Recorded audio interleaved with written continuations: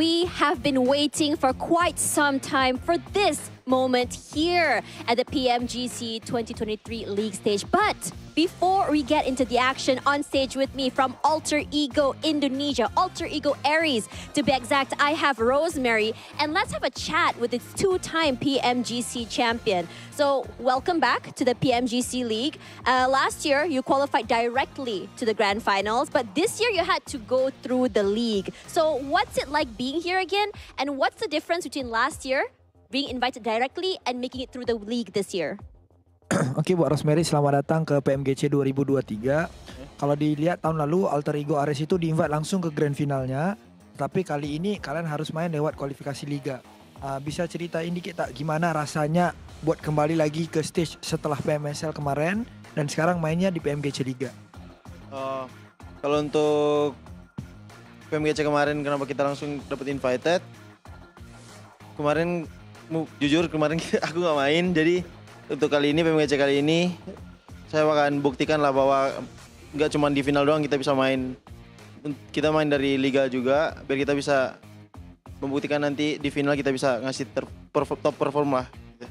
Okay, according to Rosemary, actually for your information, he being honest is because of he is not playing in PMGC last year. So this is the first time for him and he feel a bit great to play from the league stage is because of they can show to the world that Alter Ego performance so that they can compete very, very well in Grand Final as well. New rookie player, new world, or just a new tournament is going to be very exciting. Now, throughout the year, Alter Ego has been mostly competing from inside of Southeast Asia, PMSL, PMPL, ID. Now, you're up against teams from all over the world this time, from all regions. Can you tell us your thoughts about going up against these regions and which region are you feeling very, very wary about? Oke, jadi buat Alter Ego sendiri selalunya kalian itu bermain di pentas Southeast Asia aja dan kalian juga udah main daripada PMSL, PMPL juga dan sekarang kalian bakal ya bisa dibilang bermusuhan lah bersama region-region yang lain.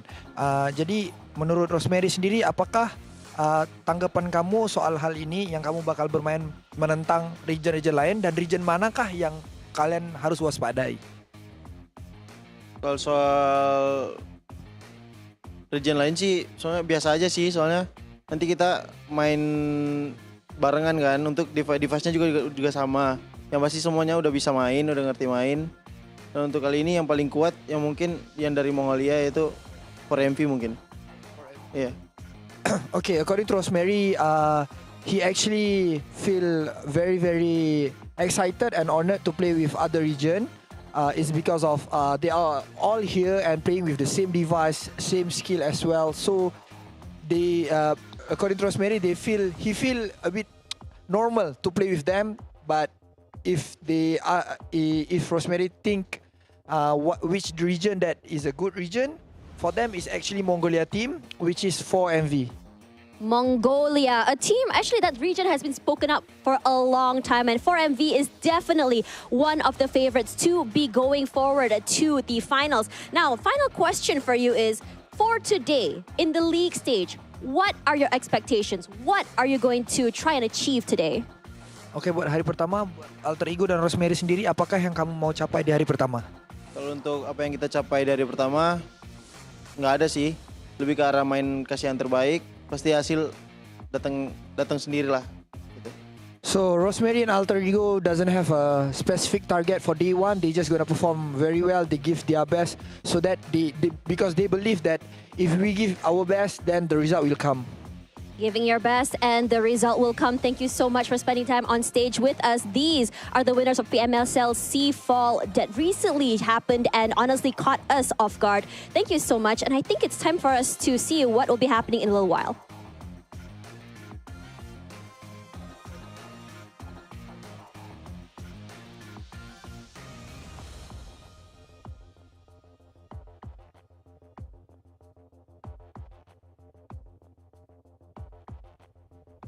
It is no doubt that this year's PUBG Mobile community has seen a lot of spectacular, exciting, and sometimes heartbreaking moments. And all of this year, our players have been competing for one singular goal: The goal to qualify for the 2023 PUBG Mobile Global Championship. And today, the most important competition of the year begins. 48 PUBG Mobile teams from across the world will meet here in this very arena, with all eyes on the championship title. These players will be competing across 3 stages: the group stage, the survival stage, and last but not least, the last chance before making their way to the Grand Finals. Only 16 teams will be making it through till the end. So let's see which teams will be making it up to the top. Now, ladies and gentlemen, welcome to the PUBG Mobile Global Championship 2023.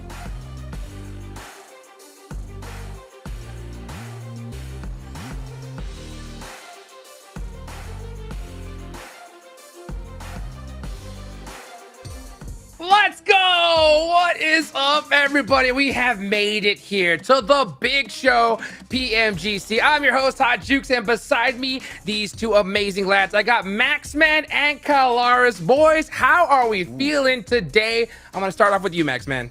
I'm doing fantastic. It's always the best part of the year entering here into PMGC with the best teams in the world.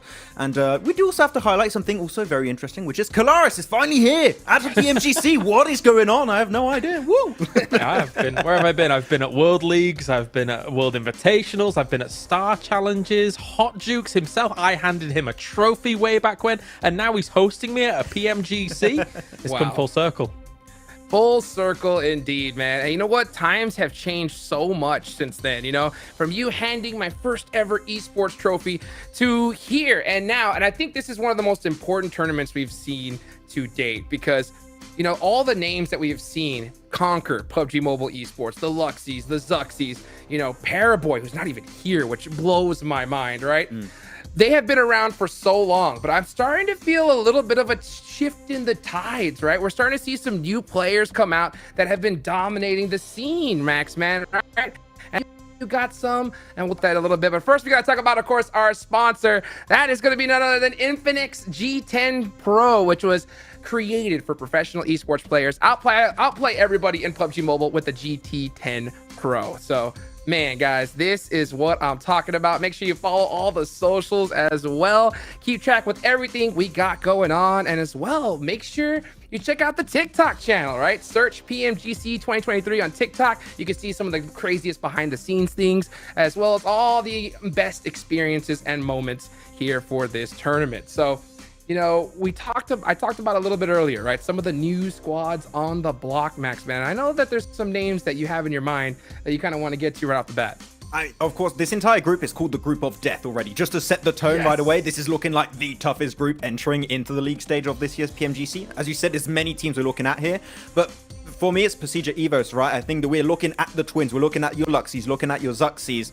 There's been a lot of questions in the past as to are they still relevant in the competitive scene, but as of recently, there's been some big changes in the team. There's been Misery, Redface, and Lynx also. So it just seems like there's a lot more structure in the team. So it seems like there's a chance that this might be the biggest tournament yet for the Twins in what seems forever almost. Yeah, I like what you're saying, Hot Jukes, though, because it really is. For 2023, the new meets the old. You have those veterans that are going to try and challenge and conquer the World Championship once again, but you have a lot of these newcomers, this new blood coming into PUBG Mobile that looks not only vigorous, but voracious about trying to challenge for the championship. If you think about from our region, for example, you've got teams like Mad Bulls who have had some slips here and there, but are actively and very, very aggressively hunting for glory on the stage like this. So I'm excited to see how the new blood does and see if they can really take this title away from the veterans. Oh, I'm so excited as well. And for those of you guys that don't know, we're going to be in the Group Green stage here. So out of the 50 teams, 2 have been directly invited all the way up to the big show. And you can see the schedule right here. So we're starting off with Group Green, the Group of Death, 16 squads. And at the end of the day, it really comes down to not being in that bottom 5, Max, man. I mean, we were talking just before the show, right, saying it is really hard to predict for this group. I think the other groups, red and yellow, maybe can have some favorites, have some teams you might expect to not do that well, but really this group, it is rough. It is going to be tough competition between all of these squads. So, of course, you got 3 different ways, or you directly qualify for the Grand Finals, which is what you want to try and do, right? You want to be in that top 3 as much as possible, but towards the middle, it is going to be close as hell to know if you're going to qualify for the last survival stage or if you're just going to get sent straight back home. So there's a lot of pressure, and it's only 4 days total here, Hot Jukes, to really make that impact. So it's going to be a tough run for these teams. I mean, you said it best, right? 4 days only, and top 3 is the goal. Kalaris, I think a lot of these teams just have to come out swinging right off the gate, right? Yeah, absolutely. I mean, let's be real about this here. For PMGC, it's the biggest world championship ever, I think. I'm not thinking just PUBG Mobile. I'm thinking across all esports. How many esports have 50 teams at their world championship? So it's a grand spectacle. And as we say, for Group Green, it is very difficult to attain those top 3 spots straight into that grand final because the competition is fierce. It is indeed, and it's going to be extra fierce because we got $3 million on the line. That's a lot of cheddar right there.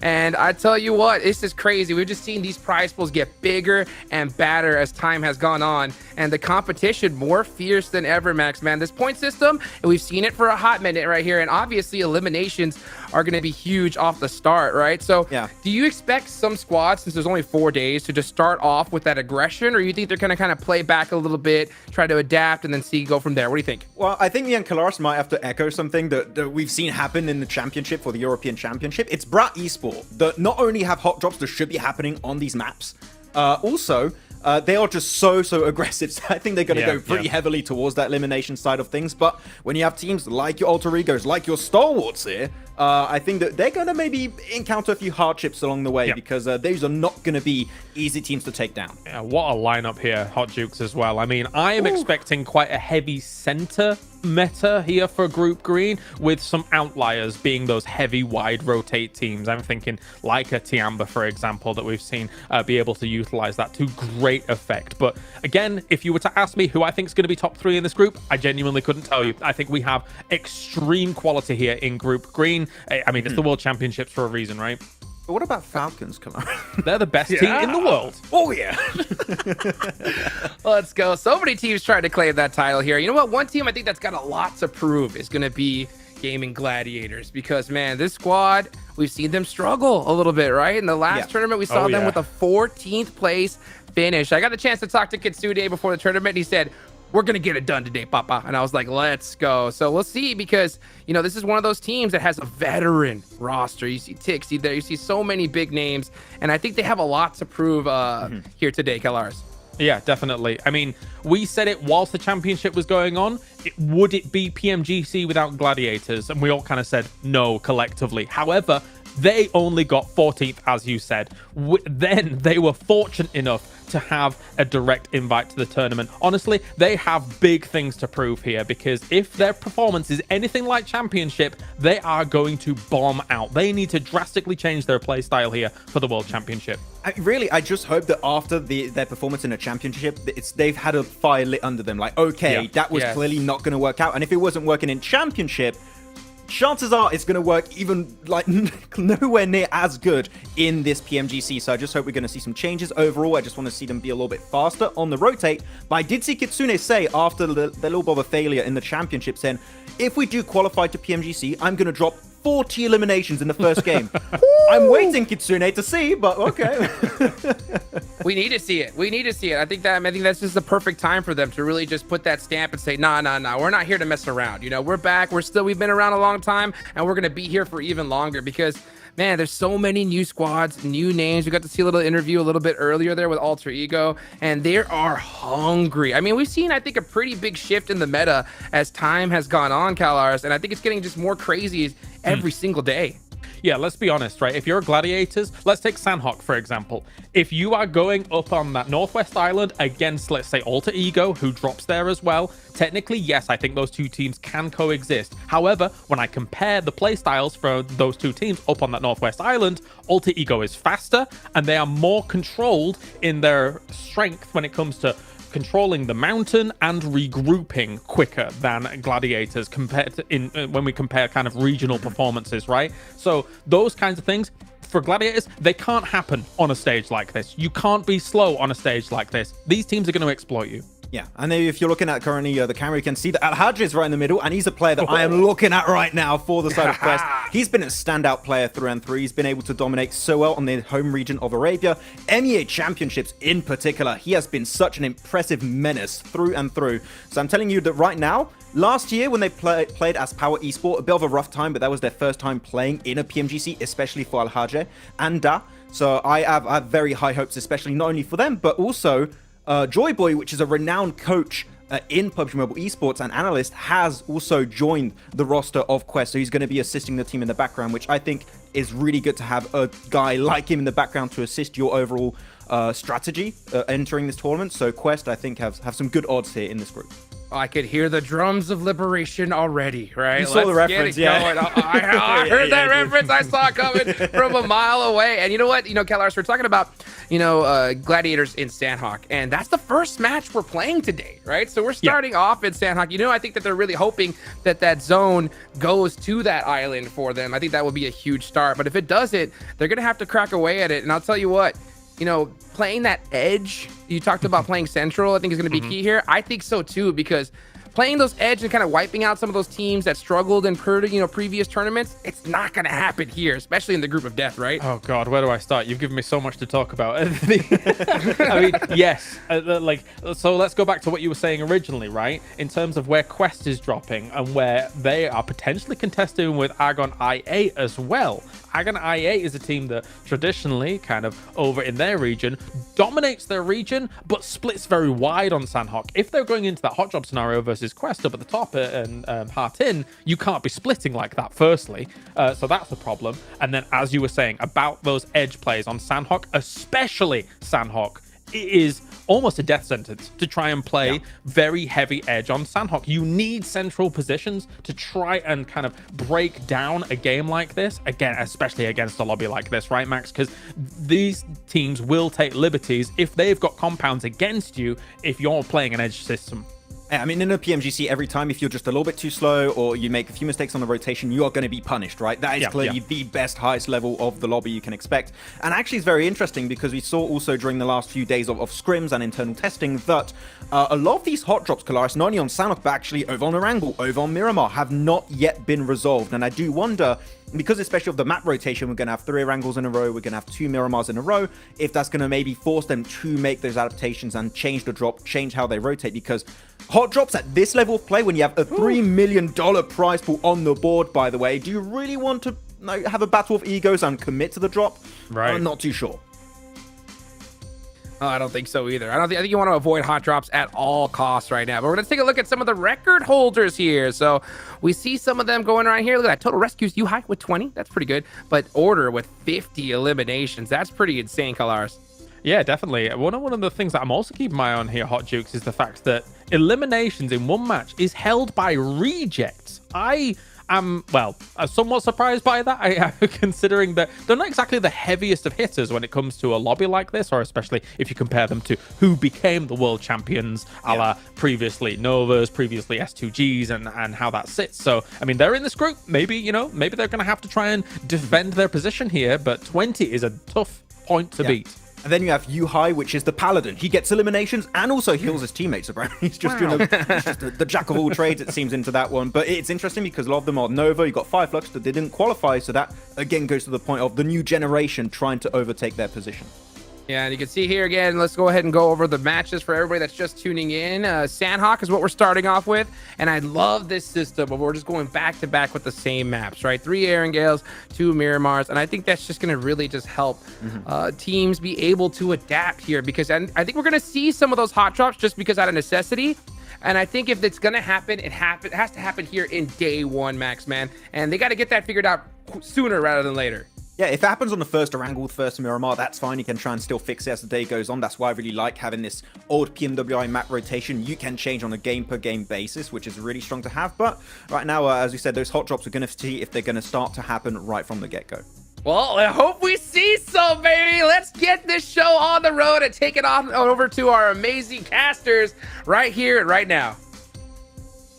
Oh, thank you, boys. If that didn't get you excited for an explosive day here, I don't know physically what would. Me and Blank are in position for what should be an absolute slog, Blank. There needs to be high-octane plays from start to finish today. You feeling the energy on this one, mate? I am, dude. Yeah, look, the boys on the desk, they've cracked down on it. They've brought you all that analysis that you might need going into this one. And there is some significant teams in this group. It's a scary group. It's not the group that I want to be in. I'm glad I'm on this side and not on their side of things, because it is very difficult going forward. I think KO mentioned there's going to be like kind of a more central base lobby with a couple of outliers. I think I'd agree with that. I think some of these central teams are going to succeed early on, though. And I think one of those teams that does very well at that is Bra Esport. I think what we saw from them, Jackie, was an absolute slobber knocker over in their championships. They didn't even care about placement points half the time. It was just eliminations all day. Man, I think that's going to be one of the real big, exciting kind of prospects coming into this as well. Because like we've been alluding to, the fact that, you know, sometimes we get a thimble full of sort of crossovers, right, with our regional clashes over the course of the year. But it all culminates here with this, the clash of the regions, the fact that everyone's in person, physically fit, ready for the exciting day ahead. And mate, we're going to be looking at some big elim games. If Reject Tokyo have got history to uphold as well, mate, I was already excited to see how the Japanese squad's going to be pulling out moves on the server, but I think they'll be going one further in our opening game. Oh, you think so? I think, to be honest with you, for Reject, look, they're always coming back. They're a significantly consistent team here at the PMGC, and all power to them, right? Yes, they haven't had the greatest of performances, not always getting all the way to the end, but they do well each time. What I want to see this time around, though, is we had S2G winning PMGC 2022, not Nova, not a Chinese team, it was a Turkish team. There's all sorts of opportunities now for every single region, every single team to step up here and do really well. I think in the group of death, for Reject, this is going to be a massive test of their capabilities. And look at him, already flexing. Look at the triceps on this lad.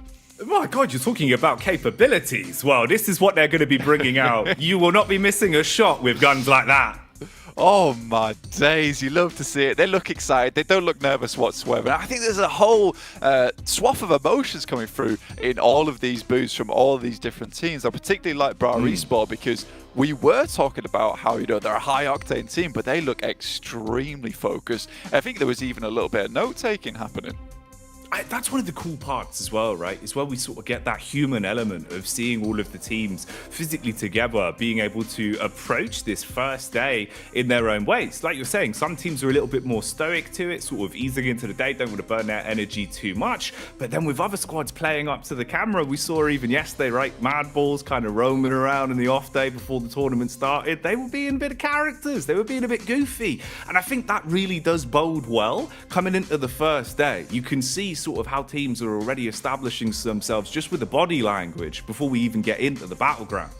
I mean, Zerich, there's a lot of pressure on this guy. You can kind of see why he is puffing out the cheeks there a little bit. He knows he has to perform. MVP over in his personal region, right? He did extremely well in PMPL EU, but for the rest of the team, like, he really was leading that charge a lot of times. The players were rallying around him. Naomi, a little bit more cheeky in this setting, though. He's had a lot of international experience before. Seems like that calming factor on the team to bring everyone back down to earth. So, yeah, it's that human element, which is always very nice to see, particularly for this team right here. You can see there's definitely some nerves coming through from the Gladiators. Like the boys on the desk were saying, you know, 14th place in their championship, secured an invite directly through to the league stage. You sort of want to see these guys do well, but what they've shown so far, Jackie, is that it doesn't really seem to be up to the task. Now, if they do have a big turnaround, it will be very, very fun to watch, but I think it has to happen on this first day.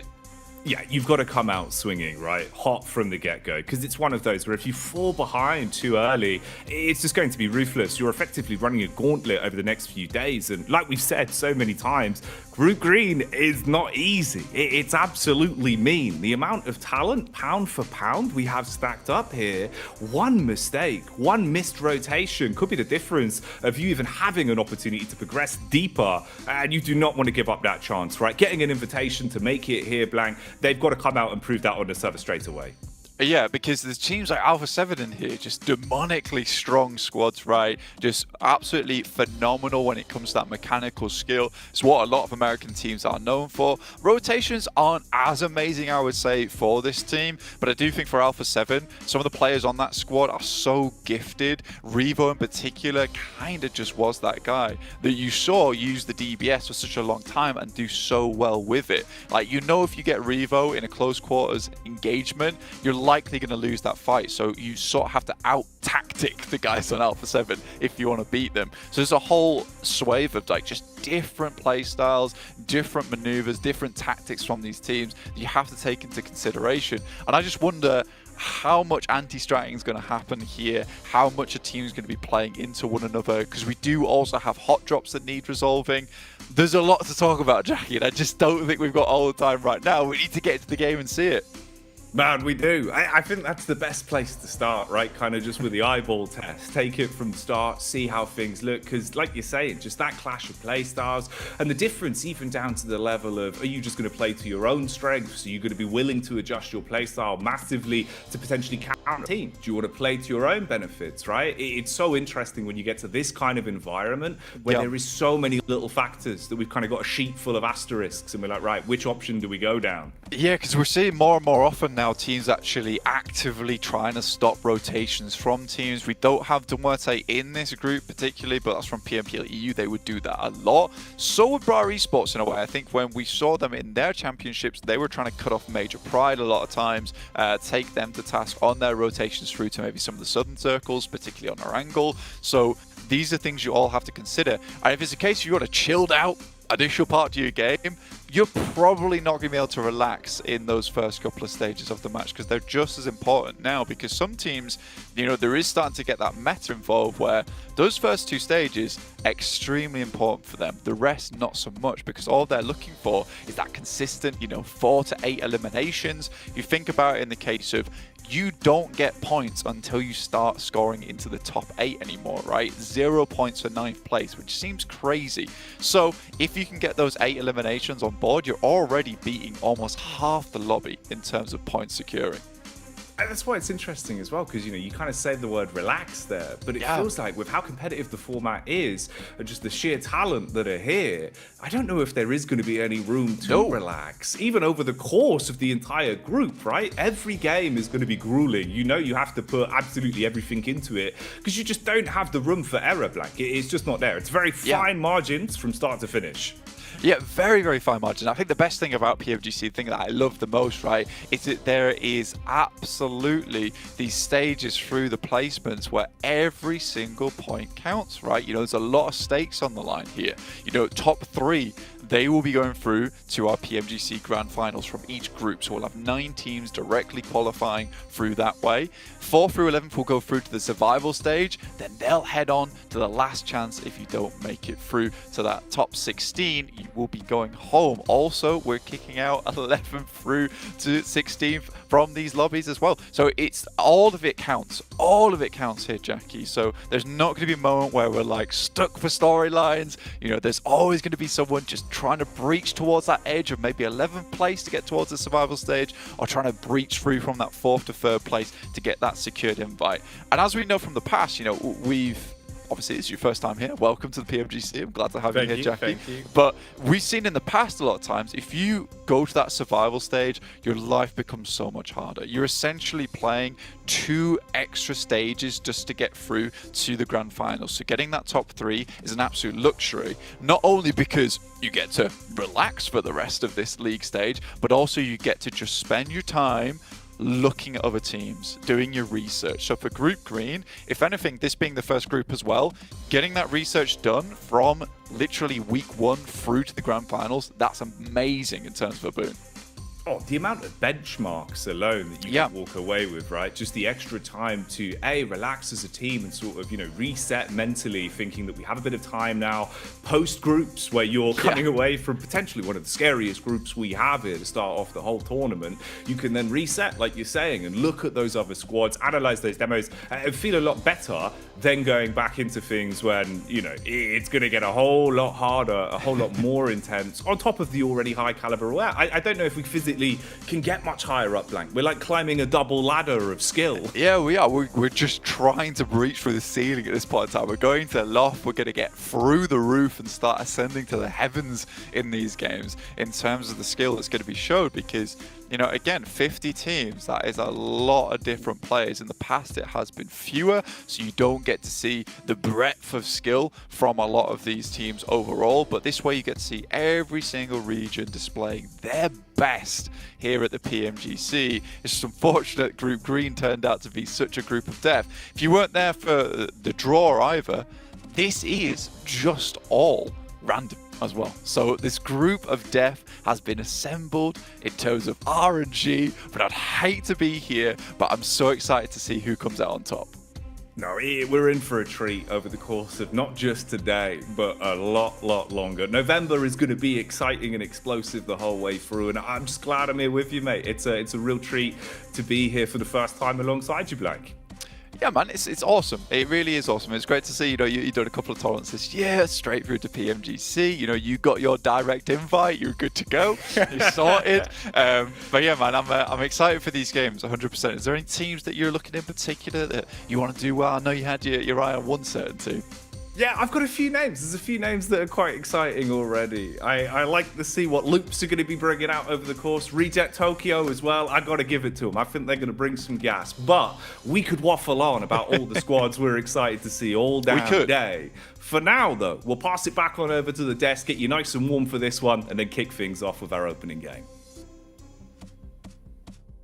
And we're back. That's right. We had some more stuff to say here. So many things to talk about because this is where it is at. The PMGC 2023. What's up, guys? I'm Hot Jukes here, of course, back with Maxman and Kalaris. And I love what we heard from Blank a little bit earlier, talking about the kind of advantages of being in this group of death, right? The fact that if you are able to go ahead and make it into that top 3, that direct invite, you can just sit back and relax and watch every other team just have to go through the struggles that that you just did here in the first week, Maxman. You really want to qualify right away because we know from last year it's a mess. If you have to go through the last chance survival stage, you got to relearn a bunch of the different teams. And of course, at the first part of that stage, you also have rotating groups, which it makes it even tougher to adapt your drops and rotations. Then you go into the last chance, you're going to have even a tougher time because it's the best teams of all 3 groups combined. So it's like the most competitive lobby you would have for the league stage, and it makes it really tough to get those last slots remaining to enter the grand final. So yeah, if you can be top 3 from the get-go, do it, but it's easier said than done, right?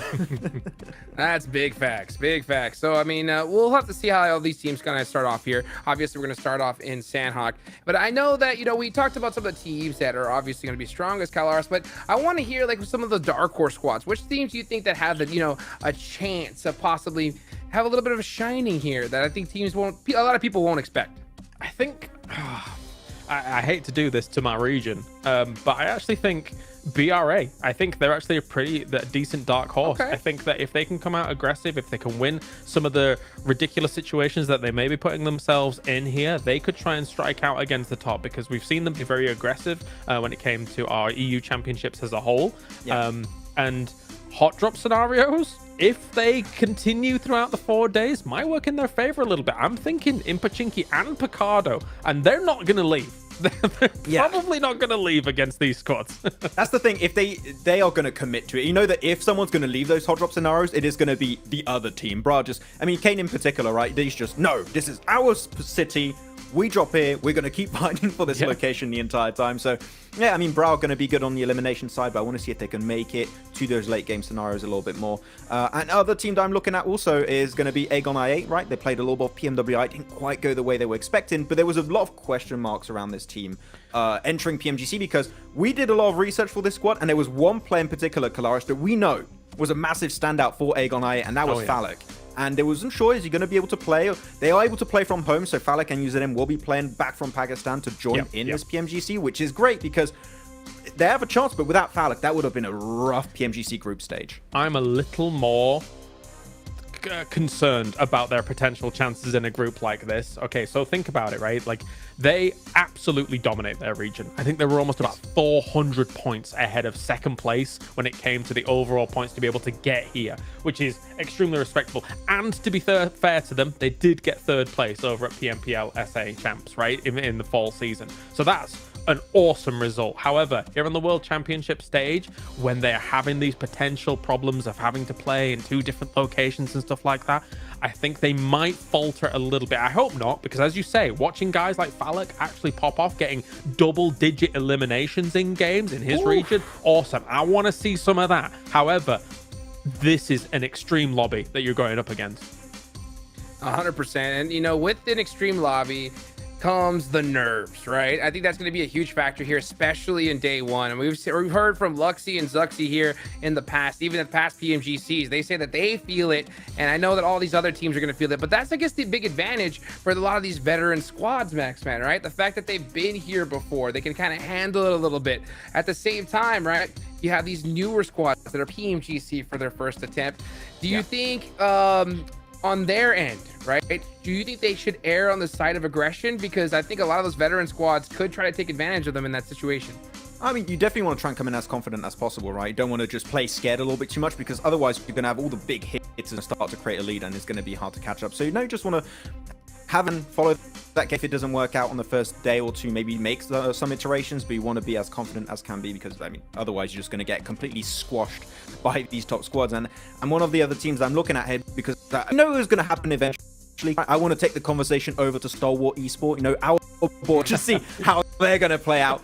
Right now, they're one of the teams with the most experience playing at this kind of level, right? Especially after the roster changes that we saw, Pecan, Scry go more in like a support, and now as a sub location, and now Nazed and IC, which I was a little bit questioning what's going to happen with this roster. Is it going to be an effective roster change? Man, Nazed and IC fit right in alongside the side of Top and Action. So this roster now is not just Top and Action fragging out, like the entire team can just pop off at any time. No, Nazed especially has really fit in. Like, watching him kind of gel with the rest of the team has been phenomenal. I mean, if you did require 2 absolute blind fools to back a team and run in kind of no holds barred, it would just kind of be me and Max flailing in the air, shouting, Stalwart, Stalwart, Stalwart. We're big fans of this team. I think technically, if you had to force us to say, you know, who was one of the top 3 teams, we probably both back Stalwart. But I mean, you could ask us that without any basis whatsoever when we probably back them. We're big fans of this team, and they've lived up to their name. They've been Stalwart in their approach, in their aggression, in their defenses for the last couple of years, even with roster changes, which is very impressive. I mean, even in the SA Championship, there's one point they're literally swimming to get into the circle, and you're just like, oh, we're on the beaches now. We're just going to blast every resistance in Ferry Piers. So they just, even when it seems like everything is for them. Yeah, I think they're a big obvious choice here. I mean, we see everybody in the comments just talking about Stalwart, and they're going to be coming out swinging. I know that for a fact. One team that I really want to see do that as well is Alpha 7 from Brazil, right? I mean, when you talk about Carrillo, we've seen this guy go at it, and they want that PMGC belt around their waist. They've gotten close in the past, but I think now's the time for them to shine here. But it's going to be a tough one, especially since they like to play that edge style, right? And going up against these squads, it's not going to be as easy as it is before. You make a really good point in terms of kind of the edge play style that they play, right? Because in America's Championship as well, I do think they're afforded a little bit more room that they're gonna be able to get here in this lobby. That might come back to bite them a little bit, but you can't argue with the prolific nature of this team and being one of the most winningest teams when it comes to your region, alongside it, Influence Rage and the like, right? Of course, they look excellent here, but if they're going to play the edge play style, they might need to have to play it a little bit faster than they're used to in just Americas.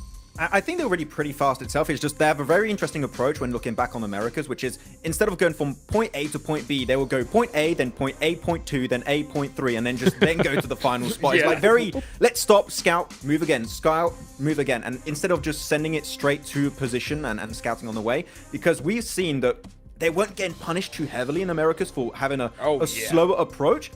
in this tournament, like, teams are going to be so quick to pivot. They're going to get to those points of interest so damn quickly that you're going to have a very small window of time to make those big calls, those big rotates. So Alpha 7, sure, they know what positions are strong. It's just if they speed up when they get there, I feel like they would have a chance to take the fights, because we know that these Brazil teams, right, Hot Jukes, especially you covering Americas so often, that when it comes to taking a fight, these guys are pretty good. Yeah. So if they're already in a strong spot, chances are they might just win the fight. They have such a great awareness of the game, right? Being able to understand when to take fights, when to allow other teams to survive, to take on another team, and then third party them. Their timing is pretty incredible here, but I don't want them to take their America's Championship performance too seriously, right? They got away with a whole lot there. The level of competition has gone from like here to like, woo, up into the sky, right? So I know that they have made, I know for a fact they've made some pretty big changes before coming into this tournament, especially after their PMWI performance, right? I got to talk to Carrillo, I got to talk to them. They were disappointed. They were not happy at all. So I know they made a lot of swaps. Matter of fact, I know they even switched coaches. Their coach has transferred on over to Dazzler Esports. So I know he's got a lot to prove there. So I did have a chance to talk to him a little bit. We'll hopefully see that team in the future group stages, but I know that he's excited for that. But, you know, Alpha 7, I think they've got a lot to prove. A lot of the OGs, I don't think I've ever seen them as hungry here, Kalaris. I think that's an interesting kind of take to have. I mean, to be honest with you, I mean, so you're saying that they were disappointed with their performance at PMWI, but I mean, realistically, a lot of teams would be happy with a 5th and a 4th place overall, right? All-Star stage 5th, the actual tournament itself 4th. So it just shows kind of the hunger that's there, and it shows that. I mean, I speak to so many teams in Battle Royale across the board that are just like, okay, yeah, it doesn't matter. First place is all that matters. We want to be world champion. And that sounds like what Alpha 7 wants here, which is understandable considering they definitely have the chops to be able to make it happen. Everything just needs to line up for them. I mean, they won the podium last year, right? They were a team that, and I remember right after that happened, there's been some talks on Twitter and Instagram, people saying like, oh, they actually wanted to go for that first place, which, of course they wanted to be first place. Everyone wants to be first place. But clearly they have the extra drive that, okay, we can perform. If we just push a little bit further in next year's PMGC, which is great for them. They qualified. They might just be able to take the trophy back to Brazil, which would be a great statement, because remember, back in the past, it was Nova, it was China dominating all these events. Now with a Turkish world champion, I would tell you right now, any region pretty much has a team or two that has a chance to take that trophy back home. Yeah, I think it's only a matter of time before Brazil claims a world championship. Looking at their pedigree, looking at how they play this game, Hot Juke. Oh yeah, and I can't wait to see what happens, of course, in the finals in the future, right? Because, you know, SGG, they're already there, right? They're not playing in any of these stages, so they get the chance to just watch and study and really figure it out. But at the same time, they're not going to have this practice, right? So that's going to be interesting to see here in the future. But at the same time, we're still talking about these squads here in Group 3, right? They're another one that's really been working hard. One team I want you to kind of talk about here, Maxman, right, is the good old Luxy and Zuxy. How do you think they're going to be able to perform here? Yeah, I talked about it a little bit early on the pre-show, but really, when we're looking at the twins, right, it's just they've had such a massive legacy, but it feels like in the past 2-3 years, they haven't been that present when it comes to these international events. So I feel like they needed a lot of restructuring inside of their team if they wanted to have a chance to perform. And really, with now the players that they have Misery, they have Redface, they have Lynx currently, it just seems overall, one thing that's very interesting is like, that we have to keep in mind for this team is they are actively using subs. We've seen, like, especially during the test matches, they are using every single one of the players. So if a player is looking really hot, you're going to have him on the field. If one is not working too good, maybe just having a little bit of a break day is going to be really good. And it's super impactful to have that for these longer form tournaments. But as a whole, it seems to be just more structure for this team, more communication, which right now, this is looking like the highest opportunity for the Twins and then the entirety of Procedure Evos to perform in this event. So top 3 could be rough, but I feel like they might have an opportunity seeing how big an improvement they've been able to showcase in this past year. Max is so diplomatic. Honestly, right, so let's cast our minds back when Zuxi and Luxy and the guys were doing the final death throws of BTR. They looked a mess. They looked disorganized. They looked all over the place. As Max says correctly, this team has way more structure for them. It's as if they've been kicked in the butt and they've had to wake up, right? And now, as you say, as Max says, Misery and Redface especially, I feel like have jolted them into that position, and it all looks a bit more coordinated, which is excellent. And also, I do think to the point where they're kind of switching in now players. I think it keeps players a little bit humble as well. Oh, you're not performing well? Well, don't worry. We've got some great subs to be able to get in there and also perform for the team. So, yeah, they're a great team. Hopefully they do well. Yeah, I think they've just been busy on money. I think that's what it is right now. It's time to go get some more, right? $3 million on the line. I think it's time to take it back on over to our casters.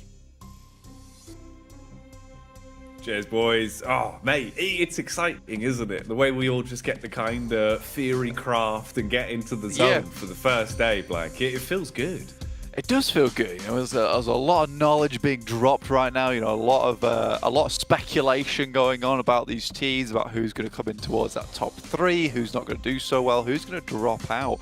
And I mean, it's difficult to say. And I think that with this group, it's almost impossible to say because a lot can change. I think if you were asked to give 3 of the top teams that would be placing the highest during this match, I just couldn't tell you. I really couldn't tell you at all because I just know what's going to happen. I think a lot of teams have had like this evolution as they come through these tournaments, as we go forward, and I think that come PMGC, that's where everyone's feeling their finest, at their absolute peak, at their tip top. So, you know, some of these teams that I think that could definitely do such a thing is definitely Mad Bulls.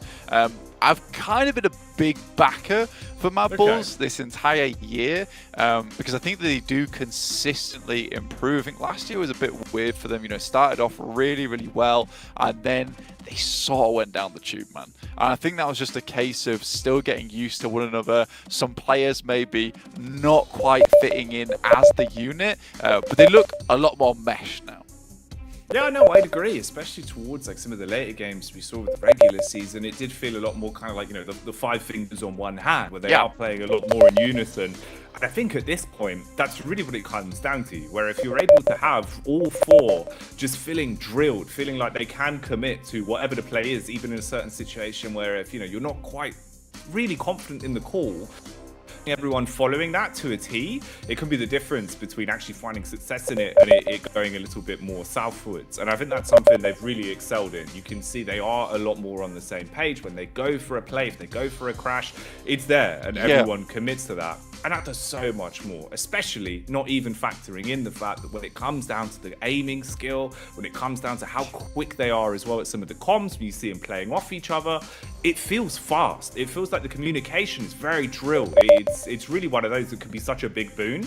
In an environment like this, where like you're saying, everyone's going to be playing that extra sort of 15, 20% because you know how much these games mean. You can't go into it thinking, oh, we'll warm up into the second game, it'll be all right. You've got to go out red hot.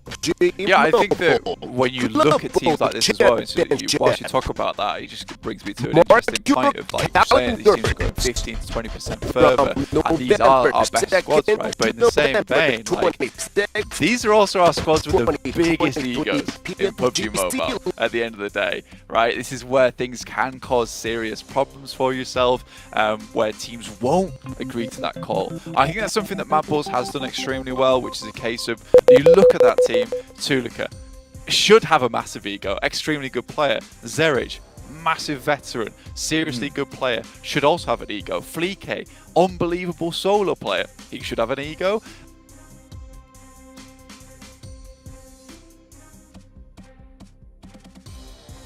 In the past, and I think that's the biggest issue for you as a team, is where you need to be like, right, we're all amazing players, but we can't get ahead of ourselves here. I think that's what they've pulled back the most on, which brings me on to another team that the guys on the desk I've already spoken about, which is Stalwart.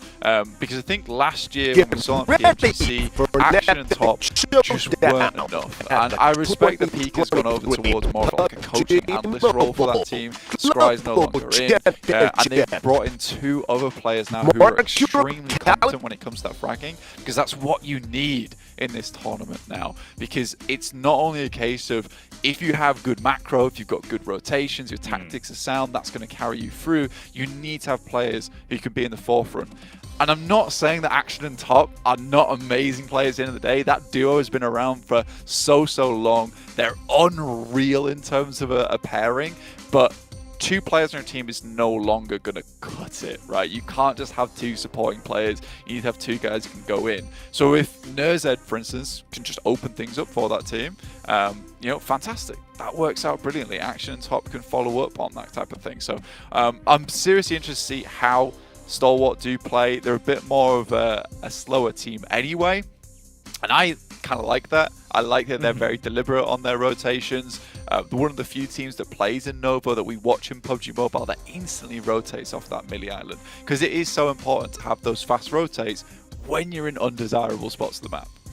I think it's cool as well because it feels like all roads of conversation that we've been having kind of lead back to one big focal point, which is that this time around you've got so much of an overlap of sort of, you know, the old boys of legend versus some of the new up and comers that have been able to prove how much talent they have now on a grand stage fitting of them, right? Where you kind of see, are you going to be able to play your absolute best in this environment? Can you instantly overcome sort of the internal pressure at times, which some players don't deal with as well? You know, it's one of those when you get into the LAN hall, you're in this environment where you're in front of your entire team, the lights are on, right? It gets a little bit more kind of mind gamey, where sometimes you're not making those calls as quickly, you're not hitting those rotations as unified as you have been doing online, where the pressure's off a little bit. So I think that's going to be a cool way of seeing as well that overlap of where the talent really does have the sort of line in the sand, right? Of how much some of the up and coming players are going to excel, prove a point here, especially on the first day. If there was a good time to do it, this is probably the time, right? As soon as those doors come open, you go parachuting down, bring us the big guns. Exactly. And I mean, this is the thing with this year, right? Is that probably the past couple of years we've had a lot of online tournaments so far. Everyone's been comfy at home, and it was sort of a luxury to be a veteran within PUBG Mobile, because you have played those international tournaments, you have played on LAN a lot more, and that is really important for you when you get to these types of events where it is honestly terrifying to be on a stage like this. It's scary. I've been on a stage like this, not in terms of a player, but as me, as a person talking, and that's terrifying, right? That is terrifying.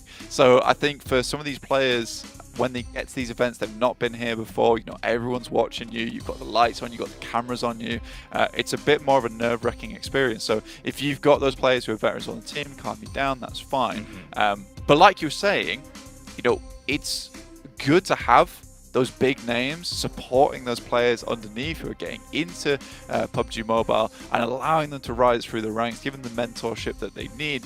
Doesn't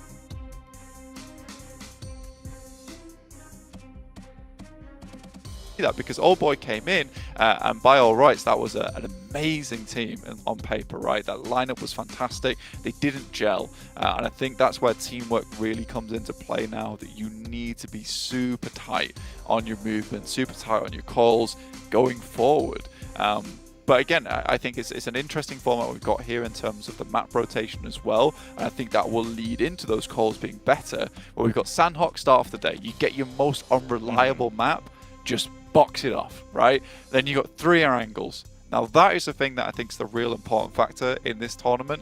You play the same map over and over again with the same 16 teams each time, you know, you can get a massive feel for it. So if a team gets a bit of momentum here in the first day, on our angle at least, whew, they're going to absolutely send it. Oh yeah, I think that's where you're going to see sort of the turning point, right? Because first game's first game. It's one of those where no matter what preparation goes into it, it really does feel like at times you're just at the mercy of sort of what happens once you're on that battleground. All of the preparation feels like it can go out the window quite quickly. Yeah. Because like you were saying, a lot of teams do have those egos in terms of confidence. And especially in this environment, having the confidence to stick to your guns in terms of, no, we are going for our primary drop. We don't care that in these packs we've seen there's going to be a clash for it. If you've got that mindset and come away on top with a risky maneuver like that to start the day, that extra momentum, it really does build you up. And I think for some of the younger players as well, that confidence is everything, right? If you can feed the hot hand, if you can keep those players in it in terms of the mindset going, no, you're playing sick, keep it going, you know, keep taking those fights, you're going to skyrocket. Whereas if you have a slow start, you're a little bit shaky, you're looking back on the first game, by the time we get into the Eren girls back to back,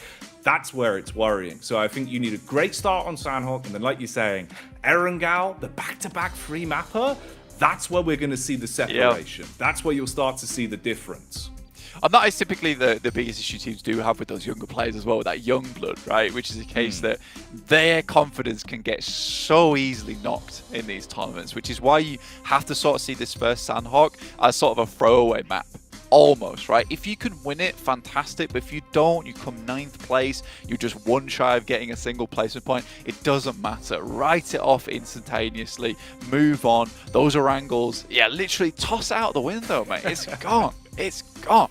Okay? You want to focus on those angles. That's your biggest factor in this tournament. Because I do worry for some of these teams where in the past it almost felt like, you know, hot drops were just a horrible, horrible idea, right? It never worked out. I think we saw in the past in PMGC 3-team hot drop over towards boot camp.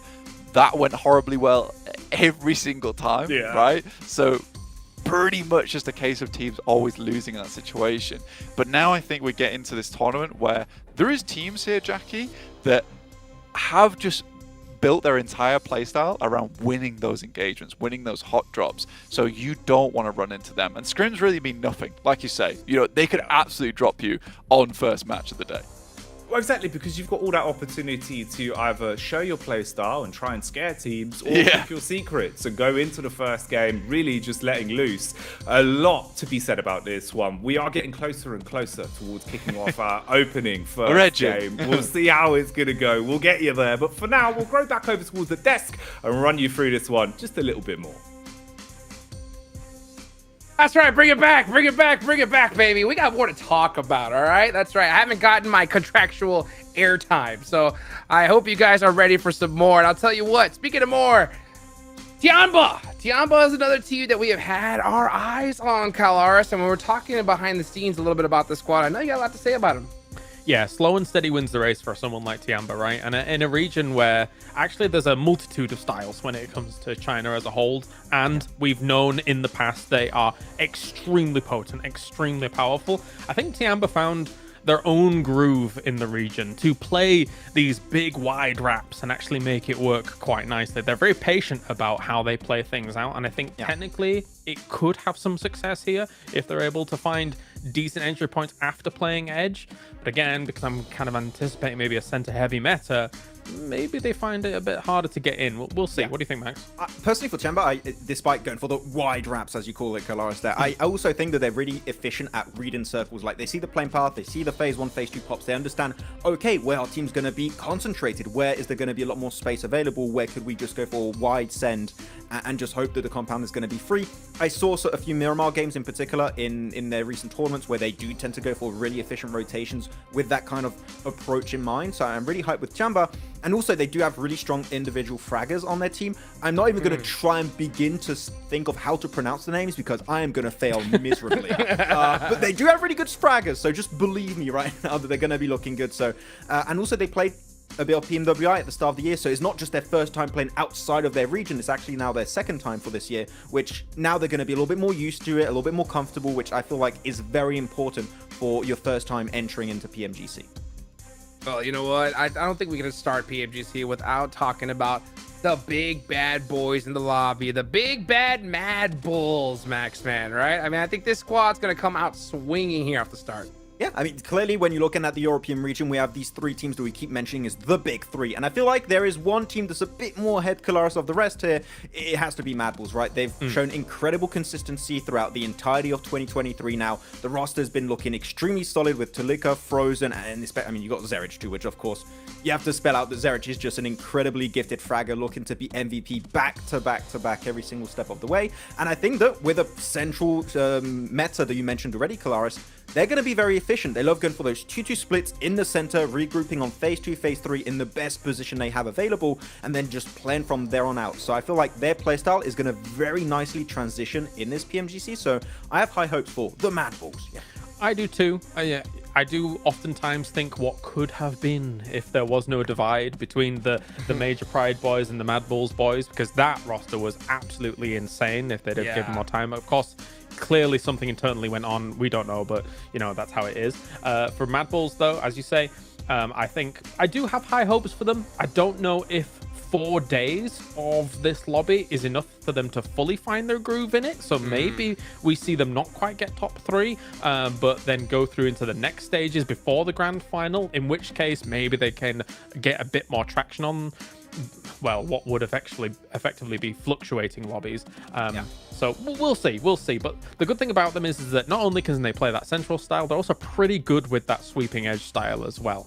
So they're versatile with great fraggers, similar to the kind of comparison that you were making for Alpha 7 Hot Jukes, with them guys being able to take any fight, feeling pretty confident about it. I think Mad Bulls is also pretty confident about their fighting. It kind of echoes to me like Vampire Esport kind of vibe also, in the sense they can adapt to circles really efficiently. Maybe not to the level of Vampire, because they're just the beast of a team on their own, but they're pretty decent, okay? Pretty good. But they do have some echoes with how they play, so I feel like they could be very effective in how they play this this tournament.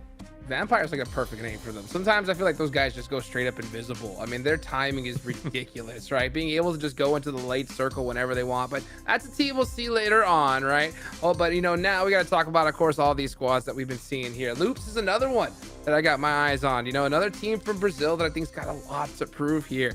But at the end of the day, we're starting off in Sandhawk, right?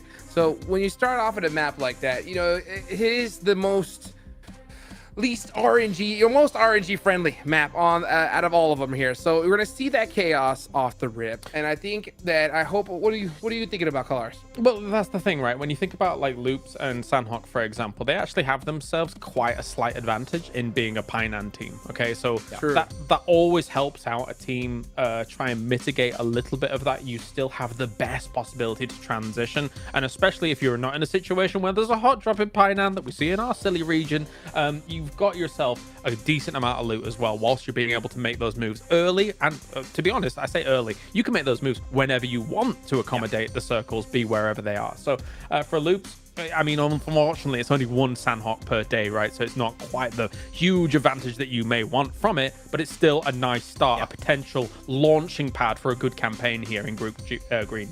Yeah, and you're talking about actually Loops and how they're going to be able to rotate efficiently from Painan. It is a good one for it in that sense. Trifecta is pretty much open if a team wants to go for it. And because you do have some of those hot drops happening, you've got Haten, you've got Boot Camp, you've got Camp Alpha Mountain on Northwest Island. If you want, you could just drop, at least, even if you just send a player or two over there to secure that location and facilitate later rotations, Trifecta would be a really good option for these guys. I'm looking at Procedure Evo, Stalwart, Reject. Maybe one of those teams from Boot Camp can just transition there and just play a very similar game with just a little bit more options when it comes to later rotations. There's actually so many dynamics around that, Max, though, as well, right? If you think about it, because like there was two schools of thought going on in my head. Does a boot camp team move there, because you've got Rejects, Procedure, Stalwart all trying to compete for that, like in scrims or whatever it may be and stuff. But then because the Alter Ego and Gladiators, it's not a conflict, but it's an existence on that Northwest Island, right? Does one of those flex out over towards Trifecta? So that could be an occurrence as well. That might be more hotly contested than we may think. We'll see, though. Well, I appreciate y'all's patience, guys. About to get this show on the road. Let's head on over into Sandhawk and take it on back on over to Jackie and Blank, our casters. Oh, hello. I can't wait for this one. We've been teasing you. We've been keeping you on the edge of your seats at home. But finally, it seems like we can start to rev this one up, put our seat belts on, and give it some gas, Blank. The opening game of Group Green, Sandhawk on the cards. This is going to be an explosive affair, to say the least. First game of the day is where you want to make your mark. It's where you want to make your stand. I've already said that if this doesn't go well for you, you can just toss it right out the window. All right, smash it through. It's fine. But if you can get a good start here, if you can sprint out early on, get a bunch of points here on Sandhawk, you know, you're feeling pretty good about yourself because you get that momentum, you get that speed going to your first angle of the day. But I'm very curious to see how this one plays out because a lot of different maneuvers are required here on Sandhawk. Extremely small map. You're enclosing all these ferocious beasts of teams into a very, very small space. I don't think we are gonna see these easy rotates coming through early on, Jackie, as we're gonna head into our very, very first match of the day. Like we said, the only thing that starts with E that will be on the lines here is going to be ego from some of these teams, as you will absolutely need it. Group Green is stacked to the brims. It is pound for pound, chock-a-block with talent, and we have the pleasure of opening it up here for the PUBG Mobile Global Championships. We can finally kick off our opening game.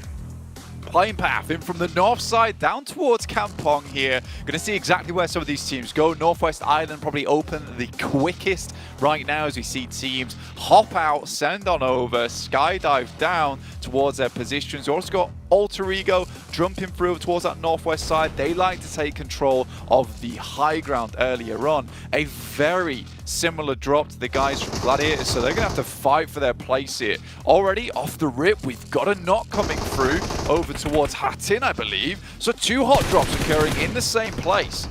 And this is what we were talking about. We didn't expect teams to resolve these. We thought that we'd see them putting the punches down early, and already that's coming across. A few knocks established, and this is shaky. This is the difference between establishing early points to start things off in a group versus going out with absolutely nothing to be said blank, and it's looking a little bit nasty already. Absolutely is. We're getting fighting all over the place. Falak's already down, their star player on the side of IA, and it's continuing to go off here. It does finally finish. I think IA survive in this situation. We got another hot drop here between Mad Bulls and the Falcons. They love their drop here over towards the ruins. Gives them a lot of options, but so many hot drops at the start of the day. Everyone's trying to claim some presence here on the short-term sprint that is this first initial stage of the league.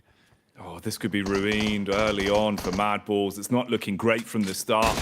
Already looking a main man from the roster. Frozen and Zerich trying to play off each other's contact here and slow it down a little bit, keep themselves out of trouble for now and keep their noses clean, but they are being hunted. Falcons, if they were able to take Mad Bulls entirely out of this one, straight away off the back of the hot drop, it would be grotesque. It would be so damaging to the confidence of Mad Bulls to start it off. Like you were saying, that would literally be the roll up the newspaper, throw it out the window and forget about it. I mean, for Mad Bulls as well, already been down to 2 players. It's super unideal for yourself here on Sandhawk. You're not really getting much done about it. Great molly down the stairs there from 6. He's performed very well over in PMWI, providing a lot of opportunities for this team. Another nade, banks it off the wall. That looks pretty good. There is a retreat in play. Chasing him down now in the close quarters engagement. Zerich with 1, but the trade back is more than enough to get the job done. Getting his back on his feet. And that's the way it goes. Mad Bulls struggling to find anything on the hot drop then. So the ego challenge, that one paying off with Falcons flying ahead, already finding the 4 elims, joining IA off the back of closing things down on the initial clash. Gladiators and Alter Ego though. Things have gone a little bit awry over towards this side. Gladiators not actually in as good of a spot as you might think here with Matic and Sixy. No meds available. Very minimal HP, so the initial shots will count for a lot here. Pajiza Evos, Lynx, takes down Kissu from Malise on a short rotate. He's on a very south scout at the moment for this team, but has eliminated one of the players that might have caused him a little bit of issue in the future. It's a nice find for him.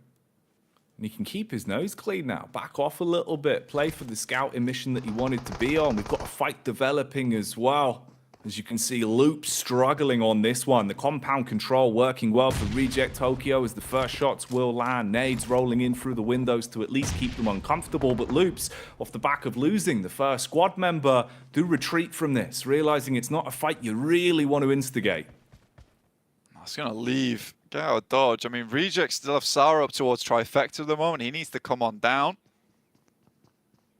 For Loops Esports, an unideal scenario, but at least they can get into Pi 9, get situated. They can claim some of the rooftops, some of those little tricky areas to try and scout out, and there were players that do play towards Pi 9. And if you're coming in from that top side, yeah, you might even get stopped by Stalwart, who are already making their move out from boot camp, trying to flex the muscles a little bit. Funnily enough, I mean, for Stalwart, boot camp seems to be one of the safest places, despite, as we all know, in your PUBG games at home, being very hotly contested. It's crazy. At 3 hot drops right off the get-go. It's kind of what I was hoping for as well. I know for the grand scheme of things, it never ends well for most teams, and it does result in you losing the chance to really get anything out of your opening game. But for the sheer level of audacity of it, and the big key word that we were talking about going into our opening game being confidence, it does so much for you. You win out on that hot drop, you got to think, Falcons right now must be feeling like $1 million, right? They're kind of sat there thinking, okay, we've been able to shut down Mad Bulls initially. Off the back of it, you can play a bit of a slower game. You've got time to ease into things, getting the nerves out the way early, Blank. And that really does help an awful lot. I think as soon as you find that first contact and walk away with a win under your belt, it just makes the rest of the day that little bit easier. You're not thinking about your first engagements. You're not thinking about the fact if we miss our shots, it can all go up in a puff of smoke right here. Now you're just thinking, okay, 4 elims in the bag. Let's coast it out, see where we can go from this, boys. We're looking good. Yeah, I mean, for Falcons, you're 100% right. They're taking ruins off the hands of Mad Bulls on the first Sandhog is a really big deal because this has been a place that Mad Bulls have dominated in for a long, long time. And I think that's sort of the reason why they lose this engagement. It's because no one's really challenged them for this spot. They've been too afraid to. So it's nice that the Team Falcons, they spread their wings and they just swoop on down. They take the high ground away from the Mad Bulls and quickly deal with the remaining players. So very, very unfortunate there for them. Carrillo moves up, but immediately spotted here by Shopper.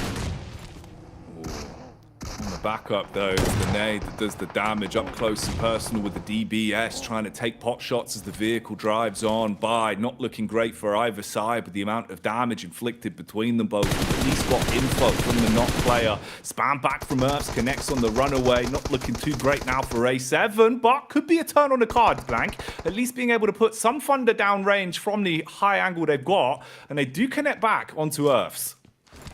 R&J is able to get a little bit done, but I think that's about it realistically. Both these players should get back up on their feet, but really aggressive play coming through from Alpha 7. And this is sort of what we were having a conversation about as well, Jackie, earlier on, is the fact that you get into a close quarters fight with Alpha 7, that's where their mechanical skill really starts to shine a lot. It gets difficult to deal with. The fact they just rocked up DBS out the side of the car, quickly mopped up a few players. By that point, they're totally okay with losing 2 knocks in. You know, that's sort of like their sacrifice. Next circle shift heads on over towards the western side. Bit of an awkward circle realistically because there's not massive focal points over here just yet where it's headed. Does allow a lot more time for teams towards that northern side to actually head on down.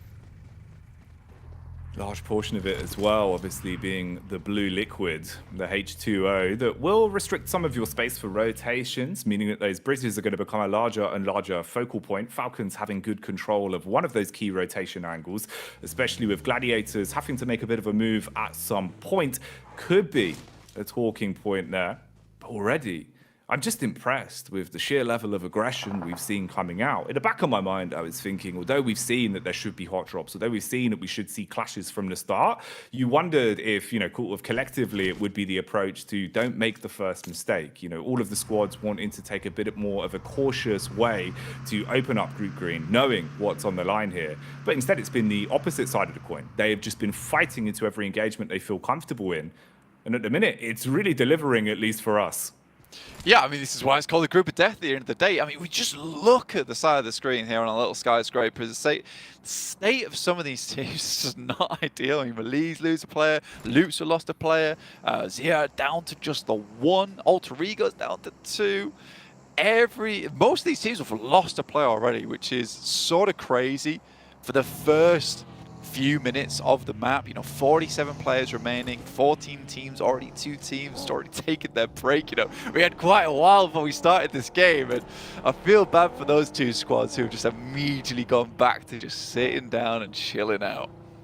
And that's such a good point to bring up as well, right? Because obviously the longevity and your survival time, especially into this opening game on Sandhog, can do so much to mechanically get you honed in. Finding yourself closer towards being able to play in that sort of flow state where you can approach everything with your best ability, it's hard. If you get sapped straight out of it straight away, sat there kind of feeling a bit, you know, disheartened by the fact that you've been knocked out immediately, it can mean that you slow roll throughout the rest of the day. So this is another one where Mad Bulls, once we get onto those Erangals thinking towards the future, again the pressure's on. How quickly are you going to be able to activate that roster?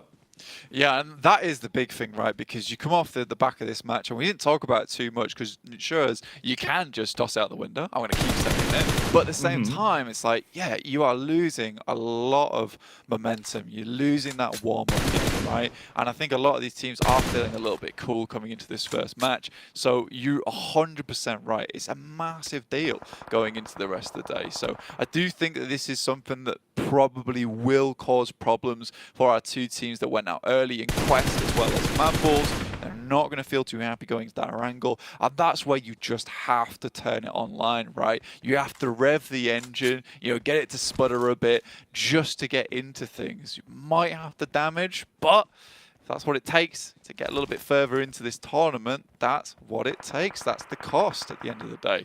Western Circle still, where we look at teams start to group up a little bit more, a little less fighting going on, but it is PMGC EVOS over towards that northeast side who are moving down towards Malice Esports. Already find themselves a knock on that side too is a really big deal. We saw earlier on, Lynx even had his little South Scout, so this is definitely the anti-strat come into play. Getting a quick, easy first pick, then going into a 4v3 later on, really sets you up for a great ideal fight.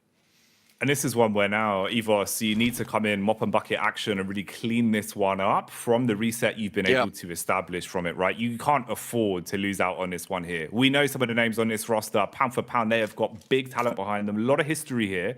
So to go down early, it would be a struggle. Utilities being pulled out though. Pin pulled there early on for Lewis, dashes it over and it does connect. That's nice. You've now got the two knocks across. Redface obviously very low in terms of the ability of him even being brought back into the fight. And they can just go for the quick getaway. They've actually played this one pretty nicely. Yeah, it's a really, really smart move coming there through Malice Esports. I mean, you know what you need to do in that situation is a case of, look, we get that first knock. We're at a disadvantage here. If we continue to fight this fight and try and move into the circle, we're constantly going to be on the lower ground. So well done to Malice Esports, immediately knowing after that knock on the nade, just get in the UAs and get gone. So very, very well done. For EVOS, though, I think that what you were talking about is kind of the story of that entire engagement, right? They had to finish it up quickly because time is not on their side. Malice Esports able to actually overtake them, leapfrog them. That north side of the circle no longer is as safe anymore to get in because you know there's going to be players in towards bootcamp. You know there's going to be players watching from the valley where currently Stalwart's playing over towards that location. So EVOS maybe taking that too slow there, not being as confident as we might like. Tiamba, on the other hand, sort of stuck on the edge of the coast over towards Trifecta. They want to move further down, but this is a difficult position to push. Yeah, you are trapped at the beck and call of Blade, really. I mean, even if you're going to attempt to advance out from this, there's utility on either side, sure. Not looking great, though, when it comes to smokes, and defensive utility would be the one boon that you could potentially have to get out of a rough spot like this. Instead, like you were saying, you're just kind of at their mercy. You've either got to try and go for a bit of a group push on this one, swing off each other's contact and see if that will buy you just enough time to bypass, but you are surrounded, really, and it's not looking great. At least a little bit more space taken. Some of the early scavenging paying off as well, with the stims being pulled out to top them back up. But you've got angles here, and they are just at your mercy, Blank. Getting out of this is going to be so awkward. Yeah, I mean, at least for Tiamba right now, they have the fair advantage. For I8, you know, they're playing with 3, but I do think they're doing an excellent job of holding down individual angles, right? Every time someone else is moving, someone's watching that peek out coming from Tiamba because there's only one location they can really go. They know they want to get over towards their compound. They can't realistically swim it across because it doesn't lead them to too ideal ground, and most likely Alter Ego's going to take shots their way. Circle moves up towards the north, though. Really interesting circle we are seeing here. Stalwart have a massive chance into this game. I love their position here. DX Xavier might be a bit of a problem for them in the near future, but I think that as they leave outside of boot camp, there is some ideal angles to be taken there. But it is that south side which is massively blocked up right now, so Stalwart needs to start clearing some space. Well, this was the rotation we've been waiting for. Obviously, for quite a long time, EVOS had been on the back foot, and it felt like they were really uncomfortable on this one. It was the smarter play from Lewis and Co. as they pushed up, took control of the compound after getting away from the fight they had inside of the blue. Now the spacing comes back. Redface was brought back into the action, and they're at least putting the pressure on. Utility is there for them, but because of how much they've had to waste to reset off the back of the previous engagement, you're looking at some dribs and drabs. It seems like across the board, really, if they do not survive off the back of this one and find a way to encroach onto that compound, you're not going to have much to work with. And there is more barrels coming over and honing in on your angles as well. This is looking like we could have a bit of an intense freeway encounter on this. Redface with a dive across, not quite bunny hopping on that one as he is sprayed down. Yeah, it's a gorgeous shot coming there from CEO later, mid-air with the 6x as well. Not easy to pull off, so very, very good shots from CEO later. And he was a real standout for Malaysia Esports in the multitude of tournaments that they played this year. Alpha 7 also similarly moved up from that south side, looked to really choke down the guys from EVOS at the moment. Meantime, Gladiators are losing a lot of players on their side. I mean, they've been beset upon by Stalwart. Now RC's coming in, Loop's also taking shots. But again, I think they are in a position where they can maybe hold on. But with Tixi taking so much damage there, this is getting real unideal. No, the longer this fight goes on, the worse it looks. I mean, we knew Falcons had control of the bridge from a very early moment onto this game. They felt confident with the way that the fight started. Loops right up in their grill as well, ahead of each other. So at least it's developing into a clash between four of the squads. Cleaning up now going to be the most important factor. Bullets going down range, connecting back on the Mythic and keeping him in check with the space that he was able to take away. It's rough though. You look at the sort of damage we've established there. Gladiators coming into this one didn't feel like they were really able to spread their wings. Now fully taken out of the mission, so not starting it off nicely on Sandhook. And this just continues. The elimination feed is not stopping. Yeah, it's all over the place. And it makes sense as well because so many teams now have to cross those bridges, get into very open area, and Stalwart's doing what Stalwart does best, which is hold these angles down, really take a dominant position within the circle itself. I love that Toxi's got headed up towards this compound on the eastern side, gives him a lot of safety. He's providing information back across whilst teams move in, and the rest of the boys in action, Nerzed and Icy, just maintain control of this high ground. It's fantastic play so far. Xavier is sort of forced to use this boot camp position to provide them as much sanctuary for as long as possible. What I will say though is this team that's on our screen right now, Tiamba, we have had a look at them over in a little bit of VODs here and there, and for Tiamba they're a very calculated team, right? I think the macro is very strong. They understand how to get into these games. It's not flashy, but it works. And I like the way they leapfrogged across the river, provided backstops for one another, and finally took out the remaining members from Aegon I8. So this is a good rotate from Tiamba, and surprisingly, they've got all four players still up. So I think this is a good game from them, from what was not an easy position. Oh, exactly. From the point we first saw them, you know, it already looked so uncomfortable. It felt like you were kind of really staring defeat in the face from the opening moments. Instead, though, they've played out the longevity of the game, not feeling forced, not really rushing themselves into a misplay, and it's worked out. For Falcons, it was a great start, but ever since the boys have started to roll up and apply pressure onto them, they've been crumbling under it. Now quite fragmented as well. Being able to actually bypass up here and not being just absolutely annihilated from the positions that are being controlled all around you is not going to be easy. Six also taking bullets down range as that will connect onto him. Just off towards the side as well. Other hyenas effectively lurking, waiting to engage on this one if they want to, because you can see how weak some of these squads are now starting to look. Yeah, it's starting to get very, very difficult. And Stalwart has just stolen the show this game. You can see how much of a big number Nerzed's been, because he's a great addition to the squad so far. You know, he has really been putting up some massive work. He is a bit more on the chaotic side, I'd say, compared to Action and Top, who are very good in a clutch scenario. But I think that's what makes him fantastic, right? He will just hold the line for you. Currently, he's just facing off against the entirety of Falcons, whilst the rest of the boys are just dealing with all these other angles, slowly but surely clearing out these spaces. Alter Ego, obviously we saw them in their engagement between Gladiators, they got a little bit luckier. They were able to get down towards Trifecta earlier on. I think it was a smart move to make and have got towards the top 7 because of it. I think the most interesting thing, though, is the way that Icy's played from Stalwart. From compound to compound, he's constantly covering the back of the team. So the communication on these lads, oh, it's phenomenal. Oh, yeah. From the amount of fights they're actually being thrust into here as well, the way they're being able to contain their angles is ridiculous. But you say his name and you've sprung him into effect as the pin is pulled. And he throws 2 players down to the deck instantly. DX struggling off the back of that one. That's not what you want to be in. Oh, mate. Suddenly, the pressure that's being applied is even more intensified as Icy, yeah, this man is ice cold. There is no sweat on his brow. It's insanely good, but you also saw that he didn't even try and flush the eliminations. He knew his job, and he performed it perfectly, which is just to hold this position. They know DXavia's got to come out at some point, so he has absolutely rinsed them from this spot. Really, really well done. In the meantime, continues to provide information. His whole job is just to not die. And getting 2 knocks in the process, you know, holding it down, that's fantastic news for him. We'll see if the snake clips him. It does not. Close quarters though, trying to find his way out of the doorway might be a risky maneuver. Ooh, DBS in the hand. Looking for the quick shot. Look at the bounce across. Lands it as well with a follow-up. Oh, mate. Icy. He's on one. That was a fantastic haul from Icy, man. He's been all over the shop there.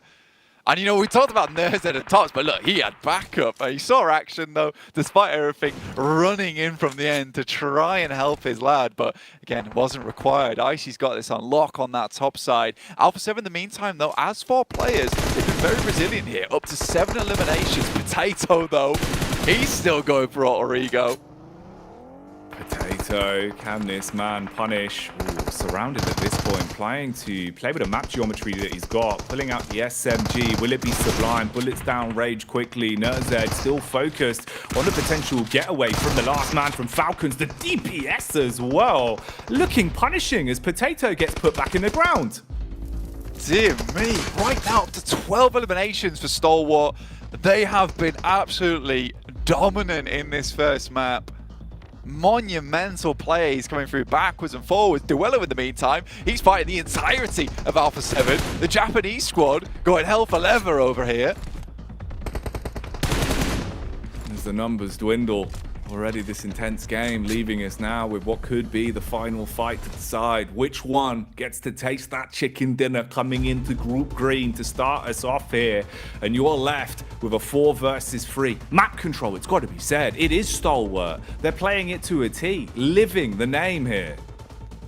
And I mean, the way they've controlled this map as well, you saw they put a lot of emphasis towards this side. They used this outpost before, mainly as a scouting position, but they wanted the high ground when it came to that end game. So everything is part of their grand design here over on Stalwart. Senab looks to go for a peek, but in the meantime, they just realized they're scared, so they're just going to try and move further down. Action with a quick feed, and there's an immediate return from Icy again. Oh, you can see the way they're playing it as well, trying to bait each other out, playing the numbers game, knowing they can trade for one of these players and peeking off each other's contact.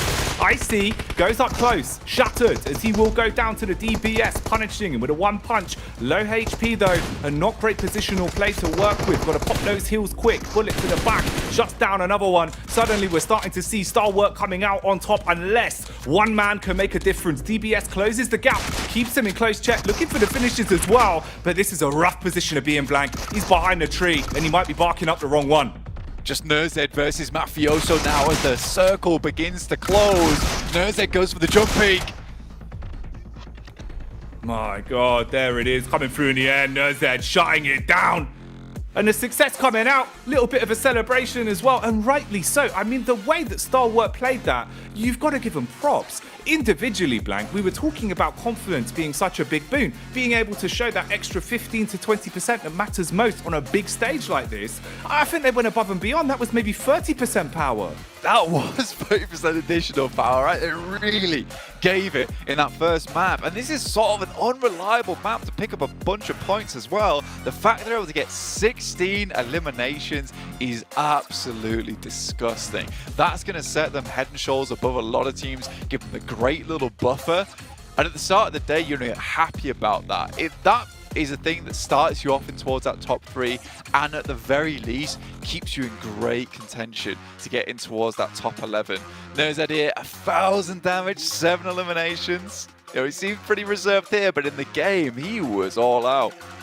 And that's what matters. If you've got the energy to be able to maintain composure off of the server and really just come out and play your absolute best, well, we can prove that with some of the numbers. The way that they were playing was incredible. Like you said, the whole time, Nerzed was basically the loose cannon that was able to hold down 1v2s, 1v3s, Icy being the point man, defending the backline. This was insane. This was actually a really good display of teamwork and just the caliber of skill that Stalwart have to offer. Yeah, you're looking at almost 3k damage overall. Like, that is not Sandhook numbers at all. Nerzed barely taking a scratch on this lad. 24 damage received total is seriously something else. But I do think Icy, at the end of the day, Jackie, that guy was the MVP of that squad that game. He took the dirty job, right, which is to hold down those angles, hold down those edges, allow the rest of his team just to frag out, but he was not stopping, and he looked frozen solid, an impossible ice wall to breach. I mean, the nade is one thing, right? Being able to pull that off under pressure in a timing where, you know, you've got to get it just perfect, taking down both players into a knock state. But then as soon as he's pushed in a 1v1 that even felt uncomfortable watching it, the DBS flip blank, those aren't normal. Those aren't common. Yeah, it was seriously clean, and I think that's where it goes into that case of he knew what his job was, Jackie. He did it well. His job was not to die and just cause damage. Was an insane first game here, and there is so much more to come, but for now we've got to pass it back over to the boys on their desk. Have a field day with our opening game of Group 3. To say the least. Is this how we're gonna start off PMGC? What more could you ask for? I mean, Stalwart Esports just starting off so strong, looking too good here, Kalars. Absolutely. What a win. I said it at the pre-show. Me and Max flailing blindly, saying Stalwart, they're the best. And here they are. Admittedly, it's south of boot camp, so they should be getting a big conversion off of this one. But the way in which they hold this ground is nothing short of incredible against some of the threats that were posed here, Max. Can we talk about how 90% of the highlights were just Stalwart? Right? This entire highlight section. But what a play, and especially the way they defend their position, because they go from drop in boot camp. By the way, very important, the hot drop didn't happen, so it's a double win. They win the game, they win boot camp for the foreseeable future, which is a great setup entering into the league stage. And I mean, look at that, 16 eliminations. Icy is technically the support in quotation marks, and he just gate-kept Tiamba and Xavier solo in those buildings north of that mountain. What the hell did we just witness? This is an insane opener match to have for Stalwart. Oh my gosh, that double nade on Xavier was just disgusting. And yeah, I mean, you talk about winning that hot drop and not even having that 26 eliminations, that's going to put a stamp on it, right? I think it's fortunate for the rest of the lobby, the fact that we're only playing one Sandhawk here, right? But I mean, what more could you really ask for on a start, Cal? No, absolutely. I think, so to go back to the Icy situation where he's holding off against the teams that were coming in from north of him, I think, and maybe this didn't happen, but this is my theory, he'd played that scenario over in his head about 10 times before it occurred. The reason that I say that, whilst we see the 1,000 damage coming in from Nerzed here, insane stuff, is because if you're a bootcamp team, you know as the bootcamp team how to approach the compounds just outside of bootcamp. So he knows that Xavier has very limited options to approach that kind of compound. So he knew exactly what to do as they were hitting. It was brilliant stuff. Yeah, it's even smarter when you think about it, because he knew Tiamba won the northwest, right, Kalara? So Xavier only had one specific angle they could play, which is the corner of that wall over to the northeastern edge. Pre-nade it, double nade explosion right on top of them, and it gets the double knock. Is fantastic to see. And the amount of trust, too, we need to mention this, the amount of trust and strong team communication you need to pull off a split in a final position like this and to say, Icy, we're going to hold 3-4 teams on the western side, you're solo against Xavier and Tiamba. Good luck. And he just comes out winning that fight is just insane when you really put it into perspective. I mean, it's fortunate for them to be able to get this circle, right? I mean, they did, but the key is that they took advantage of it and maximized it. I mean, unbelievably so. I mean, it's crazy. Yeah, just little micro plays here or there. Like, imagine, Icy doesn't get that double knock. He goes down.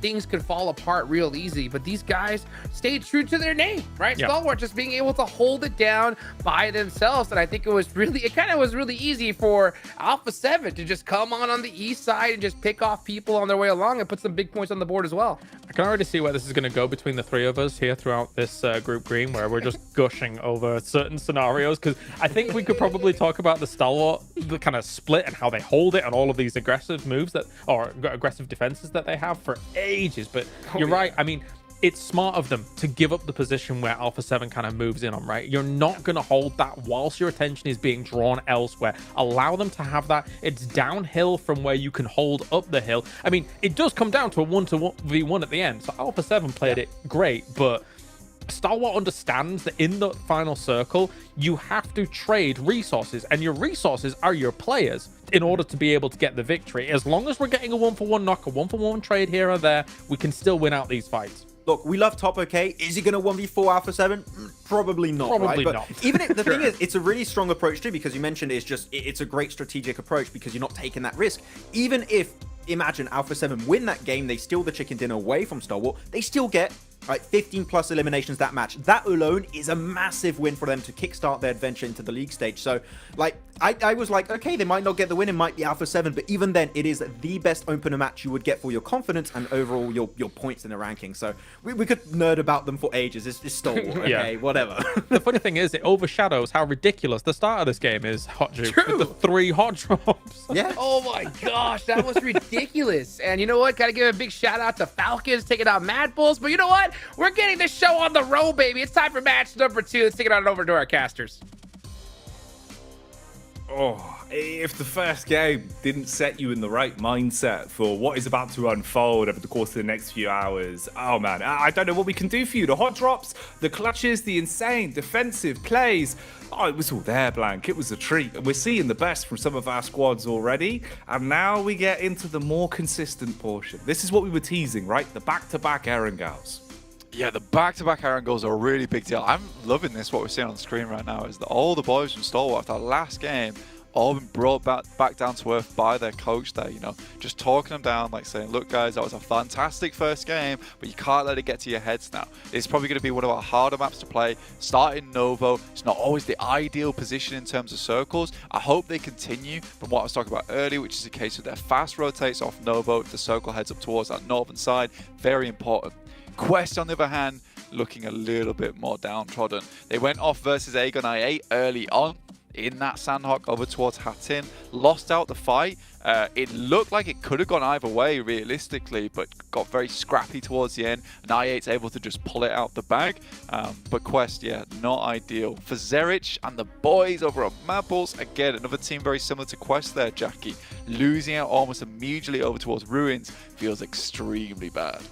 You can see with the body language as well, it's vastly different from what we had been seeing from them. You know, obviously when the pressure was off, when they were being able to show sort of that personality that we know they have, all being quite large characters inside and outside of the game, you notice how much that one's affected them. Because like we were saying, it's not just physically knowing, okay, we get nothing from Sandhawk, whatever, put it to one side. It's not having really more than maybe 2 minutes of survival time over the course of that one, right? The fact that you're struggling to get into it, that really can slow you down over the whole day. So for Mad Bulls, for some of our other squads here as well, like you were saying with Quest, you've got to reset that immediately. You can't afford to especially have back-to-back slow starts, Blank. I think that's one where you're looking at it and the scale is getting tipped far too to one side to start things off for the day. Yeah, you get really down in the mud at that point over on the first day as well, because you can just go from bad to worse every single time, where you're just slowly falling off the cliff. And when you get to the end of the day, you're down towards 16th place. It's incredibly hard to drag yourself out. You have to grab a winch, tie it around a tree, and just hope to God that you can get that truck out of the mud, honestly. But you get to second day, the tires are spinning, nothing's happening. And that's where you just see a team just give up day 2. So I think some of these squads have to understand that, you know, they are fantastic. There's a reason why this is called the Group of Death, because we have such insane teams here with us. So we need these teams to all be on a playing level field. And to be honest with you, I reckon by the end of the day, we'll have a very equal in terms of standings. If we have one team that heads all the way to the top and strikes out, it will be a rare occurrence, but one that I'll love to see here. And they'll have proved just how good they are at PUBG Mobile. Oh yeah, well, this is the creme de la creme, right? You know, this is the top of the crop from all of our regions, and especially the fact that we've got so unlucky for them, really, in terms of the group draws. It puts us in a position where you can kind of see the best of the best going head-to-head early. Oh, the body language from Mad Balls, man. You know, you've got to reset that mental instantly. It's hard. It really is hard to deal with something like that into your first game. That's one way to do it. That is one way to do it, you know? Whack the mic in your mouth, you're good to go. Yeah, no, it's nice to see the Zerich still feel a little bit like he can pop off a bit. It's not quite like yesterday. He's wearing some absolutely mega sunglasses, which I hope come out today as well. Maybe spoilers for you guys, but we'll never know. Maybe we won't see them. And this is the only time you hear about them. They'll be mythical objects ever since. But it looks like we are getting into our second match of the day here over in Erangel. Some of these teams looking for a bit of a better match start. But if there's anything to go by off that Sandhawk, Jackie, I think there's going to be more hot drops coming through. It seems that way. It does really seem that way. It's very hard to call because obviously, you know, you take practice as practice, it's one thing. But when you get into these games where really everything is on the line, going for hot drops, we couldn't stress enough how ridiculous it is as a concept, right? The fact that you're basically throwing everything into a bit of a gamble from those opening moments. And we saw there, everyone was up for it. Everyone's willing to take those hot drops. With 3 Erangels being played out back-to-back as well, you've got to set your ego aside in some of those situations. If it starts to go wrong, you've got to have the backup drops. You've got to have something on the tip of your tongues, really, to be able to react off the back of it. It really could be one of those, Blank, where we just see these hot drops all day. And honestly, I wouldn't be complaining. No, I wouldn't either. It's non-stop action, which is great to see. And we see these teams where, you know, a lot of these hot drops, you know, 2 of them at least ended up where it was a 4 limmer, where we had all 4 players in the other team just go down and knocked out. But there was a few of them as well where, you know, 1 or 2 players got knocked. So it does show resilience from these squads that even in a hot drop, they have that idea to set aside whatever it is about that drop that's so important and be like, look, it's not worth it for us anymore. We'll go trash loot. We'll try to get further into this match, try and get some more eliminations. That's what Loops tried to do. They had a good chance towards that south side. Unfortunately, Stalwart were way too clean on that hold. It was very difficult to get through, but if that wasn't the case, Loops might have been able to have a better chance into that match, all off the back of deciding, you know, it's not worth it for us to deal with reject here. We're just going to leave and let's get out of Dodge. And it was quite a fragmented fight from Loops as well. You know, we only caught sort of the tail end of it, you could see, but the way that they had approached that one, relatively kind of solo oriented, which at times, yeah, it can pay off massively if you're being able to burn really bright and hit all of your shots. But they were a little bit stuck in the mud, kind of overwhelmed by the positions that Falcons had. You're then at the mercy of the fact there's multiple other teams also that were locked into a bout with Falcons at that point in time. So for Loops, any grasp they had on the situation started to crumble away quite quickly. But that was our first game. This is game 2 as we start to kick things off here. The first of 3 Erangels in a row. An awful lot on the lines. You have to reset the mental and come out swinging as Group Green go at it again. We're going south to north here on the plane path, directly down the middle, so really not that bad at all in terms of being able to get to your ideal drop spots right off the bat here on the first game. So we're not going to see too many backup drops here, I don't think. I think everyone can move out towards their relative positions on the map. Stalwart already dropping out over towards Nova. We already discussed this. We've got I8 down here as well. Vegeta Evos in the plane. I think this time around they're fielding both the twins. Last time we only saw Zuxi. Luxi was not in the mix there. And I think they had a great idea over towards that eastern side of the map. So it just went all a little bit wrong as soon as that nade knock came through. I think this might just be another hot drop on their hands, and I8 once again having to deal with Loops in another hot drop scenario. See if they win it for the second time. Keeping the spice coming. The cayenne instantly sprinkled into the cooking pot here for our second game. We'll see where this goes. In terms of the split already, you've got a bit of a 3-1 grouping, so a little bit fragmented depending on the peaks. High ground also taken, ground loot being hoovered up as quick as possible to establish themselves something to actually battle back with, as this is going to be uncomfortable. Obviously, I8, they had a good go of it into the previous game. We saw when they had a bit more control on their hands, they were able to approach it very nicely. Here, it will be a lot more chaotic, and that's not the only hot drop we've had. Okay, Blank, this is pretty tasty, actually. I'm glad we're still getting these. It's Brar Esport coming up against yeah. DX Xavier. And I think the thing is with this one, this is the drop that we were the most worried about. Not for Bra, but for DX Xavier. This is not an easy team to go up against here in Pochinki. And in all honesty, if I'd have watched any of the games from Brar Esports and I was DX Xavier, I'd be thinking, I don't know if it's worth it, us dropping as Pochinki. I know it's a central position, but versus Brar Esport, who kind of send caution to the wind a lot of times and will just fight you tooth and nail for a position on their side of the map. This might be a position where we see DX Xavier move away from, and if they don't, I think it will be very detrimental to their overall game. Feels like at times Brar Esport really can be renamed to the Pochinki Punishers. As Oh, they man, feel yeah, 100%. So confident, man. Like the way they play around it, you can see like they go straight into it, honed in, getting into the flow state instantly. Even with the split, you can see it's calculated with how they've set this one up in terms of the control you've got. A lot of high ground, a lot of back entrances being covered, so you can sort of have the overall lay of the land. Yeah, when this one kicks off, definitely want to keep our eyes locked. Yeah, I really do like the way they play it out as well, because this is sort of posturing as well at the same time, because they took that central, they forced DX Xavier out to the outer edges of Pochinki, almost offering them that escape plan, right? You know, they're like, look, there's a way out of here. You just have to take it. But if you want to come closer into the central area of Pochinki, we will have to go into a little bit of a cage match of our own. So I do like the way that Brar Esports does set this one up, and potentially this could be DX Xavier losing 1 or 2 players. If it goes the other way around, though, you know, Brar Esports, their confidence might just be knocked a little bit here. Smoke's already being deployed. And nades ever important in this scenario, trying to clear the top side of buildings and the bottom side. You have to be a little bit lucky, but just one lucky grenade can lead to an easy topple of all these players.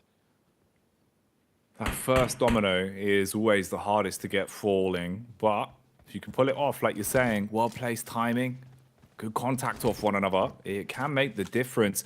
Getting a little bit more confident here as well as they do roam. They've been able to find some defensive utility along their path, and they've been using these smokes to bypass their way through. Nate goes in through the window as well. Close, but no connection on that one. Couple more in the back pockets, and it seems like the double will actually work out perfectly. Clean knock. Yeah, that's fantastic coming from DX Xavier. You got to give them that. They were looking for the nade. They quite quickly scouted out the position. Top 6 on top, and Kane has to hit a nasty nade here over towards Paragin. Looks like Paragin might have sniffed him out as well off the back of the peak, looking in through the windowsill. So now it's so much harder for Kane in this sort of angle. Ooh, right ahead of him, straight down the pathway. Could get a little bit awkward. Trying to peek off the back of the timing. Spans down, clean connection on the end. Able to finish it. Follow up though, Blank. Surviving it and absolutely decimating the HP. Yeah, Kane is not one to be trifled with here on Bra.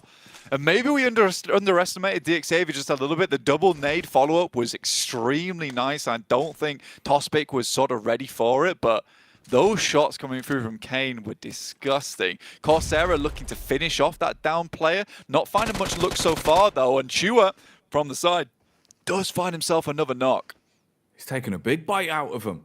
Coursera going to be struggling off the back of this one. Now you're down at an uncomfortable angle, and the pressure keeps on getting applied. We were saying just how lethal Brar Esport are in this sort of situation, going into a Pochinki hot drop. But the longer it goes on, it feels like DX, they're going through the motions with very methodical play. The double nade was on point. They were smart with the read off the back of getting the opening tag. It came in swiftly. Since then, you've seen the peek back from Kane. Now the pressure's on for him to stay alive. But meanwhile, we get a bit of a fight kicking off here as we switch on over and see just what's going down on the hill. Clean connection onto Raging Ocio. He's already knocked. Yeah, looks like we are seeing Reject just on the retreat right now, trying to run away as fast as possible. The lads on Malice Esports, not an ideal scenario for them, not able to get out there as quickly as possible. You know, you play towards very pair anyway. You know, the pass outwards, not easy. And look at that. Bra Esport down and out, 16th place. And I think, yeah, it's safe to say we underestimated Dig Xavier. Oh, yeah. One thing we certainly underestimated from them was just how methodical it was with those nades, mate. I think that's 2 of the 4 eliminations just raw off the back of utility damage with the double HEs they were able to pull out on that one. So grenades looking lethal in their hands. And you know how much of a boon that can be as well if they're finding their footing with it early on. So they survived the hot drop. They take up Bra Esports, the first full squad to fall. Other than that, I mean, everyone's looking pretty good. Everyone's been able to find their way through this one quite easily, apart from Reject Tokyo, of course, already looking green around the gills with just 2 players alive. Yeah, it's bad news for Reject. How they get too far? I mean, they got a member towards, I think, very much the end game on that Sandhawk. And again, this is somewhat more of survival mode coming through for Reject so far. Gonna have to just try and salvage this game, get as many placement points as possible. But we'll see what happens. See what happens in the future. In the meantime, I'm looking over towards Gladiators, who have made a bit of a quicker rotation. Now, that last game was not ideal for them whatsoever, Jackie. Let's put it that way, right? You know, versus Alter Ego, going down to just 3 players, then trying to make a faster rotation, which I respected over on Sandhawk, only to met with overwhelming force from the side of Stalwart and Loops, who cut in from the side. I think there's potential here for Gladiators. They're just not showing us it yet. The question is when it will happen, if it ever does happen, because that sort of is becoming the main concern for Gladiators at the moment. It's scary, isn't it, as well? Because it does feel like at times Mad Balls and Gladiators both suffer from the same formula that is that slow start. It bleeds over, it lingers onto them, and sometimes not having that extra sort of confidence to instantly go in, to instantly kick off those kind of maneuvers can make all the difference when it comes down to gun skill. And as we've already seen here today, some of the gun skill that's on display is already on another level. You've got that clash of metas, that clash of regions. There's so much that's in the back of your mind. And if you can't just focus on your crosshair, you can't just focus on your plays, it makes a world of difference. You can certainly focus on the steering wheel, though. As for Icy, he has been bonneted and crumbled like a snow cone. Yeah, he doesn't go down without at least the last hurrah and tries to take out the vehicle underneath. But I respect that he got out of the vehicle, tried to stand his ground, but versus the bonnet of a UA doesn't always go well. Here's Mad Balls versus Alpha 7. Zerich is down, likely to be flushed away there. It's just Fleek remaining. The solo god from the team, but versus Alpha 7, I just don't know how likely he's going to be able to pull this off. Oh, first connection's clean. Trying to hit the drive, but can't quite do it. Good moves. Look at the way that he's playing around this. Hitting the crouch at perfect timing. Good for 2, but not enough to close it out. So Mad Balls again being picked to pieces there, even with Fleek showing some fantastic footwork towards the end. And A7, you can reset from this. Yeah, it might take a sec, but you're going to be content. Yeah, you can get back up from this. Another 2 eliminations in the back pocket for them is absolutely ideal as well. Looking over towards the map as the moment, it's heading up towards Rozhok, and at the moment, PMGC Evos have a really strong position over towards there. They're currently holding down the warehouse on the top side towards that hill. They've also got a couple of outposts down towards that south edge too, so they're maintaining the information coming through on that side of the map, and it does look like it is going to start to center towards that position too, so a bit of an urban finish would be a nice one for the first angle of the day, so we'll see what happens here. Again, that is just going to be a massive mass migration from a lot of teams trying to fit their way in towards that spot of the map. But again, we still got a couple more stages before we can be absolutely certain. Falcons on a rotate back round, trying to save their mates, and they put the foot down, pedal to the metal as the pain will come out off the front of the car, inflicted damage back on the quest, and making their lives even harder today. It was a rough start in the opening game for them. The seems like that could follow on here again into our opening Erangel, struggling to close down off the one knock they found on the Falcons and having to give up a lot of space. DX as well starting to move back on in, catching contact and potentially thinking they can do something about this. Two compounds close next to each other being taken by Falcons, but they've got to use a lot of the utility they've been able to scavenge to patch themselves up off the back of that opening fight, and you are already down a man. Yeah, I do like this from DX, actually, to be honest with you. The fact is that they took out Bra very early, and also the circle being down towards that side of the map on the northeast edge means that they have a lot of time to work with here. And a lot of times, if the circle's over towards Pachinki, you want to sort of huddle up, get some better positions, maybe all head over towards Church itself. But with this spot, it does mean they can start to sweep a lot easier down towards the south side because teams aren't particularly looking at them all that much, and they have a lot of high ground to play around with. So I do think that DX is most likely going to remain in this area for a little while longer, try and get some more eliminations in the back pocket. With that circle, it's not likely they're going to have a winning position towards the end game. Oh my god, Red! What? Off the back as well! Oh my, the turn on that was unbelievable. The fact that he's been able to punish so cleanly. Ooh, won't matter even if he does get tapped with a DMR, they'll be able to get him back up and into things here, and they need him right now. Looking quite devilish with how he's playing. The compound clash continues though. 3 squads all in close proximity to one another, and there's more roaming in. The vultures circling them, seeing that there's an opportunity to strike on this one. So bullets from all angles as everyone's taking damage blank. This is going to be a big fight. Yeah, Zuxi struggling now, just the twins remaining on low HP, playing around one another. There's a couple of smokes been sent down. 2 players down already for Gladiators, but they're able to get towards that south side of Rozhok. It's not ideal positioning for them, but it's likely a position that can keep them in the game for a while. They don't want to stay on the outer edges, though, because that's likely to be the first spot to be crashed in the future. We are looking like a Rozhok finish right now, but still not definite until stage 4. In the meantime, Alter Ego taking down a couple of players of their own. They've got a nice setup down towards this south side. And Stalwart keeping it very chilled out over towards the eastern gas station, waiting to make their move. Content with the points they were able to piece together off the back of the opening game. They know it's just about survival of the fittest and seeing how far they can take it before they focus on adding to that total tally. Gladiators finally starting to show a bit of the prowess we know they have underneath the hood. Been a slow start for them into the opening day of Group Green. Already lost 2 players before the first clash went their way, and they've been able to rack up at least a couple of elimination points under the belt and got a little bit more space to breathe now. It was uncomfortable with how close they were. Now you can at least slow it down a little bit, and you're looking at very fragmented squads as well in terms of what's left. It's dribs and drabs ahead of you, so having a 2 versus 1 in a situation like this can make the difference. There's definitely a sacrifice that has to be made here, right, when you get towards this position. I think Gladiators realise that too. They're like, look, we most likely are going to have to give a couple of our players to even attempt to gain a spot towards Rozhok itself. But you're right, it is dribs and drabs of players around this area. So for Gladiators, technically not in the worst position right now. They're not down to 1 player. They still can push off of one another in the future. DX, on the other hand, they'll have to make their maneuver. But this is a cruel pop on the circle. Down towards this south side, on towards School, and Alter Ego, they took a chance on this position. They took an absolute chance on it. They realized it was way too late to get into Rozhok. There was too many teams here. They lost a player to Stalwart, able to pick him back up again, and they opted to go for School. Now, if this continues to center down towards this area, they've got a lot of opportunity to pick up a huge amount of eliminations here for Indonesia.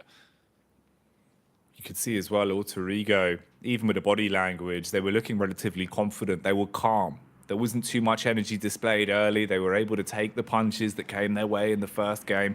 And having a setup like this later on could be a big boon for them. It's where you'll finally have an opportunity to play from a level playing field and see what you can get done with it. High ground, control, given up as well as DX have a little bit of room to breathe on this one. Levis taking the lay of the land, Lamborghini off towards the far right as well. 2 players in close proximity to one another, at least for the trade potential, but they've got eagle eyes from this position. You're going to get contact first. Yeah, it's a good spot to play around with. and they'll be able to just sort of understand exactly what's coming at them, which allows you to use your utility way more efficiently, right, at the end of the day. That is the most important thing for you, because when you're stuck in a position like this, where you know you're not going to be moving for quite some time, you can't really bust out all that utility too early on. You want at least like 2 or 3 grenades for that end game. You know, any free picks is fantastic. Levi's in the watchtower, getting some good damage done over towards the guys on Alpha 7. In the meantime, Parajin suffering badly. Lamborghini tosses a nade, but it's not on target here, Jackie.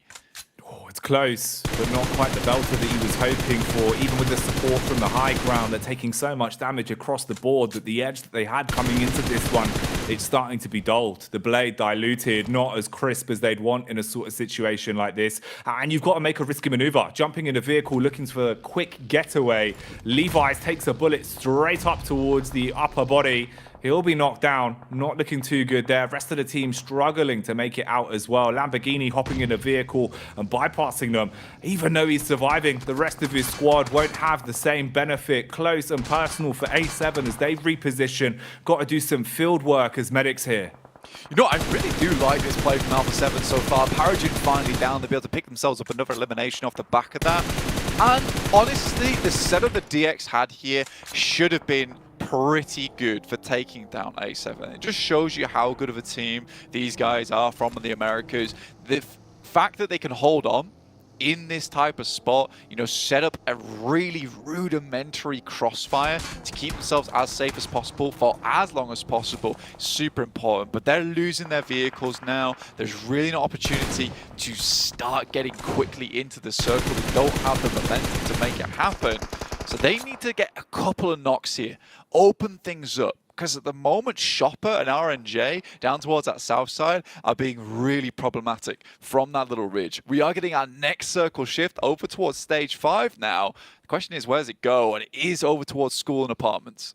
Oh, Alter Ego, the early rotation paying off more and more the longer this one goes on. Sharing it with 2 other teams at this point, though, as they start to make their move on over. For Loops, this could be another situation where we need to see them showing that they can go toe-to-toe in the middle of a cell in a sort of situation like this, as it won't get any easier. Mass migration coming in as everyone's on a rotate. Less of a fun run, more of a sprint on this one. You've got to get there quickly. Absolutely. There's really not a lot of space to play here, and I think one of the biggest plays you could go for is try and get over towards the side, the edges of school itself, because Alter Ego surely at some point will start to really group up, you know, come back together, stick as a tight unit, because you know teams are going to be getting over towards the walls of school, and it's difficult when to make that move, when to make that play, because you don't want to get shot at by players that are still on the outside edge of the circle. I think one team that's definitely done that is Stalwart, you know. They've just allowed all these teams to make these wild maneuvers. And right now, it looks like they're going to clean up the remainder of the teams coming out from the side of Rozhok, which is a really interesting play. Worst case scenario here for Reject Tokyo, really. The 2 surviving players had been playing so fragmented and so quiet, just trying to keep themselves alive inside of the early compounds they established with a building each. But off the back of the peak, DX strike back. You find a pivotal knock, now effectively forcing them to play it out like a solo from this point forward, as you're not easily going to find any room to rotate. Going down to the low ground, you would be taken out of commission very quickly. Although DX, potentially, there's room to breathe. Right now, though, it looks like Nurzed's on our screens, and he is displeased with the fight that's ahead of him. A couple bullets down range, tags onto the first, takes a few back, and that is an understatement. With how many players that are all around you in this sort of situation, firing the first shot is effectively ringing the dinner bell. Yeah, I think for Stalwart, they've taken a very aggressive maneuver, right? You know, there's a chance for them to slowly eke it down on the eastern side, but this is a position where they're looking to pick up some more placement points, more elimination points. So I think for them getting caught up now between Tiamba and Falcons, I do like this split, this play from Tiamba, sorry, which is over towards that southeast edge. You know, this is not as risky because they've got 4 players. They can confirm the edge side of Roslock. You don't want to head center because it makes leaving extremely difficult. For Gladiators, on the other hand, that's a bit more of a risk, but one that's paid off this time around because they play on the edge. There is an escape route, but if they got crashed as 2 players, wasn't likely going to go too well at all. I think Kitsune is just being sent forward to try and get some more points on this game with Meku being left behind. Yeah, he's the point man right now. Take all the attention in a vehicle, try and keep yourself alive for as long as possible, and wait for the push in your teammate from Meku, who wants to kind of flank up the bank. And like you're saying, just see if you can get a couple more points out of this one, knowing that the chances right now for Gladiators is getting less and less the longer it goes on. Kitsune finally falling as he seems to have taken a shot towards the back. Meku, he's revealed himself, but he's repositioning out of it. You're going to be swung on by a full squad as well, and they've got nades for days, chucking them downhill straight onto his location. Not going to get any easier for Gladiators here. Seems like them are mad balls. They've been hit with the unlucky stick coming into the first 2 games.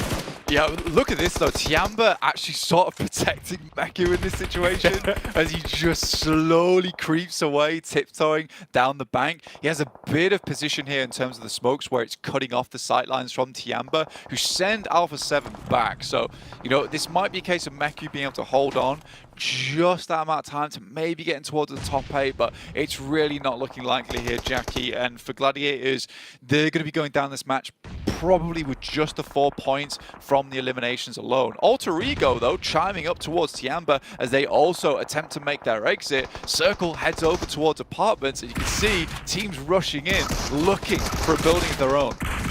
Oh, the close quarters engagement working well as the first kiss. Oh, pain will be delivered. Quick medkit in close quarters combat, not looking too good. Tried to reset off the back of it, and his teammate at least saving the bacon somewhat there as well as they swing round the corner, come peeking out through the doorway and buy enough time, jumping straight back in onto the res as well to get them all back up on their feet. And these are clashes across the board. I'm surprised at this point Falcons were even able to stay alive. They were eating nades for days. They found themselves effectively with a shed to stay alive in, and a Molotov might cook them. Got a run on out through the doorway, straight into the barrel of the shotty, blown to bits. Oh, the trade back as well, not looking too good as the vehicle detonates and consistently this chaos continues. Goodness me, he's just basically looking for breadcrumbs at this point in time at the end game. Meku actually getting a little bit further into this match is super surprising. He's in the points position now where he starts to accrue some of those placement points, so good for Gladiators, but again, it's that classic salvage game for them, which is not what we want to see. Alter Ego, they do take a knock, and once again, it's Alpha 7 just pushing their way through difficult scenarios time and time again. And I think that, you know, looking at this team, and some of our comments from earlier, some of that macro has certainly been improved. It is definitely being band-aided by the fact that they are so sick at the game. But again, I think there's been some serious improvements happening from this team all the way through. It feels that way. Hitting their shots at the minute. Good maneuvers, good reads on the game. Ooh. Being able to stay alive in a situation like this, though, is going to be so tricky. You're on your last legs. Sure, you've got the meds to work with, but everyone is right under your nose. Bit of a backstab as well, potentially for Meku. It depends how the cards want to be dealt on this one. Smoke wall in front. Alter Ego's attention firmly given up towards Alpha 7. Meku with a timing on a read, still just crawling down on his belly, waiting to strike at the right time. 2 players on low HP now as well. Jump shot with a DBS. First one misses, second one pelts, but it will be the backup of Rosemary to take him out of commission. Yeah, it doesn't actually have to get involved then. You know, you'll take a safe 6th place, right? That is what's ideal for you at this point in time. Teams move down towards the southeast side. This has not been an easy game. Circle's been all over the place. I mean, the way we've seen it, you know, it moved north, and then it slowly moved up towards that northeast on Rozhok, and then it's just edged its way back down towards apartments. So no one's really been able to make a very good call, which is why a lot of teams are down on players to 3 or 2, because they've had to scrap for position here. The only team that currently has 4 players in their squads is Loops Esports, which is one of the earliest teams to get into towards apartments early on. Every single other team has suffered, and they'll suffer again, Jackie, because look at this circle. It is mean. It's absolutely obscene. Good luck getting in. The bouncer will only allow a few people inside at a time, and it doesn't look like everyone's ready for this one. It won't be a bit of a dance to the death, it seems. Ooh, close quarters engagement again, though. Nurzed, we know that he's a bit of a solo dolo, but he's got to be a big don in a situation like this. SMG in close quarters engagement being run down 1 versus 3 effectively as space is being taken off him. Backs off through the window. Keeping a UMP in his hands as well. Has some nades to work with, but that's not the way you want it to go. Instantly struck upon as he hits the deck and should be down for good. Yeah, I mean, CEO Layers, which has been playing a marvelous game so far throughout this entire thing. They send Nurzed down towards a position to give them at least a little bit of an anchor point to play around with going forward. That's Meku down. Tops will spot him out there, but at 6th place, you'll take it. With 5 eliminations, it's at least some points going forwards. Now, Stalwart technically have a really strong spot. He is out on the edge at the moment, but he has great sight lines. They can control a lot of these teams that likely will have to battle off against one another as they leave. But in future, there's really not many areas for Stalwart to head to, and I think that their vehicle's completely burnt out. So the game would have to end right now if Stalwart wanted a chance. Either way, they've accrued some elimination points, a top 5 position. It is good consistency from them. It is. It's still rolling with the punches, right? Even if overall the situation with the team doesn't work out perfectly, still being able to hit their shots and looking warm with the DMRs as well. It's not as easy as it looks. Some of the pot shots we're seeing come out with that mini 14, making it look like a major 14. And it continues again here as the misery continues. Another shot back over. Rosemary feeling the pressure now. That's a really good shot coming through there. It was just almost instantaneous. Mythic, very low. There's a couple of meds still remaining.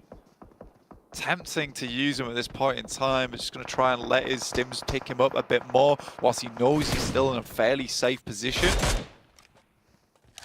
The circle's going to move in now, and this is where Stalwart will have to leave. Good opening from Chua, and he's waited for this moment too. Understands that now things start to get to a point where Loops have to leave this building. So getting a knock as the circle starts to close really does hamper them quite a bit. It's the nades as well from DX that have been so impressive to watch. Even there, you could see the calculated effort of using the opening grenade into the top floor, establishing damage, Molotoving down onto the lower level where you know they're going to try and resituate themselves. Really clever stuff, Blank. The lineups have been on point for them. This isn't looking ideal, though. Got to be quick to get back in. You've got a thin smoke wall ahead of you. Yeah, I mean, that's all they can do is set up the smoke walls and try and get further inwards. Still taking shots back at them, though. Tops does get knocked. I think that'll be action out as well. They tried to get that smoke train working, and I think it could have been better if it was a case that that vehicle was not unassailable.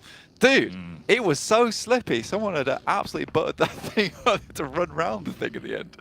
Covered it in grease, and they couldn't get a grab on it. Didn't bode well, so it means that we tick down into the final 4 squads. Some of them looking chunkier than others when it comes to the HP across the board. A lot of damage done in the battle of attrition. Only 2 of the 4 squads looking like they've really got a lot of longevity left on this one. Close quarters engagement as well here with Loops sharing the compound with DX. Man's up top. They've got control of the bottom. Rosemary with a wide swing, hitting the shot and going for the quick get-up on his teammate. Yeah, this will be a serious haul coming through from Chua, and he has to do a lot here. 3rd place is a big jump up in points, but it is a 1v3 he's looking for. He's in the perfect building, the perfect room to make it happen. Spraying players down as they come through that smoke. More nades coming through, and they're just sliding through the windows here, Jackie. They just cannot get them on target, and he's still looking for some more. This is madness. It's all about playing the angle and the timing on this one. Every pot shot he takes here is audio for them to know that he's still in position. Smart play, drop the nade in, go in off the back of the timing from it whilst he's popping a heal, clean up onto that man, shut down DX, and stop their reign of terror right here, right now. For Loops, the benefit to that is also the fact you now have control of this compound. One of the last buildings that really have much of a defense left for them, but shots are still landing. Alter Ego taking the pace from the back pocket. We see the peek in that's actually ruined Loops on this one. Barely any utility for Loops remaining, but look at all this coming from Alter Ego. 4 mollies, 6 grenades. Those mollies are going to be the things that really cause the most amount of hurt here. Getting out of this building whilst it's all set on fire is horrible, but Ayala, he does find one. Only 1 player remaining. It looks like Alter Ego is going to finish this one off. for Indonesia, but Ayala refuses to give up, but neither do Alter Ego as they take the chicken dinner in our second game. And it's high fives all around. Oh man, that's an intense final fight. The way he was playing it, you could see he was still confident they could squeeze out a win on that one in the closing moments of it. But Alter Ego in the end taking the second chicken dinner of the day and playing a blinder to a degree. Some of the nades we saw coming out from were really crisp. And the moments of the final fight there as well, being able to prioritize getting your teammates up, playing off each other, but still finding shots whilst they're being absolutely belted with bullets is insane. Alter Ego looking really crisp on that one. Yeah, I think it's a split-second decision at the end there, because we were talking about the utility they had on board. They had a lot of mollies to throw down, but I think because that building was going to be in for so long on stage 9, the blue zone would have been the real killer. So I think that what they decide to do is that, look, we just have to push this pretty much raw at this point in time. In which case, Ayala with that shotgun, he gets a lot done with it, right? But in the end, it's Alter Ego with those overwhelming numbers that get it done properly. They don't all flood through one door. They move to all sides of the buildings, move through the windows as well, and that's what will lock it down. And this is what we're looking for from this team as well, is Rosemary. This is one of the biggest additions to Alter Ego in a long time as well. For Indonesia, this guy is a real standout player. 1,137 damage is pretty much what they're requesting from this guy majority of the time, and it's nice to see the rest of the team stepping up as well. Octa particularly had some great wide swings. Oh yeah, he was giving it the big one on some of the contact he was taking. But you're absolutely right, man. I mean, the whole squad again there, pulling no punches in situations where they need to play smart. Look at the difference as well. Actually getting the recap on some of the stats here. When it goes into the nades that we used, they had an abundance of them. 14 grenades, 29 smokes, so defensive and offensive being played to a T. DX as well. I think we got to give them props there for the double nade lineups they have. The way I think they had 3 or 4 knocks just off the back of double nades, that's hard to choreograph, but it looked so clinical. Yeah, but as well, look, them taking down Bra Esports is a really, really big statement, right? That's a stamp on the first game, where Bra Esports now, look, you come into a PMGC tournament like this, where you're saying that you're the big dog, you're the big gorilla in the lobby that no one wants to fend off against, you lose your first hot drop, it's not ideal. Right, well, Alter Ego taking the second chicken dinner, so let's get back to our Alter Egos on the desk. Take it away, boys. Let's go. Alter Ego clutching that one up, man. This zone was going all over the place here in this match, and they were able to secure School and held it down really well against so many different opposing teams. And their rotations, their timing was so on point to finish things out here, Kalaris. Yeah, definitely. This game exemplifies, yes, you can choose where to go, but it's important when you go in a game like this, right? If you're thinking about Alter Ego, holding off School, you've got teams like Gladiators and Alpha 7 eventually trying to crash into this position on the walls, which is technically a smart place to try and crash into, but Alter Ego knows. You need to take them out to then be able to transition away from School effectively. And they knew exactly when they had to move away from School as well. Just wait until Star Wars is gone. Then you have perfect opportunity to move into the north side of those final circles. 21 points here for this match over to Alter Ego. I mean, the game plan too, you saw 29 smokes used right for the side of Alter Ego. Just outlive the entirety of Star Wars Esports, then you can send Octa to that rock, you can send the other players to those little strong positions in the circle, and you can just pick up the players. And absolutely overkill play, by the way, Kalaris, who do have to say, them sending it in the building to chase down loops, unnecessary, but I live for those moments. They're like, you know what, we want an extra bunch of eliminations, how about we full send it? And it actually works out. It was a bit risky, but it worked out. It makes me scared when an S12K beats a DBS, but you know, I'm not sweating anymore, Hot Jukes. I'm fine. It's okay. Good. I mean, when I saw Rosemary pushing, I was like, what is he doing? What is he doing? Wait for your team. Wait for your team. Calm down. Ayala, I mean, almost clutched it there. And that's the thing is that, you know, at this stage, you can't give any player, not even a single one, room to breathe, or they'll take advantage of it, just like we saw what one of the Stalwart esports players do in that Sandhawk we just saw. And speaking of Stalwart, they still got 6 points here, right? And that's what we like to see, you know, when they don't have a particularly good rotation, they're able to still put points on the board, and they were able to, you know, evict Falcons from that shack and did the best with that position. Overall, I mean, this competition is heating up more and more as we take a look at the head-to-head here, Max. I mean, I love the fact that the two players that get 1,000 damage first on these first two matches, you've got, of course, Nazerd from Stalwart, and now you have Rosemary of Alter Ego Ares.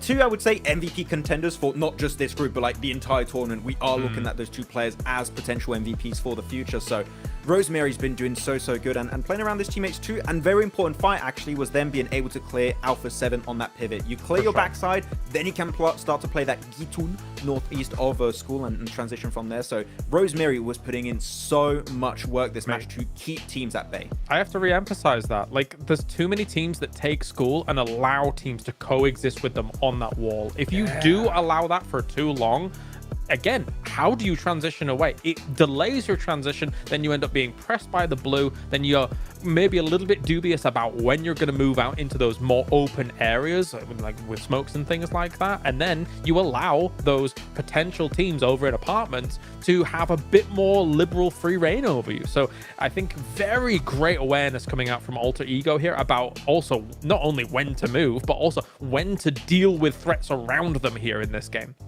And it's not just awareness, it's the confidence, right? I mean, you talked about it because it makes so much sense. You know, you have teams that have such a great spot and they refuse to leave it, right? They're just like, oh, we're comfortable here, right? We don't want to move. But sometimes you got to take out those threats if you want to be able to secure that side of the map. Just like we saw in the last map with Stalwart, right? They pushed south, they took out Falcons, they prioritized them first.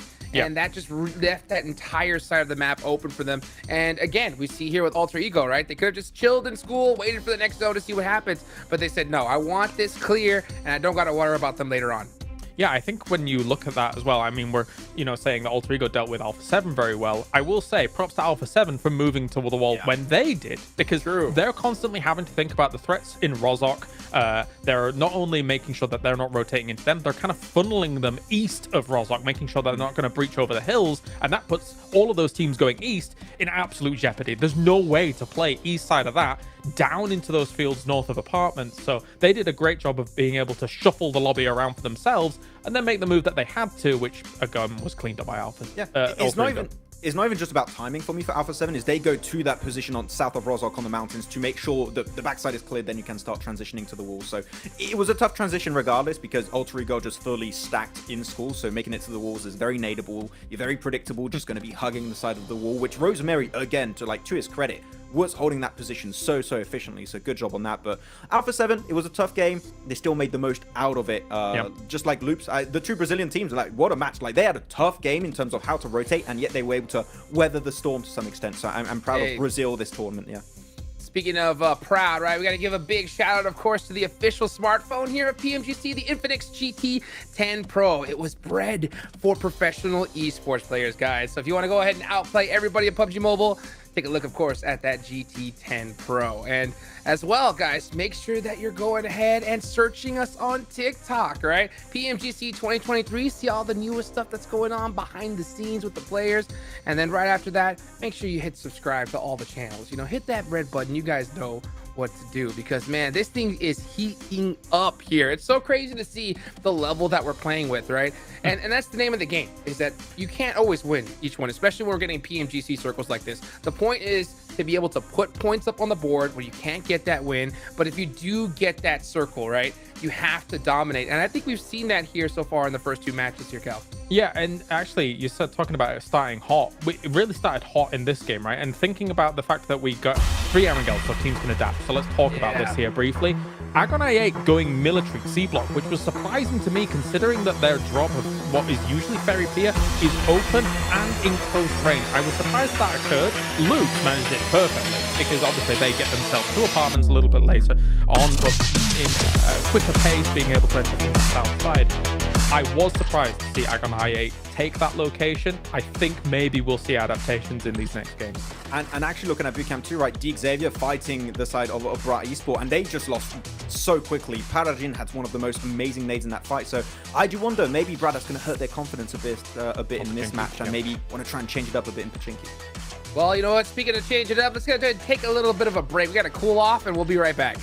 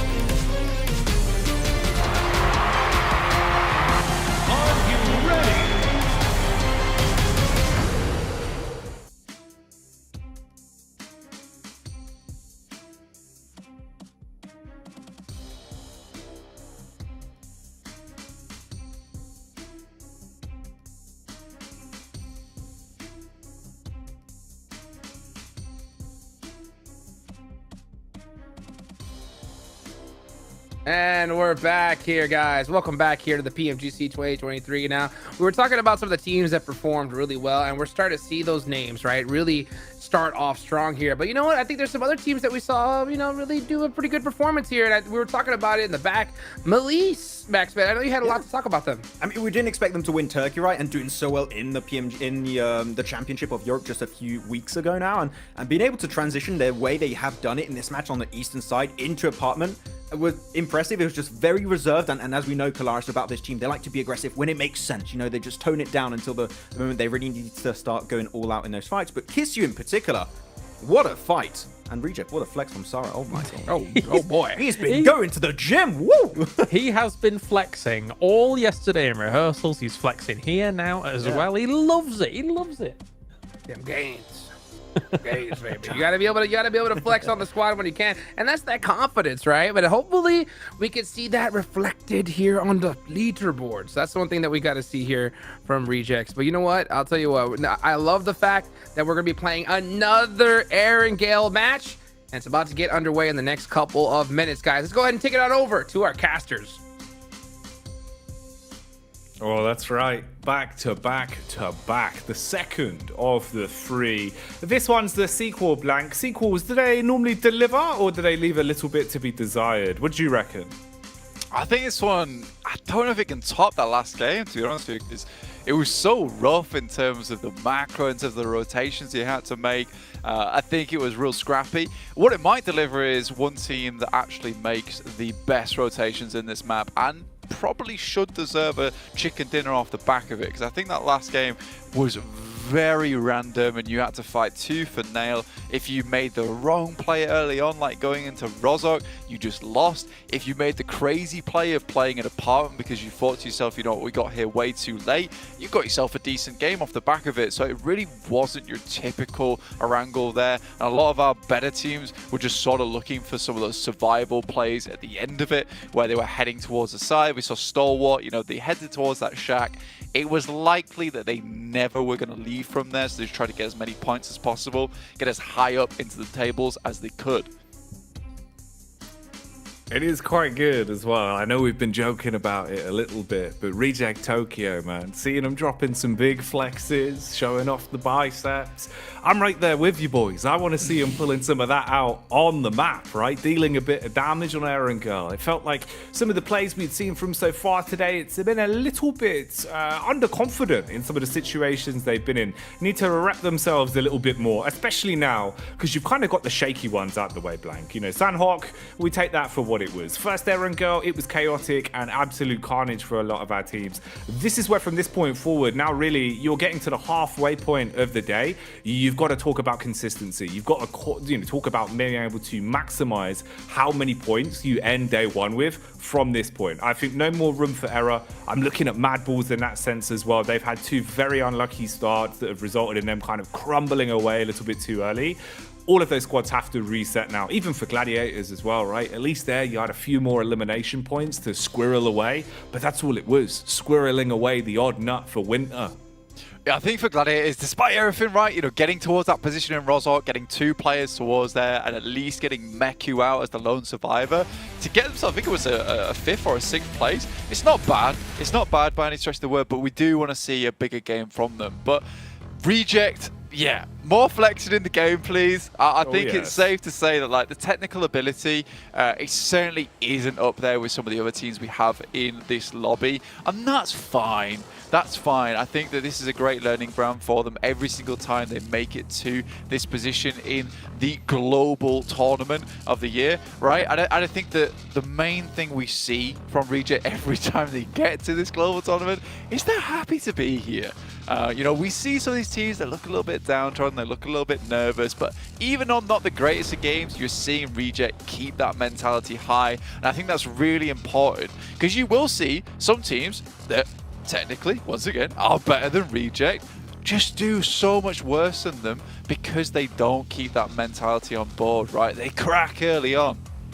Yeah, you've got to be able to just take everything that comes your way one step at a time. And hang on a minute, I think we can take a step back into building the narrative that seems to continue as once again the Pochinki Punishers going head-to-head versus DX that might actually lay more of a claim to the name off the back of the way the hot drop went last time, Blank, as it was explosive. Big nades, big plays, they picked up all the pieces they needed and owned Pochinki. They were the landlords. They were the landlords. There was a slow start to it though, right? And I think that's what we're seeing the difference maker here is that Bra Esports taking a bit more of an aggressive role within this engagement, right? You know, they're peeking, they're making sure they got the weapons to go close range early on, they're smoking out, trying to gain some more ground. They didn't want to let DX get too much control early on to start just filtering out these positions where they could be and then go from there. So I do really like this from Bra Esports. They're switching things up. It's not a case of just doing the same thing again and losing to DX off the same play style. They want to try and psych this team out.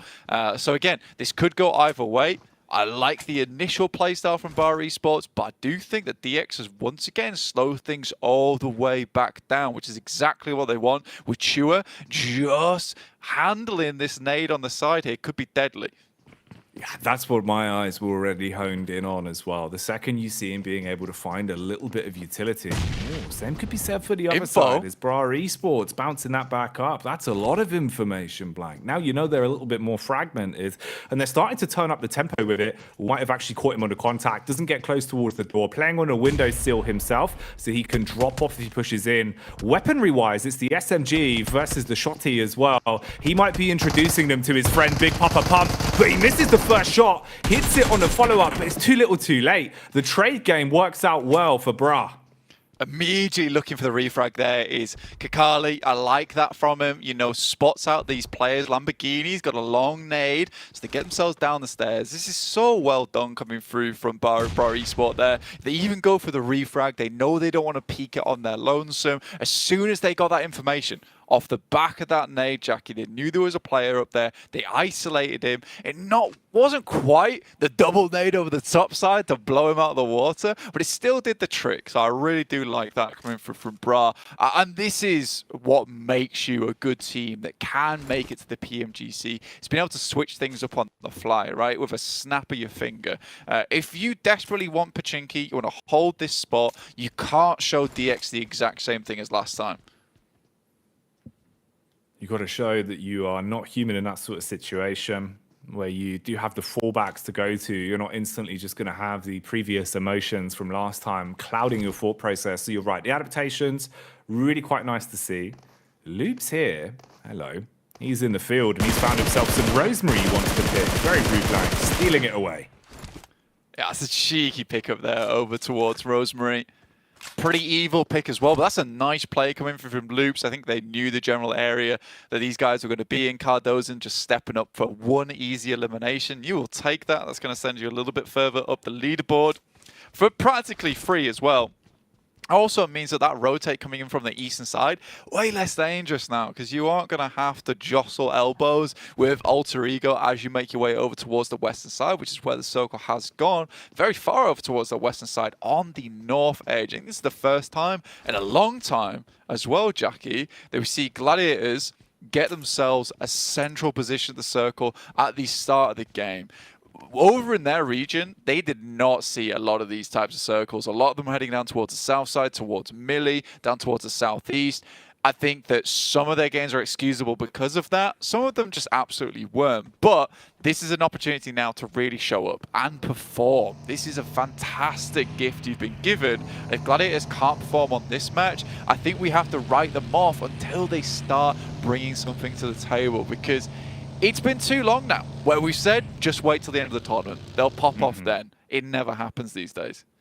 No, yeah, you can't subscribe to that kind of mantra anymore. You know, it feels like something sort of changed for the squad, really, where if they start to snowball in a negative manner where they're not picking up the early points, they're not being able to get themselves honed in early, it's not going to change easily. So at least here, having the blessing of the circle on your side, it can make the difference for them. They're not fighting from the back foot, which we've seen twice in a row now, where the rotations have been a little bit uncomfortable for them. Honing back in on here for a sec though, Bright Esports obviously after they were able to pick up the opening knock, since then they've just been taking it as a pack, suited and booted, looting, ground level to ground level, whereas DX, they haven't really budged an inch. They've been playing far slower, looking almost timid off the back of the first engagement, and that sort of body language does always worry me. I think with the way DX played into the last game, you could see even if they were struggling, even if they're forced into a situation where they don't feel quite as confident, they were still taking their approach to it with that air of arrogance. Here, it's very much kind of waiting it out and hoping there'll be some scraps left towards the end. But for Bra, are they content to even give them the scraps? Yeah, I think this is the smart move as well from Bra Esports as well. What you want to do in this situation where you've got the enemy team with a player down, they're likely going to buckle up, turtle up, lock themselves away. And for you, that moment just is a time to go loot every single building of every little bit of loot, every little bit of utility you can get. If you get level 2 vest, level 2 helmet, you get a lot of utility, a lot of meds, you can extend that engagement. Even just finding a DBS in that situation is absolutely fantastic. You've got more ammo to play around with. So for Bra, slowly but surely, they're kind of cementing their spot over there. And when that team fight does break out, should it break out, they'll have a significant advantage. It doesn't mean that DX can't win that fight still. Paragin had 5 nades, I think it was. A couple of those placed well. Could be the difference maker between Bra Esport losing that fight and winning that fight. But I think they are making all the right moves at the moment. And DX does look a little bit frightened. You're not wrong. We'll see if they can turn it around. Ooh. Talking of turning around here, top and tail with the vehicles in close proximity as information goes either ways. Megamind catching whiff of what exactly is happening here on a rotation, as they're starting to get themselves into a bit of a better spot. Actually, getting himself out of the vehicle, going for a quick lay of the land on this one, but seeing they're backing themselves quite far off. Taking the pot shot onto the last man in the pack might work out for him, but being able to hit those shots from such a distance is never going to be easy, and that info goes both ways. They'll know about his position in future. Circle starting to reposition again here as when we move our way into stage 2.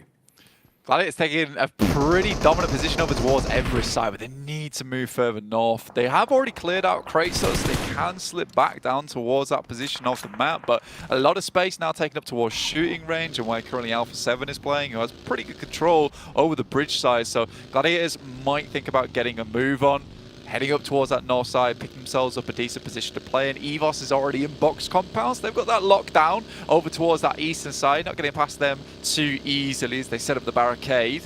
Tiamba, on the other hand, just taking it slow. And I think that's what they do most games right now. It's what they did over in their region as well. Just kept things nice and slow. Play for these wide rotates, play for these safe rotates as well. Get themselves into the end game. And I think that's where they start to thrive a lot more. Playing off one another is kind of their MO. You see with the utility they've already been able to piece together as well, that at least in terms of being equipped for a bit of a later play into this one, it's looking pretty good. Nice amount of nades distributed between the squad. Big bit of spacing as well taken. Oh, Tixie. He thought he had contact on that one and was able to just keep his eyes on them. Instead, he's lucky he's still alive. Big tag. Knocks his confidence a bit, goes back into the building to bandage himself back up. And this is where it all started over in Pochinki, obviously with Bright Esports being able to pick their way through DX. Now again, hot on their tails, using the extra loot they've been able to establish to fully pick Pochinki dry and be able to have that control, forcing DX basically into one compound, leaving them looking so uncomfortable. Big change in the way that they've been setting up. The posturing does not look anywhere near the same as it was in the first game for DX. You can see already losing one man has been enough to make them feel like they're in a bit of a downward spiral. Yeah, it broke him. It broke him immediately. It's kind of sad because I think Chua kind of plays at that off angle as well. So as soon as they lost him, they were like, oh, what do? I'm not sure anymore. And I did like the way that Bra Esports goes for it as well, because what they do is they take out all the buildings close to them in terms of the loot. Then they fan out, take the outer edges. So even if DX wanted to leave whilst they were clearing those outer edges of Pochinki, there was no loot remaining in that area. You can see they still have the double pump shotgun on board. Really not a lot to work with. Lamborghini does find himself a DBS though, which is fairly ideal. Always handy. If you can pack a punch with a weapon, it can be the difference maker in scenarios like this. The added utility always a benefit though. Kane walking out with the nade in his hand, expecting to be able to bounce it off the window ledge and find a bit of a pickup. Not got his wits about him. Exposed on the contact, Lamborghini putting bullets down range and connecting with a backup with the rest of the squad. And now things are a little bit more fragmented. Effectively going from looking like they're out of sorts to playing like a tripwire here. The early warning system getting the contact. And brah, you're going to be a bit uncomfortable with this. Heals having to come in, zone nipping at you as well. Very light damage, so not enough to write home about, but uncomfortable from either side. I think they're sort of relying on the fact that they don't think that DX has picked up too much meds off of a lot of these buildings, because Bra's the one that's been cleaning them out from top to bottom. But I do think it's a cute little bait that comes through from Lamborghini on the upstairs. Makes it very difficult to push over towards him. Carly finds him in the window. Now just Levi's remaining, as well as Paragin off in the distance. Thing is, you're surrounded though. For Paragin, yeah, he's far enough back that maybe he can make a bit of a getaway on it, but even then you're just playing off the back of committing that both of your teammates are going to be left. You'll have to bail and see what you can do in terms of the longevity of the game. He's got a lot of confidence though, lurking his way around, doesn't want to give up the rest of the squad for free, as he'll still bide some time and wait out for long on this one. Rest of DX going down the longer the clock ticks on, as Lamborghini is trapped, Levi's eating the nade as well, and Paragin probably realizing this one's cooked. Yeah, Tospic carves him up as well. I think Levi's just went down to the play zone, in fact, sadly. And Paragin, again, is what I was talking about. They've just got no meds on board whatsoever. And Paragin, the only one with one first aid kit, that's it. No stims, no nothing. Just a bunch of nades he was able to gobble up on his journeys through Pachinki. And for Bra, I think they should be fine for a little while longer, but this doesn't feel like they're playing the game, right? They're not playing the overall game. They are playing for Pachinki. And this is the type of team that is scary. And we're going to kind of come back to those points we made on the last game, is the fact that you don't want to go versus Bra in Pachinki, because they will confirm on this spot no matter what. They will make your lives hell to play. So for them, it doesn't matter about this game right now. They want to secure this position on the map. They don't want anyone going for it. If they do make it through to the Grand Finals, they want teams to know that it's not a good idea to go up against this team on a hot drop. Yeah, it's really taking it as far as you can with proving a point on that one, right? I mean, fair play. It is one of those where I'd say maybe DX will think twice about going for it again, but there is another Eren girl after this, so who knows? Maybe at this point, third time's the charm. Both of them winning 1-1 apiece in terms of who came out on top with a hot drop, but no real winners here between either of the squads in the grand scheme of the game, right? You get those 4 elims, that's it. Outside of that, I mean, Bra basically giving up the goose very early into this one. Yeah, they've got no mares. They're just slowly dying out there to the blue zone as well. Take a look at the next circle coming through stage 4, where we're going to get a really big shrink on board. And it could go either way, because it could head over towards that north side or down towards the south. And it looks like we're locking in over towards North George, a little bit on that western edge. But this is not a comfortable area to play in, I would say. And I think that teams that were able to hover around on this western side towards North George will have a bit of sanctuary for quite a while going forward. That's Stalwart as well as Alpha 7 who drop in this position. Gladiators are on the outer side of things though, so they'll have to battle through Mad Bulls, maybe take some pot shots towards a lot of these teams coming through on that western side. In the meantime, Falcons try and cross the bridge, and STE shut that down immediately. The land to water ratio on this one not going to be too favorable if you're a little bit slow with your rotations. Getting ahead of the punches would have been the best cause for it, so positions are going to be absolutely everything. Evos have been spotted as well on a rotate here from Loops, as Mythic was able to do a substantial amount of damage but not quite finish things off. Talking about the H2O pounding up and out of the river here and taking the fight towards AA as the shots are coming across. Everyone's taking a bit of a hefty hit though. And you've got the flank potentially from Icy and Co. But they've got a compound to work with. Should keep their noses clean, at least hold what they've got here. But this just looks so uncomfortable. Meanwhile, one of the few times we've had an opportunity to really say much about the Mad Bulls, as they're also thrown into the thick of it just along the coastline. Oh, it's all looking a bit iffy. It's actually not a bad position for Mad Bulls, right? Because they get to control the bridge side. They can play underneath the bridge, play just to the edge of it around the rocks. So it's a good spot to hold out a lot of teams. But again, it's not exactly a water gun in terms of a spray coming towards you. This is a flood of players on the way from that south side. It is a super.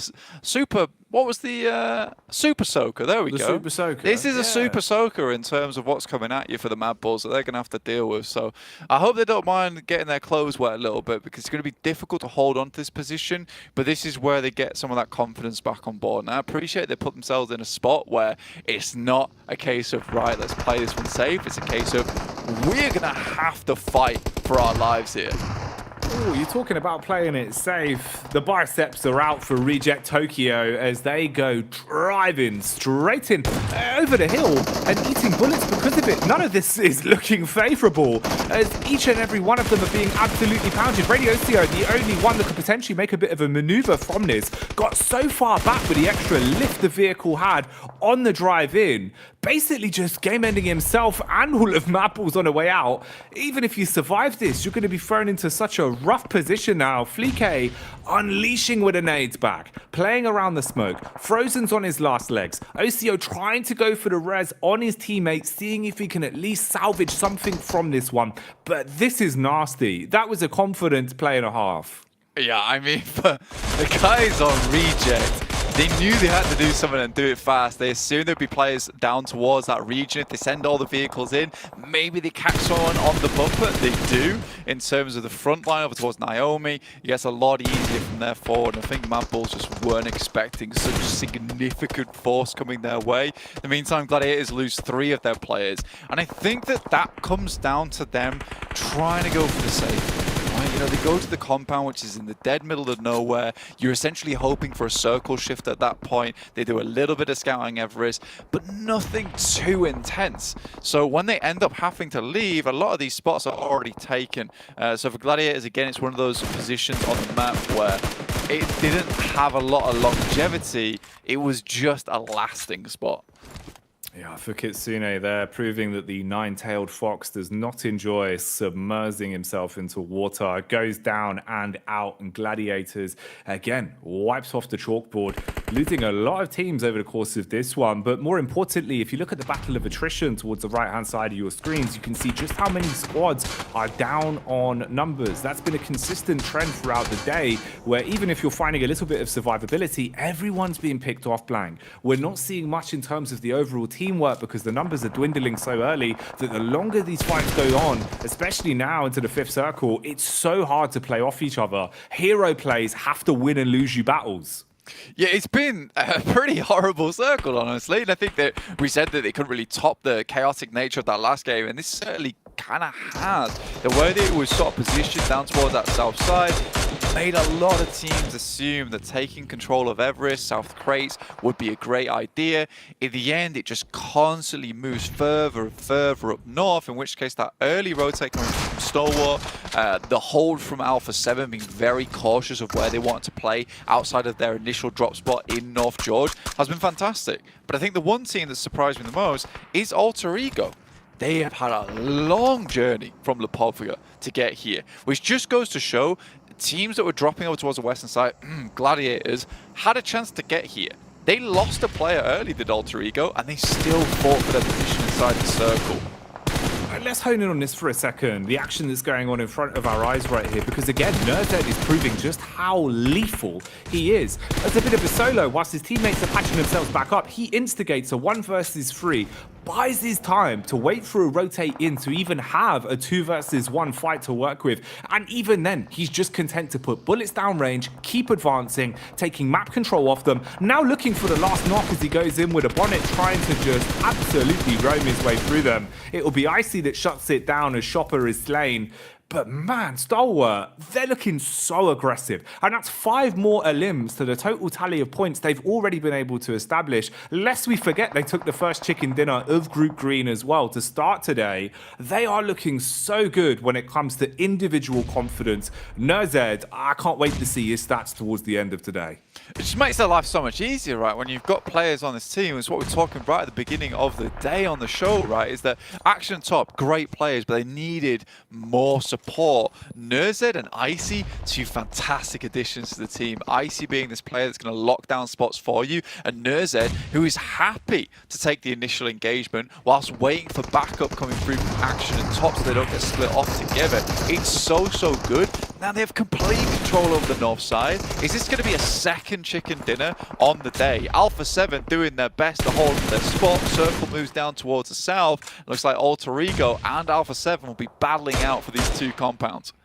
And that was Loops getting a blessing in disguise as well, because Madballs, or at least what remained of them, was so heavily focused on dealing with a last remaining solo that they eat so much damage. Loops just roam on in, couple bullets into the back, tidy up on that one. We've seen Loops having smart plays. They thrive in these ones, Blank. When they're able to just take the space that's created for them by Stalwart, they absolutely live for it. And we're getting closer towards that being the potential storyline once again. This time we do have all of Quest alive as well. Quest, it's been a bit hit or miss with their placements in terms of the way they've been able to start this. It feels like it's been a bit shaky towards the start. Having all 4 players here could be a bit of a boon for them. But again, you look at the spacing, you look at how far they've got to move, especially with the zone starting to nip at their heels when things tick away a little bit longer, and you have no clean map control. You've just got grass and trees in front of you, and then 4 players in 2 separate compounds that have their eyes honed in. One of them being Alter Ego, that have proven, even as a duo, can be absolutely devilish when it comes to the firepower. Yeah, man, I mean, for most of these teams right now, you know that this ridge side still in play, right? So, like you say, all eyes towards this position. Quest, all credit to them, you know, 8 eliminations, Al Haji leading the charge for them. So I think that they've done well here. It's just taken a while to pull on that ripcord and start getting that engine moving, getting it growling into this PMGC. But not an easy position to play from, have Quest had. And getting through this with 4 players is really big. The nice initial nade into a secondary knock from Revo. That is gorgeous. ILR though, spots out Icy coming through from Stalwart as he tries to get some scouting done. Luckily, sets himself in a spot where he is safe. Man, all eyes on Ayala as well. Some of the shots that he's been hitting, be it DMR or shotgun, he is always up for the task and has been so good in terms of his tracing and his flicking. And it's quite impressive. Normally you see those sort of aim styles not really, you know, translating too well for some of our players. You either excel in one and struggle a little bit on the others. He's an all-rounder, content to pick up whatever's in front of him and really find some good shots with it. So still being able to third party at the prime opportunities, adding a little bit more each time towards the Loops dominoes as they move on up to 6 eliminations from this. And this has caused issues for Stalwart, a side that looked like they were really the driving force behind the game, now being absolutely peppered, closing the gap in as they start to advance deeper towards this compound as well. Again, Loops unload onto them. Oh, it's all going wrong for them. They had so much control over that northern side, and I think they tried to claim too much space. You know, this is a fairly open area. Cardozen, though, gets absolutely mowed down by a couple of mini 14s. And when we're talking about Ayala, how good he was with them. But look at the control coming through from Mafioso and Carrillo from this building at the moment. It's given a bit of a lifeline for the guys on Stalwart. Might have given them just what they need to potentially still be able to make something out of this, leaving us now into the final 4 as our squads have been whittled down. You're looking at manpower. The only side that actually has 4 players alive and kicking on this one is going to be Alpha 7. In terms of the spacing as well, at least they can play off each other. You've got cover, you've got map geometry that will be favoring you. That's not really the same sort of situation for Stalwart now. It gets a lot harder. The vehicle being the only boom, potentially going for a bit of a 2-1 split, using the car to draw attention, whilst the other 2 players make a bit of a move to keep themselves in it and getting a lay of the land. Compound control still firmly in the hands of Alpha 7, though they're content with this one. Quest, there where we left them, down towards the ridge side. Huge smoke wall up ahead. pushing in for the 2v2. The only fair fight they might be able to find on this one, but that's up against Alter Ego. They've got nades to work with. The shotgun to bait out the first nade takes a little bit of damage, Blank, but at least got spacing. Could be a good nade coming through from Fnatic, but he peaks a little bit too wide here. This second nade coming through from Octa has to be good. Has to prime it just right. Alpha 7 sends in over towards his position to finish off this engagement. Good nade from Easy that might just finish it off, and it does. But this was a smart play coming through from Alpha 7, honestly. They realize that there's still 2 players coming from Quest. They're over towards the western side. They allow them to head over towards Alter Ego. That fight's going to conclude on its own with at least it being a 2-player being left standing in the end game. But really fast rotations here from Alpha 7, getting into position as fast as possible to try and get this game sped up for them, whilst they know that STE is still currently licking their wounds over towards this northern edge. It is a mean core that remains alive for Stalwart, though, with both Icy and Nerzad alive and kicking on this one. Utility-wise, it's there. They've got the nades they'll need to work with, and a few meds sprinkled in. The nades being pulled out here again, though, is Easy. Makes the life hard for A7. Doesn't want to give them an easy chicken dinner on this one. Closing the gap between the compounds. Teammates been revived as well. Shotgun blast through the window. Tags up on a windowsill. Sanab having to back off from the commotion caused. Nades whizzing by him as well. This is an angle where the DBS can still be so lethal. It's all about just hitting the shot first. He's got to play this one perfectly to buy his teammates time to work with. Big damage back over as well onto the rest of them. Wide swing round the corner, Blank. Cleaves his way through him like a butcher knife.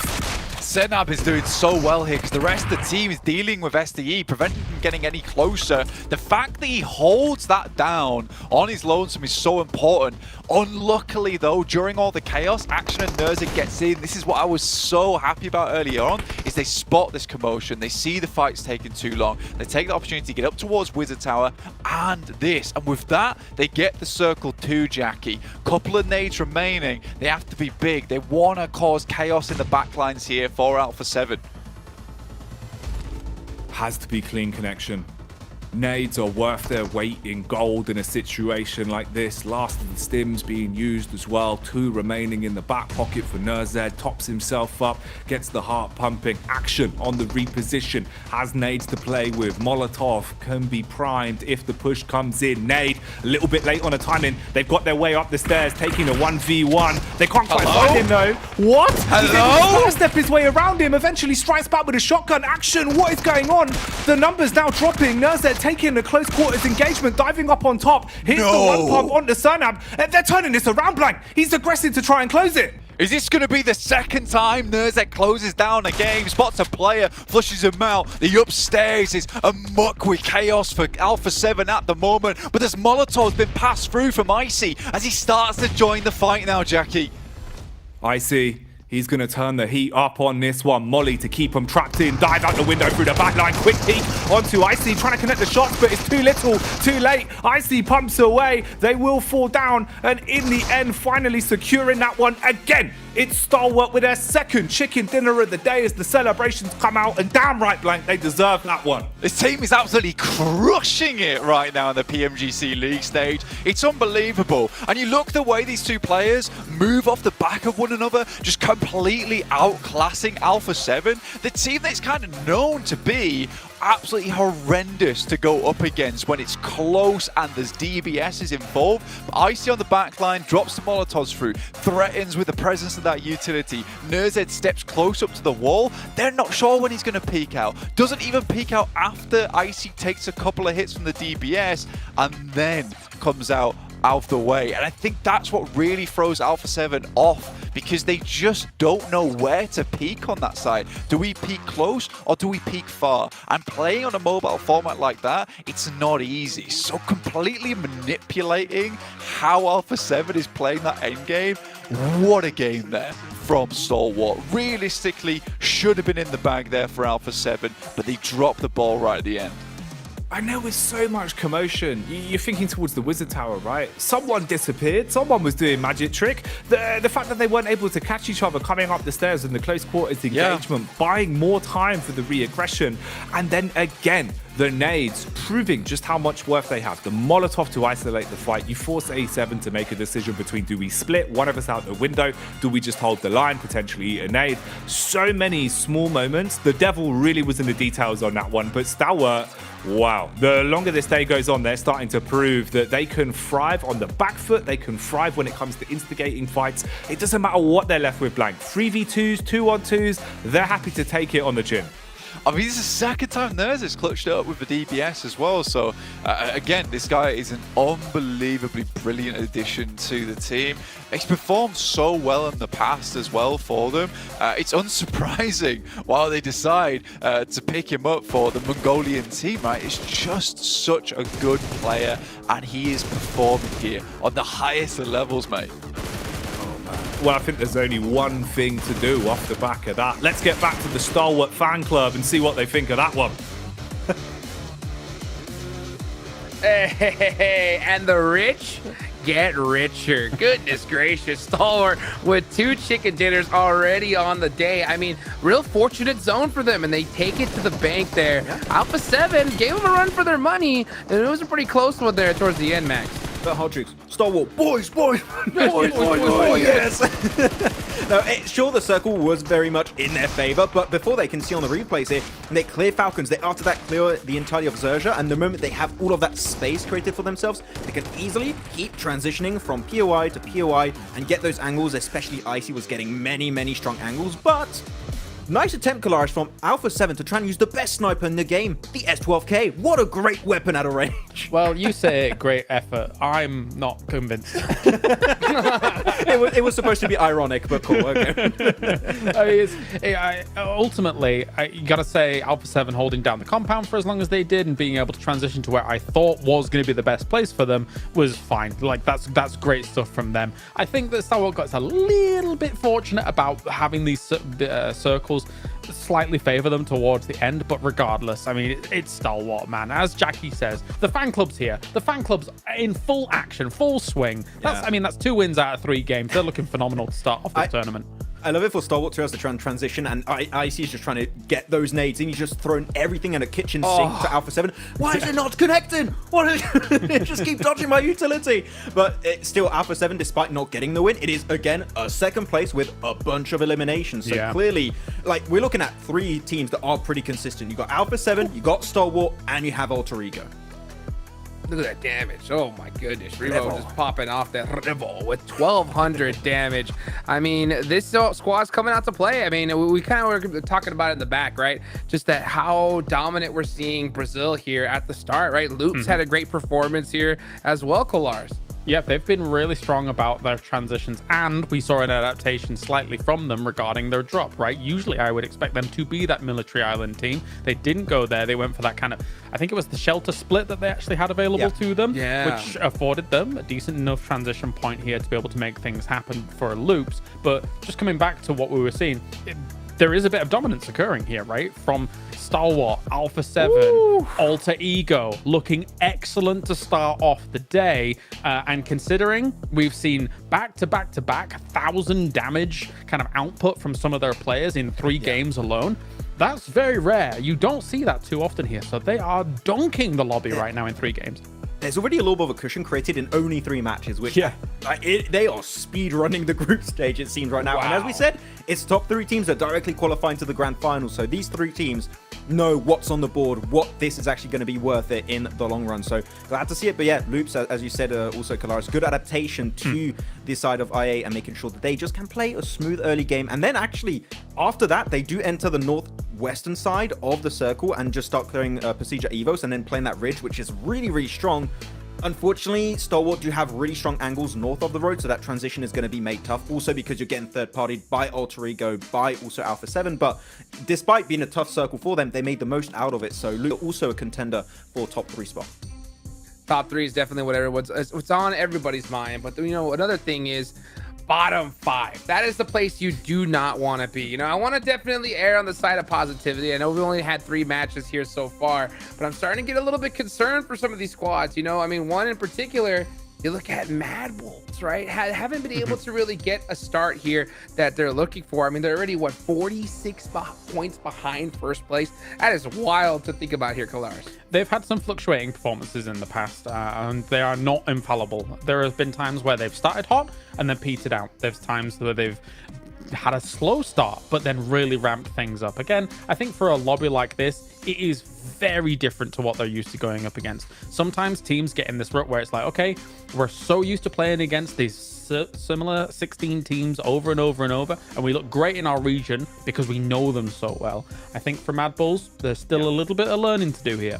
Yeah, it seemed like in their home region of Europe, it was a bit lenient. They could allow themselves to be a bit slower and maybe regroup a bit slower too. But now, like, teams are just rushing their position. Here was Reject. They just gun it, and the fight just ends pretty much instantly on their position too. Yep. So it seemed like they're just getting a little bit overwhelmed, but that's fine. It's only the first day. We're going to have 4 days total, so there's still time to bring those changes to the table. But it is definitely not the hot start that I think people might have been expecting for Mad Bulls. Yeah, and plus, not to mention, they're having to deal with some hot drops as well. But you know what is crazy at the end of the day is that we've been dealing with some hot zones here. That's what I love to see. You know, of course, it's not PMGC without seeing some crazy shifts. And that zone just kept on heading towards that North George area. I was surprised, you know, to not see really gladiators there towards the end, Max.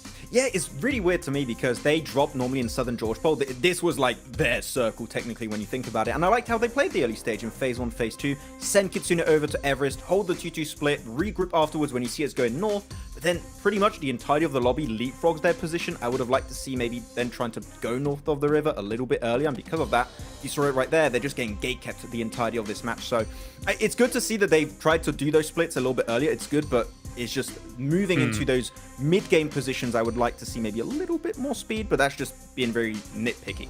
I mean, as you say, they've taken spots like a 2-2 split across Everest and then the compound, and I get that in Circle 1, that actually is really good for scouting, great for scouting. But then they suffer from what we envisaged this lobby would be, which is a lot of center play, and then it's even a heightened level of center play in a circle like this where you want to control the river. So you get teams like Alpha 7 taking that compound fast, being able to hold that position. And then when those compounds are held, there's not a whole lot you can do. Like, you could try and move towards the river quickly, but then you're thinking to yourself, oh, these teams are just going to blast us from compounds, right? So it's even more of an accelerated game state for that center play when you have a circle like this, where it is that divide, that 50-50 across the river. Yeah, and what they love to see is, you know, teams to really have that IQ, right? Playing that edge, knowing when to fight. That's what it's all about. We got another Erangel match on our way. Let's go ahead and take it on over to our casters. Oh man, this is exciting stuff. Look, actually, hang on. Max, if you open your mouth at the same time as I'm talking, we can make it look like it's one thing. Here we go. Hi there, guys. It's me, Max Man, #1 gamer. That's right. Have you seen how good I am at video games? Yeah, baby. Wow, that was good. That was good. That was good. I like that. He was on point with it. You can tell this guy uses TikTok Live. We're synergized. We're synergized. We've got it down. Oh, blank. The games have been delivering today, man. I think that's the most exciting bit, right? Because obviously, you've got everyone here. The stage is set, right? The Clash of Nations has been something we've been talking about the entire time. But actually having these real high-octane moments where you see the difference between regions, going the whole way. You're seeing squads that are building storylines and probably getting some new fans under their belt as well. It is so exciting to see. This has been a real treat, and we're only halfway through. Absolutely, man. It's been so intense so far in terms of the performances from a lot of these teams. Stalwart absolutely killing it right now over towards the top side of the lobby. I do enjoy the old peek through the window at Alpha 7. See, they're like, they've been caged in. They're not allowed to leave because they'll start causing a ruckus like they have been over in the lobby as well. They've been doing fantastically well for themselves. I think some of their plays have been phenomenal. I do really enjoy the way that Stalwart that last game did force the hand though a little bit, because it sort of feels like to me that Alpha 7 is extremely good at one play style in that end game, which is getting up close and personal, dealing the damage, and just living their best life in the most chaotic situations, right? But you set a player all the way back, and like Kale was saying, using the S12K as a sniper rifle doesn't work, but they're forced in a situation where they're needing to use these shotguns. It's what they feel comfortable with. It's how they're going to deal with Nerzed, but the true threat is Icy off in the distance. It's just so exciting as well to see really just the Mongolian massive absolutely giving it, man. The way they're playing it, you're right, because it's one of those where that roster feels like every time they have to react off the back of a play, fall back into a plan B, fall back into the back foot, it's still choreographed. It feels like there's a lot of reliance on everyone having trust in NZ wanting to shot call for a second and go for the aggressive plays. In Icy saying, I'm going to hang back, I'm going to play that more defensive style, I'll clean up if I need to. And everyone seems to be very trustworthy of one another. And you can't buy that. You know what I mean? You can't buy that for love nor money, Blank. Having that much faith in all of your teammates is something that can only be cultivated over time playing together.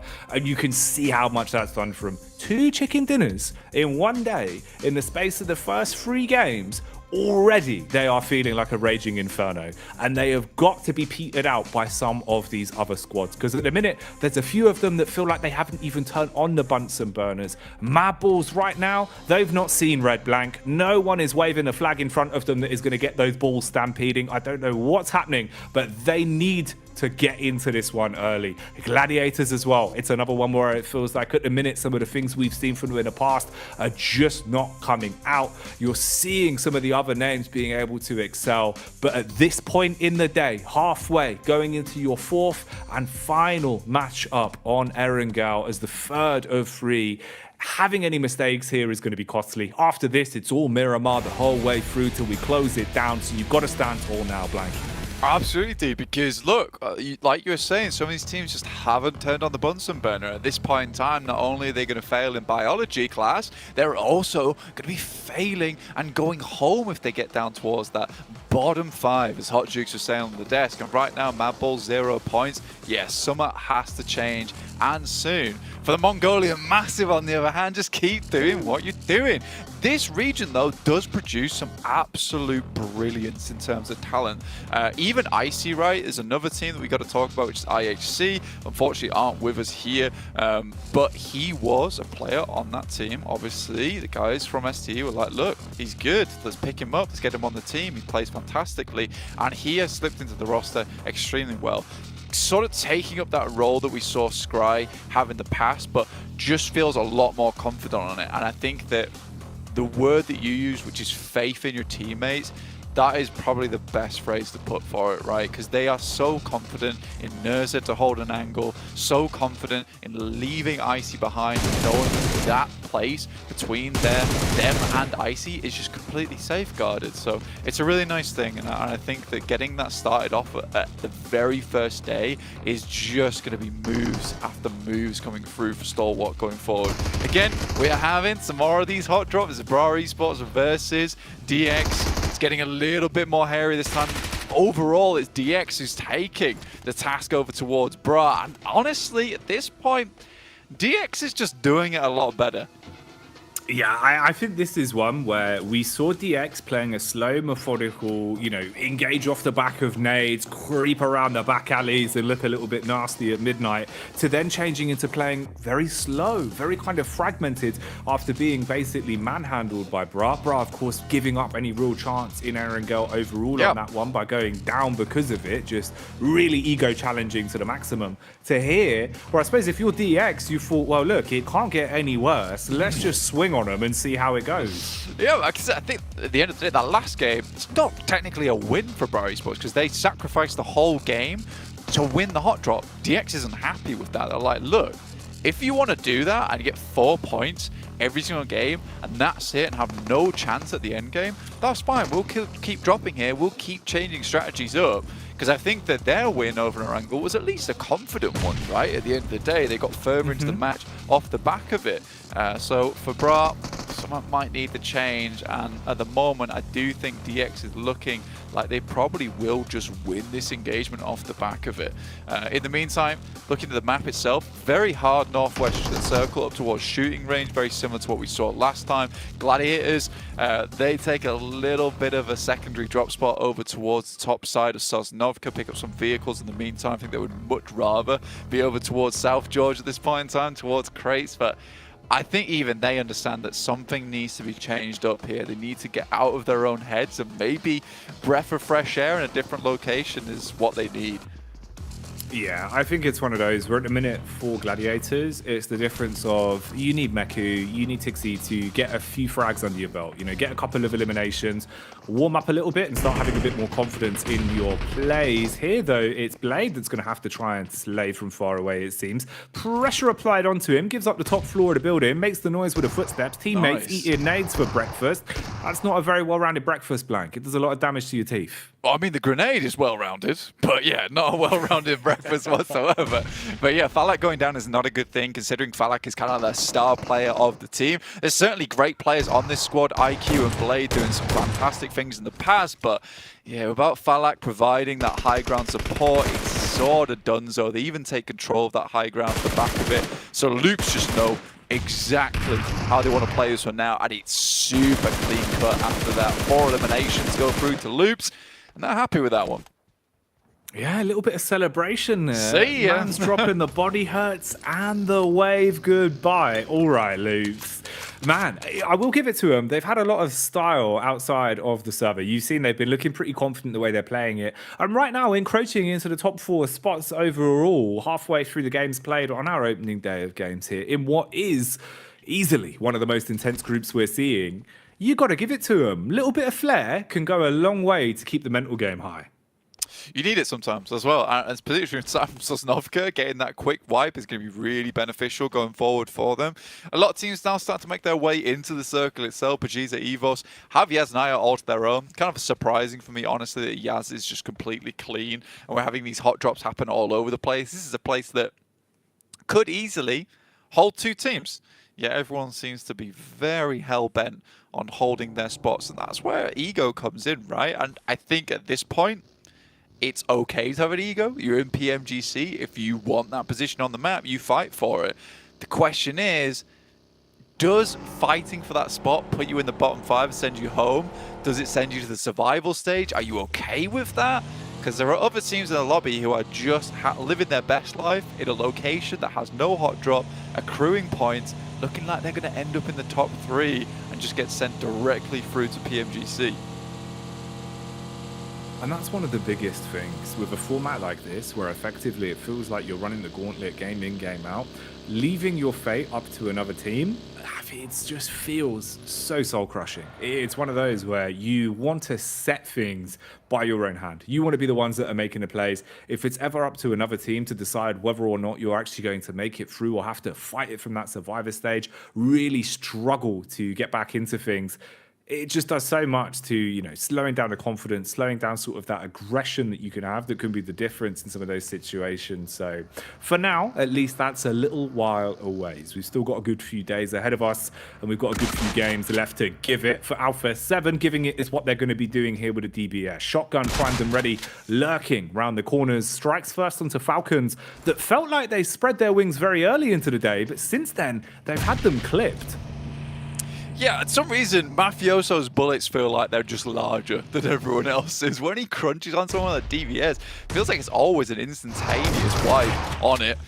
Back and forth there, we get the double knockdown. Carrillo takes down Axa, but really no one is around to support. And Carrillo just healing up, and we'll go for the res shortly afterwards. But a nade from up on high could be dangerous, could be dastardly. Never mind.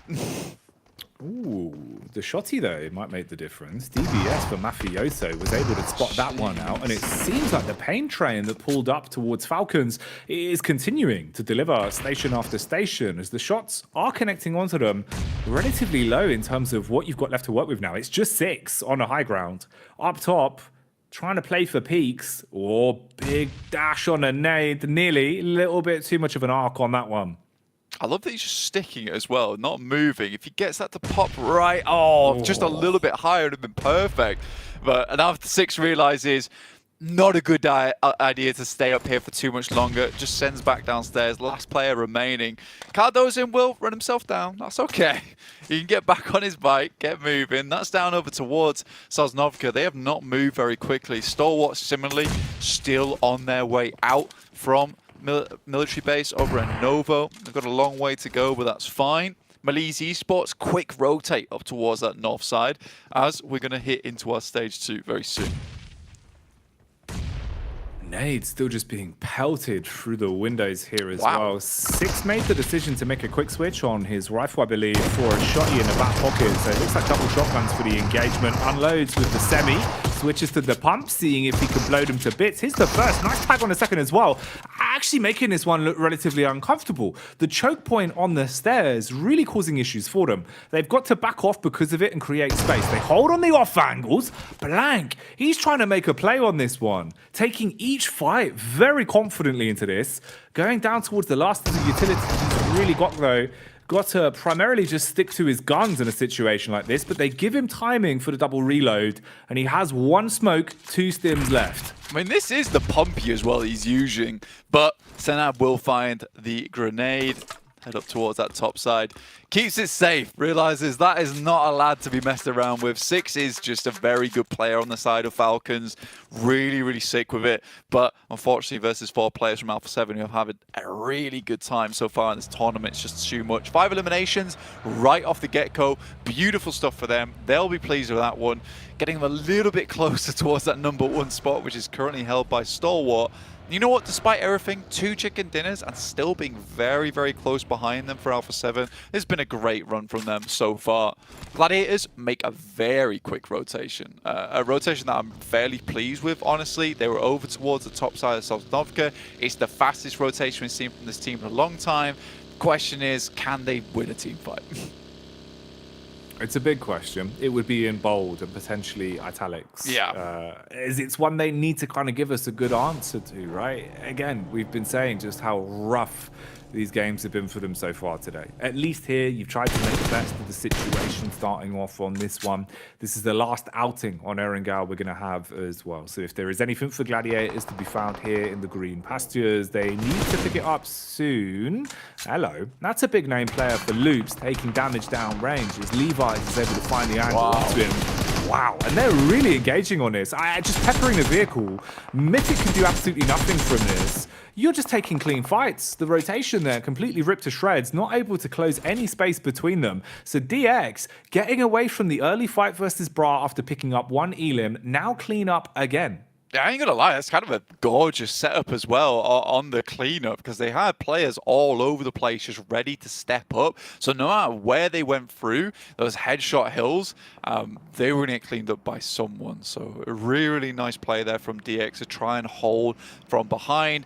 Bra already left, so they just decided, look, let's just take down any team that does move out from Sosnovka. We know IA and Loops drop in that location, so either one team or both of those teams gonna be coming through this spot soon anyway. So the more teams they can clean up as they move into the circle, the easier it's going to be to make that rotation up towards that northern side. But another circle shift again, fairly central, cuts out a lot of that water, so a little bit fairer to play now. With Gladiators up towards that northern side, Reject currently very much in the center, looking for a bit of a bigger game here.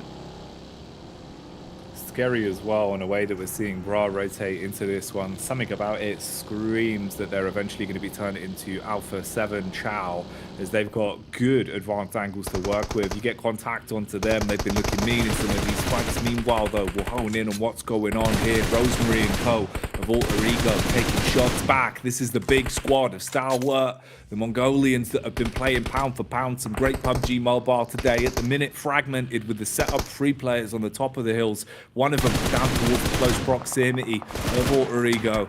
Bites the bullet a bit too literally and is taken out of commission early on this one. The rest of the squad looking to give up the space that was taken from Muncie.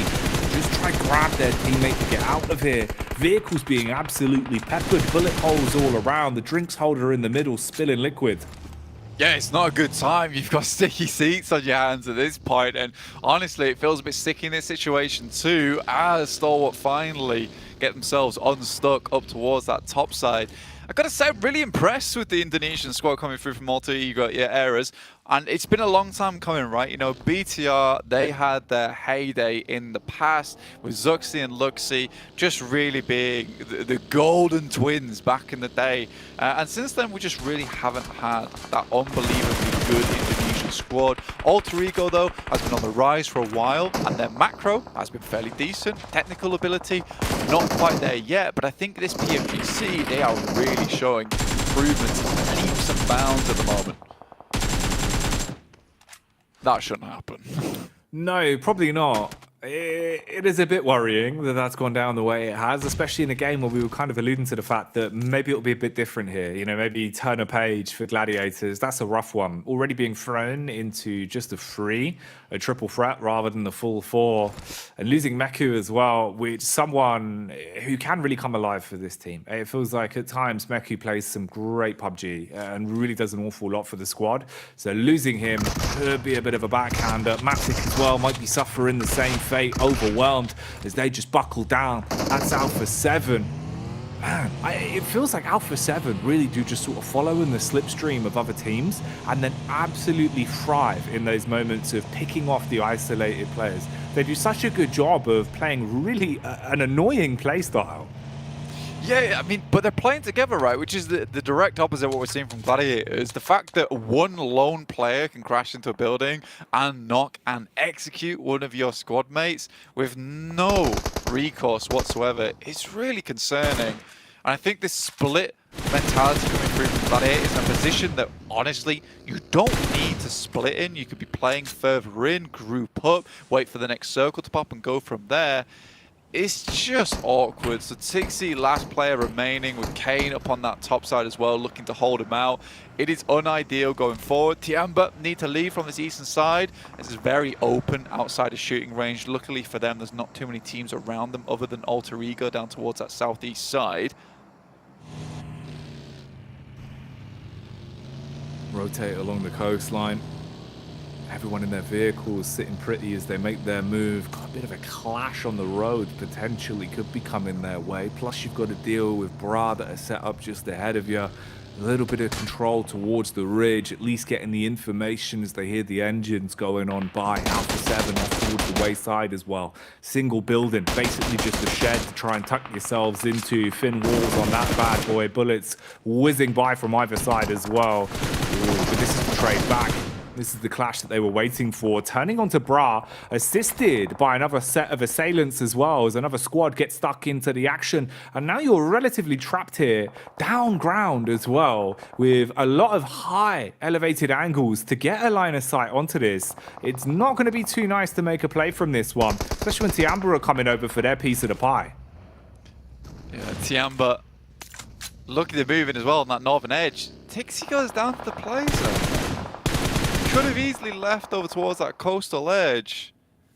I think it's something iffy going on with the Gladiators at the moment. Something's not gelling. Something's not right. That's just a straight give up.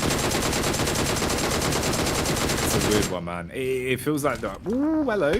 Speedy car there, like the world's fastest pastry coming by, but it's Levi's in the driving seat as he'll hit that one, take the man out of commission. Quick trade back. And this fight's going to go on for a little while now. You're looking at the spacing that we've got between them. Alter Ego trapped back again in a bit of a rough angle. Nade detonating in the face. DX pull up close. Chow goes out with a shot. He jump shot through the window. No clean connection, but backed up by Parajin. And the secondary shot, he will deal the damage instead. So they are able to find that one. You've got Quest just down towards the hills there as well. So another squad close by. Quest, it feels like they've been having to fight from the back foot all damn day today. So there'll be no strangers to this situation, barely dodging the bonnets. Yeah, easy.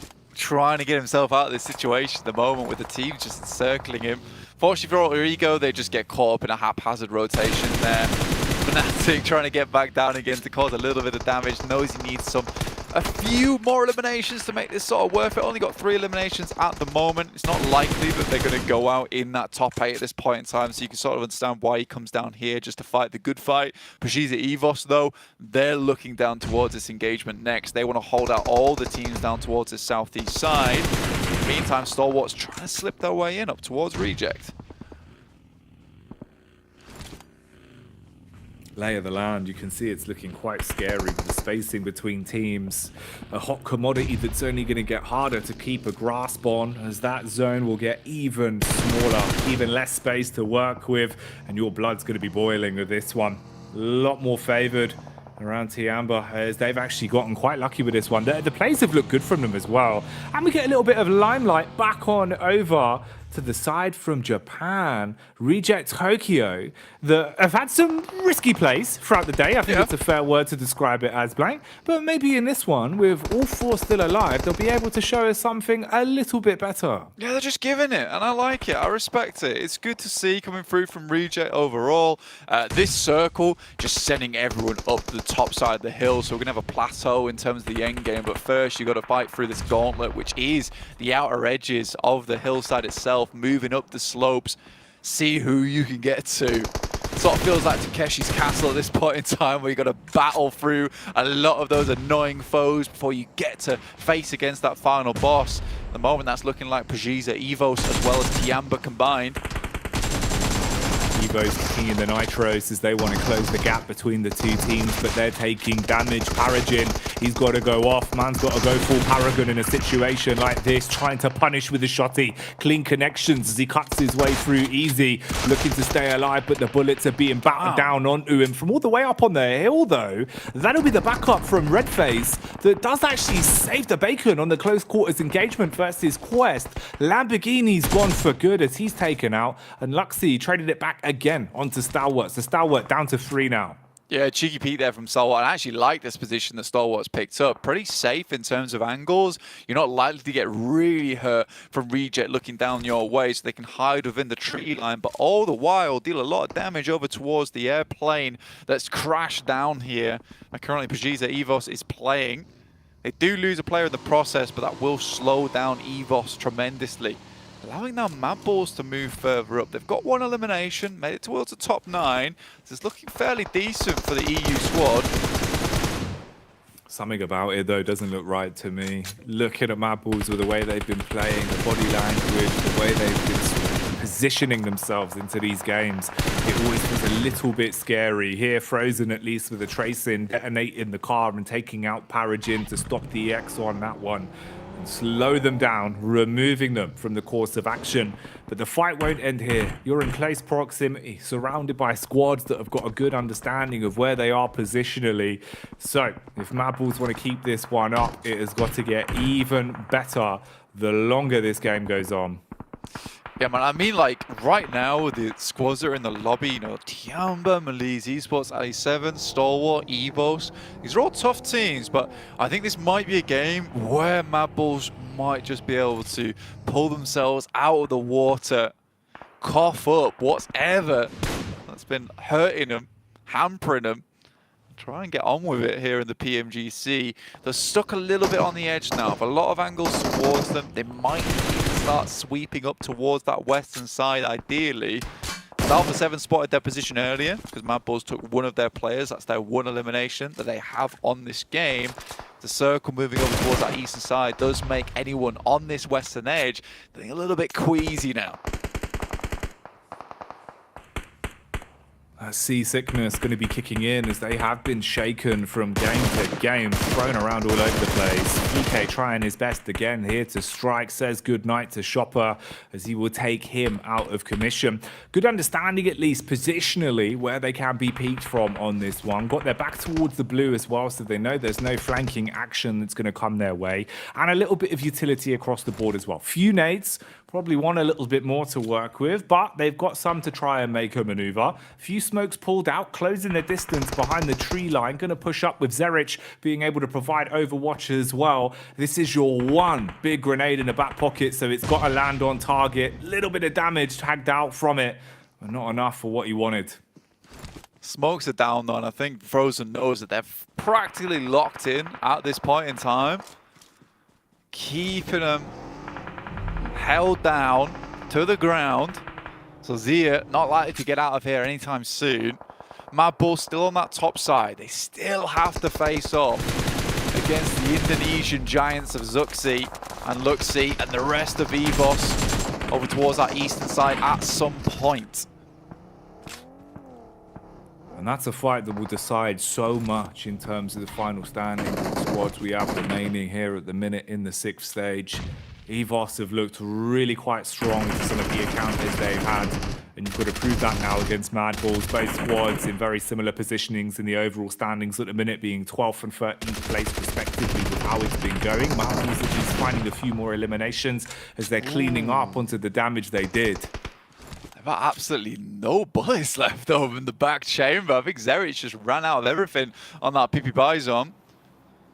So really looking dry in terms of what they're bringing to these final fights. They sort of have to go down towards RNJ and sort of pick up on some of those death crates. Misery holding them back now. Ice smokes unleashed, allowing them to get further up. Tulika has to hit some big nades. I think that's really mostly what they're rocking with right now.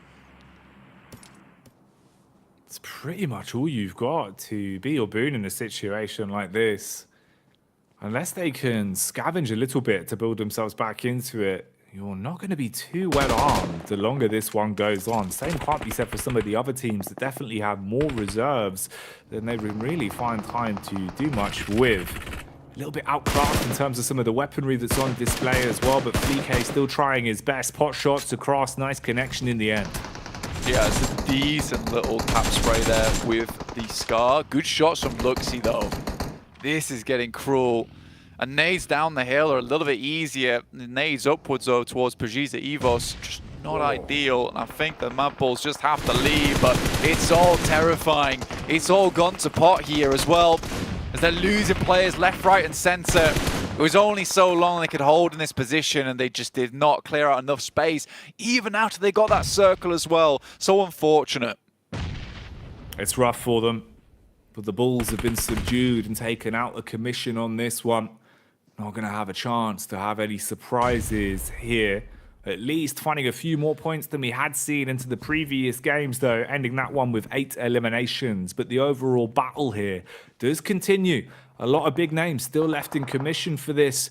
And some of the squads we haven't seen making it this late, now starting to get a little bit more longevity out of their survival time as well. So we'll see for Evos as well as Reject Tokyo just what they can do with this, being the two squads that do still have all 4 players left alive. Evos, look, they were pretty red hot coming into this one with some of the adjustments we've seen from them. Redface has been hitting some good shots. Stalwart still in it to win it as well. No elims here on the final Erengao yet, but still chock-a-block when it comes to points off the back of the 2 chicken dinners they've already taken. So anything extra here is going to be a blessing for them. Yeah, they're just churning out ranking points at the moment, which is the big difficulty for a lot of these teams. It sort of feels like STE, A7, 2 heavily armored guardsmen holding on to that 3rd place spot. Just don't know how it's going to be possible to catch these teams up. I say that, it's only day 1, so things can still change, but I just do feel like the consistency is going to keep coming through. STE, Nerzed has to send away. Not likely they'll get away from that one though, and I think that's their final player now out in 5th place. But like you say, that's good points. That's good points still been accrued. That's what matters at the minute. Especially with a big buffer they built themselves. They're allowed to let the odd chicken dinner fall through the fingertips here and there. Already having 2 under the belt, the belly's definitely going to be full at the minute. But now it's up to the squads that are hungry. Alpha 7 famished off the back of what happened into the previous game. Probably somewhat frustrated at the mistakes made in the 2v2s. They want to secure a win on this one. But it is just 2 players. Being able to find it over the finish line will be a tall task, especially with both Evos and Reject having a lot more manpower to work with. A bit of a slower affair then from this one. Mistakes on this blank are going to be costly. Not too much map geometry to work with. All goes down to your util and your communications on your peaks. I mean, Belize Esports, for 2 players, 17 nades is a massive amount they've still got remaining. So if they can get themselves towards the end game, towards that zone 9, they can unleash an absolute hellstorm over towards some of these teams. They got no smokes though, and that's going to make their rotate up the hill very, very difficult. So they need to be ideally putting these nades out now, make the best use of them. Lewis already pulls one out the pocket. Doesn't send it yet though. Evos have the circle. And again, for this Indonesian team, they've come along leaps and bounds over in their region. Looking much more like a unit as Lewis is fully unloaded on by the guys on Reject. Regiocio finds the last player from Leeds Esports. They make it up to a top 3. pushing further into the placements on this one.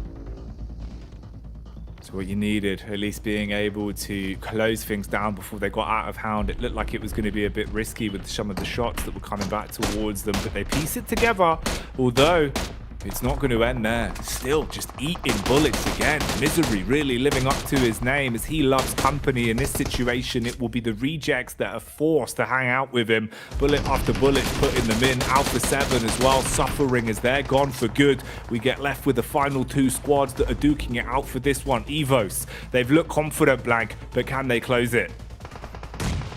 They need to get it done now. Ragey, the rest of his team on reject can't get too high up this hill, and at the moment, honestly, Evos is just holding the back marvelously. Misery goes down though. There is another one from Sarah, flexing those guns earlier, now flexing it in game, looking to take down a couple more players. This takes it up to a 2v3, 2v2 now. It's just Duello off in the distance. Has a nade, it could be dangerous. Duello, he's got to win his duels on this one. Ooh, what? Oh, the flick back across is absolute insanity from Luxy. That wasn't lucky, that was skill, as the man makes a maneuver that would make you feel ill, dropping it down to just one man left. The Japanese side not able to keep the dream alive, as they will be rejected on the chicken dinner. It will be a pickup for Evos as they secure the chicken dinner. That felt like a return to pass there from Luxy with that luxurious shot that came through from him off to the side. Don't even know how he spotted him there. I mean, he's wearing his glasses, so maybe that's how. But what a game from Evos. Really good control from up on that top side. And I think we haven't talked too much about this team so far. And again, it's a case that they've got a lot of subs on this side. They're bringing players in and out. You can see Zuxi coming into the room now to celebrate with his brother. But the thing is that this feels like a well-oiled team. And honestly, Zuxi and Luxy aren't even the main focal point of this team anymore either. Yes, they're playing way better, way more to the level that we expected from them in the past, but it's Misery and Redface. Redface with some really nice off angles, and Misery just with these long pop shots being seriously effective at causing some chaos and some serious pain off in the distance. It's nice to see. You can see why they have so much confidence in being able to rotate around the roster in terms of the substitutes they have, right? Knowing that everyone that seems to be listed on this squad is there for a reason. They can fill those big boots, they're confident in different scenarios, and everyone was hitting some mean shots. That was really the key difference. Even in the instigated fight they had versus Mad Balls, it just felt like they were that much quicker to the draw, that much more sort of honed in on the play they're making, whereas Mad Balls seem to be fragmented between two minds of decision making. Evos really showing their Blank. I think individually, when it comes down to just hitting those shots, they're on the money. And that can win you some games, and it's proven it here. Yeah, it was incredibly clean, honestly. But someone else is incredibly clean is Arcaster and Desk over on the side with Hot Jukes, Maxman, and Kalaris. We'll send it back over to them now.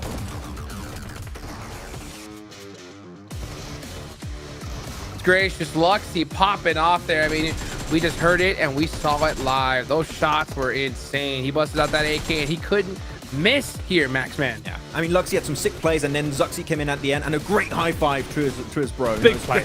Great play there coming out from him. But what a position. I mean, we were talking about it, the Kalaris during this game, talking about their spot. Playing Crash Site and holding that 2-2 split, really zoning teams away from the southern edge, makes that transition later on so good. But if I have to highlight one play in particular that really stood out to me, despite the eliminations of Luxy this match, it really has to be Redface. He was keeping Stalwart at bay. Yes. He was making sure they could keep even more pressure applied onto Reject. The entirety of that late game, he was making sure that game was in the bag. Yeah, it's a super defendable location that they identified super early in this game, which is very important, as you say. I mean, even if you want to push it and try and get into nade range, which you need usually a lot of utility to dislodge someone from there, you're still putting yourself in an extremely vulnerable spot anyway. So nobody really wants to breach into the space that they control here. So PMGC Evo being able to take 20 points away, it's a very deserved one here, Hot Jukes. Oh, it's something that we've been needing to see from these boys here. That's going to do huge for their confidence, right? Being able to get a chicken dinner, especially here in day one, they have got to be pumped up. Alpha 7 continue to put points on the board with a nice little Baker's dozen right there. And it's good to see Reject get some points as well, Kalars. Yeah, not bad. Obviously, they kind of hold that record that we were mentioning before with the 20 limbs, but to what you said in the prior here with Alpha 7, once again looking unbelievable, holding down that west side and being able to take on all comers, all contenders. Alpha 7, you mentioned it at the top of the show, they want the world championship. 4th place isn't enough, 5th place isn't enough, 3rd place isn't enough. They want number 1. It's tied. Damn. Oh my word, a tie, and that's without chicken dinners actually, which is even more impressive. The fact that they bank in on the elimination so heavily. Alpha 7, I don't know how you guys feel in particular about it, but I did feel like in the championship they were like a kind of stop and go team. They would stop in positions, keep rotating, and be a bit slow off the back of this. I have not really seen that today so far. Like, it seemed like they find a good position, they gun it for that spot, and they just hold it down so efficiently. Sure, they can't quite lock down the win, but when it comes to being quick on the pivot and holding down those forts, Alpha 7 have just had an amazing start here this tournament. Wow. So good. I mean, it's so crazy to see their IQ as well. I mean, just think about the last game when we saw them in that nice little split on the south side of that last, I think it was zone number 6, and they were working almost together there with AE as well. You know, they decided, hey, you know what? We're just going to go ahead and hold this side of the map. You know, we're not going to go ahead and fight you until we have to. And, you know, that's why we saw them just dominate there with Alter Ego Colors. The scary and worrying thing about results like that so far for the rest of the lobby is it is only a matter of time before Alpha 7 converts to chicken dinner with that kind of power. That being said, I mean, when we look at the top 3 right now, I mean, we were saying it in the back, right? I wouldn't mind it at all if our top 3 by the end of this is Stalwart, Alpha 7, and Alter Ego, who is a little bit behind, of course, but that's because the other 2 have just shone so brightly. But the 2 at the top have looked unbelievable here in our first 4 games. 36 eliminations on the side of Alpha 7. That's ridiculous, you know, and teams are going to have to catch up quick, and they're going to have to move quickly. And one team in particular, Max, that you were really happy with on that rotation was Melise. Yeah, I'm so stoked because they actually reached a really far point in this match, and they were one of the teams that drop in the southern edge of the map, in the southern hemisphere, and they just go for that wide rotate before phase 1 even begins to close. Hot Juke, they're already on that move, knowing it's a very similar circle to the previous game. Because of the plane path, not many teams are going to be in that location, so if we just gun north right away, it's insane. I was like, oh cool, they're going for Everest. Oh wait, no, they're going to Cube. Oh wait, they're going to shooting right, like on phase 1 circle, and it's not even begin to close. It's such a massive gamble, but ended up paying off so heavily, and that's some good points that Melise desperately needed at the start of the day. Hey, you know what? Speaking of fast, right? Of course, we got to talk about the official smartphone of PMGC here, the Infinix GT10 Pro. It was created for professional esports players, and if you guys want to outplay everybody in PUBG Mobile, go check out that GT10 Pro. Wow, I mean, it's so crazy to see that now our Aaron Gales are finished today, Calaris. Now we're going to start heading into Miramar, and things are going to definitely start heating up. Yeah, definitely. And I mean, I think the inevitability of hot drops don't stop in Erangel as well, right? When we think about the potential of conflict. Now, of course, everyone's probably turning their attention to Picardo and how things go there with BRA and maybe even Producer here, who just got themselves a great spot. But, you know, maybe El Pozo's a little bit hot as well. Hopefully not for Mad Bulls, because they're not doing so great just yet. Well, hopefully they can start turning things up right here and right now. Let's go ahead and take it on over to our casters. Oh man, okay, here we go, Blank. We've moved on from the Erangels, we get into the Miramars, the 2 treats, really, that are going to be squeezed in towards the end. I really hope it continues on. I'm on the same train as everyone else. We get more of these hot drops, it's going to be turning up the tempo. I mean, it's a big map as well, so if we get more hot drops, you know that they're targeted. People are unhappy with other players in this lobby, and that's fair play. I like to see it, I respect it as well, but yeah, there should be so much space to play here on Miramar. We're going to see some more of those BD14s, some more of those DMRs. I know you like it, Jackie. So I'm excited for this matchup here. I'm excited for Miramar 2 to finish off the day. And can Alpha 7 and Stalwart stay on top? Probably, is the answer. Yeah, probably. I think for Alpha 7 as well, man, it's crazy just how close in some of these games now they've come to actually, you know, getting the fork in the chicken and just not quite being able to secure it. Maybe they need longer utensils, Blank. Yeah. real long fork over there. I mean, that'd be nice. You know, I probably need something like that as well, because, you know, any white t-shirt that I wear is just always covered in pasta by the time I'm finished with it. So yeah, me and Alpha 7 both, we need the long fork invented ASAP, please.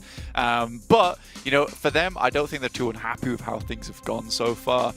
They're getting over towards second places, third places. Like you say, they probably would want that chicken dinner, but a lot of their playstyle kind of leans into picking up a lot of eliminations on their way in and then getting a fairly decent amount of placement points off the back of it. So if that's the way you want to play, that's totally acceptable. And it's kept them caught up to a team like Stalwart, who currently has 2 chicken dinners already. You can see Mad Bulls over there really doing some serious prep on their side. I think they know that they need to get back into the game. Luckily for them, with that point sponge at the top between Stalwart and Alpha 7, there is opportunity to move up quite a bit in the standings at the moment.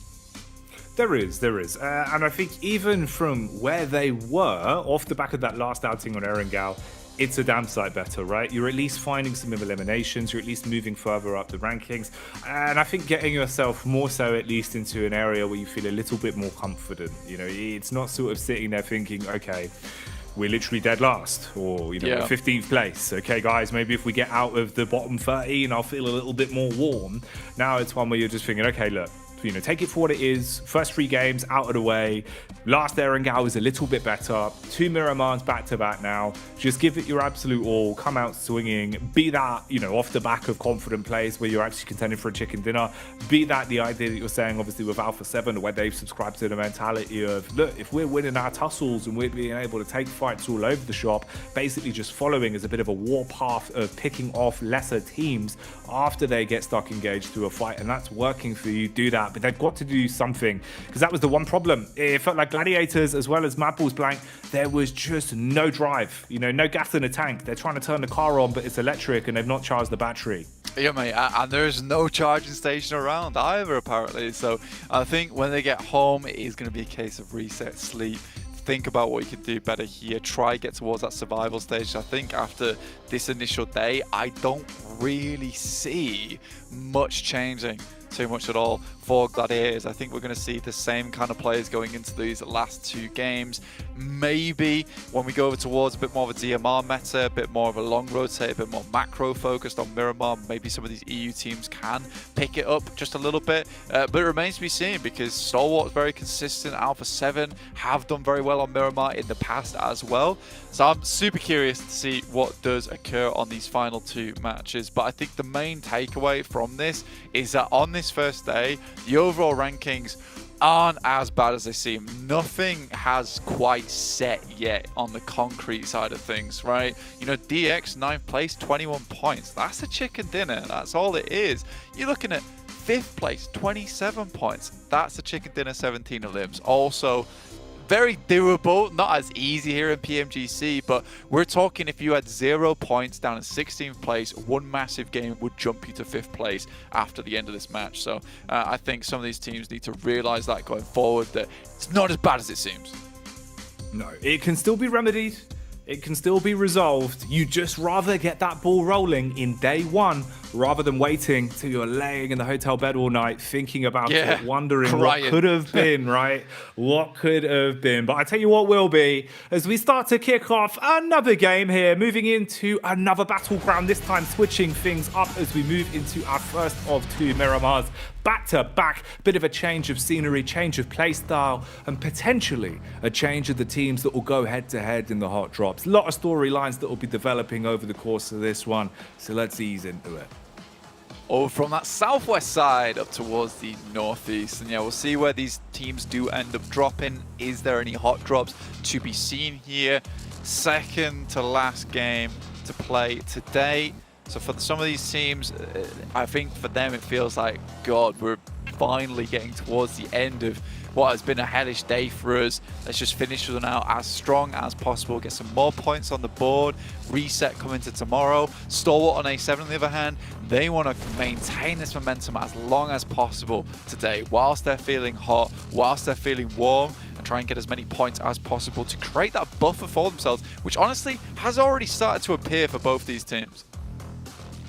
Oh, it really has. The difference we're seeing already is huge for you. You know, even if you have a bit of a slow start first game tomorrow, you can think about it, compartmentalize it, and say, well, we racked up a lot of points yesterday with the plays. Let's now ease back into it. There's a lot for the mental game. Makes your life a little bit easier, and that's one of the factors that can do a lot of damage to you in a game like PUBG Mobile. If you can't keep your head clean, keep the bad thoughts out in terms of downplaying your own achievements, it makes it so much harder to come out swinging into day 2, into day 3. The more and more it compounds, knowing how much those points matter and knowing you've got less and less chances to secure them.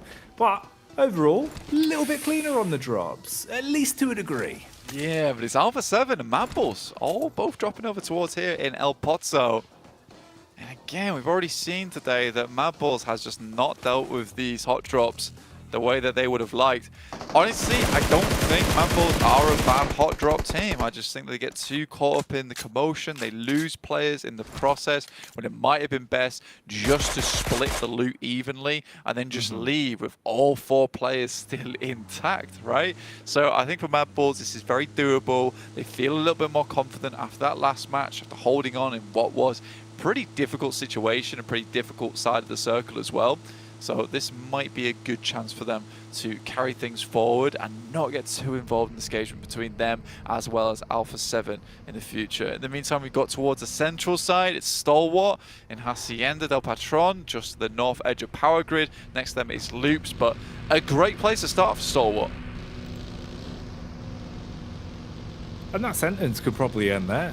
You know, Stalwart themselves have just been great over the course of the day. So if they're feeling confident with their drop early, ease into it, grinning, they're probably going to have a good run of things. For Bra, this is probably the nicest start to a game they've had all day.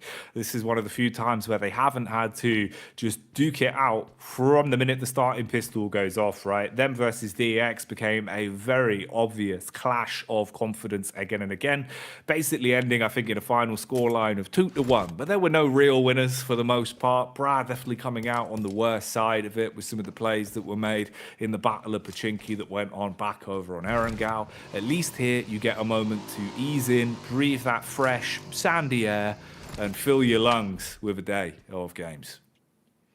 For them, this is nice. They have been pretty overzealous with it, right? They take Pachinki, central place of the map. They take Picardo, central place of the map. It is slightly greedy in that sense, and I think that if you have Picardo to yourself, maybe you can think about giving up Pachinki and Erangel. But I do also see the side of it that you play 3 Erangels every day as opposed to just 2 Miramars. So for Bra, it's kind of a case of, look, that Pachinki slot is actually so important to us. But today, really, nothing's been resolved over in that spot. If it's been a case of 3 for 3 on the side of Bra Esport, if I was DX, I'd just go home. I'd send somewhere else. DX have gone 3 for 3. Bra Esport, I think they still would have gone there, which is the real issue from this team, is that they are just massively pushing this narrative of that they belong in Pachinki. I think at some point you just got to think to yourself whether it's worth it or not. And I think we will see that tomorrow. If something doesn't change, I'm not going to be too happy about Bra's performance, because I really thought that they would be shooting up the rankings. Currently, only 6 points. Yeah, it's just rough, man, right? Because obviously we kind of, you know, laid out the story on the second Erangel, where you saw that even when they were able to win control of Pachinki, it took far too much time because DX were willing to just play defensive angles that you have nothing to work with. You're not walking away with an opportunity to have 4 elims, maybe get a high placement out of it, keep the good times rolling. You're limping out of there with a few elims under the belt and not much to show for it.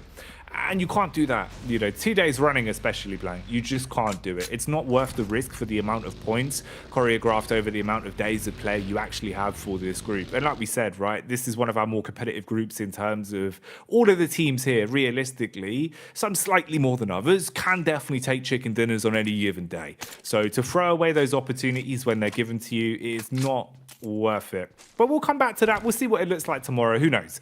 Maybe with the downtime, they'll be able to change face. You can see already a lot of the footnotes are being pulled out for different teams. We saw with Mad Bulls, very drilled in terms of going over what they know, reviewing the facts with coach.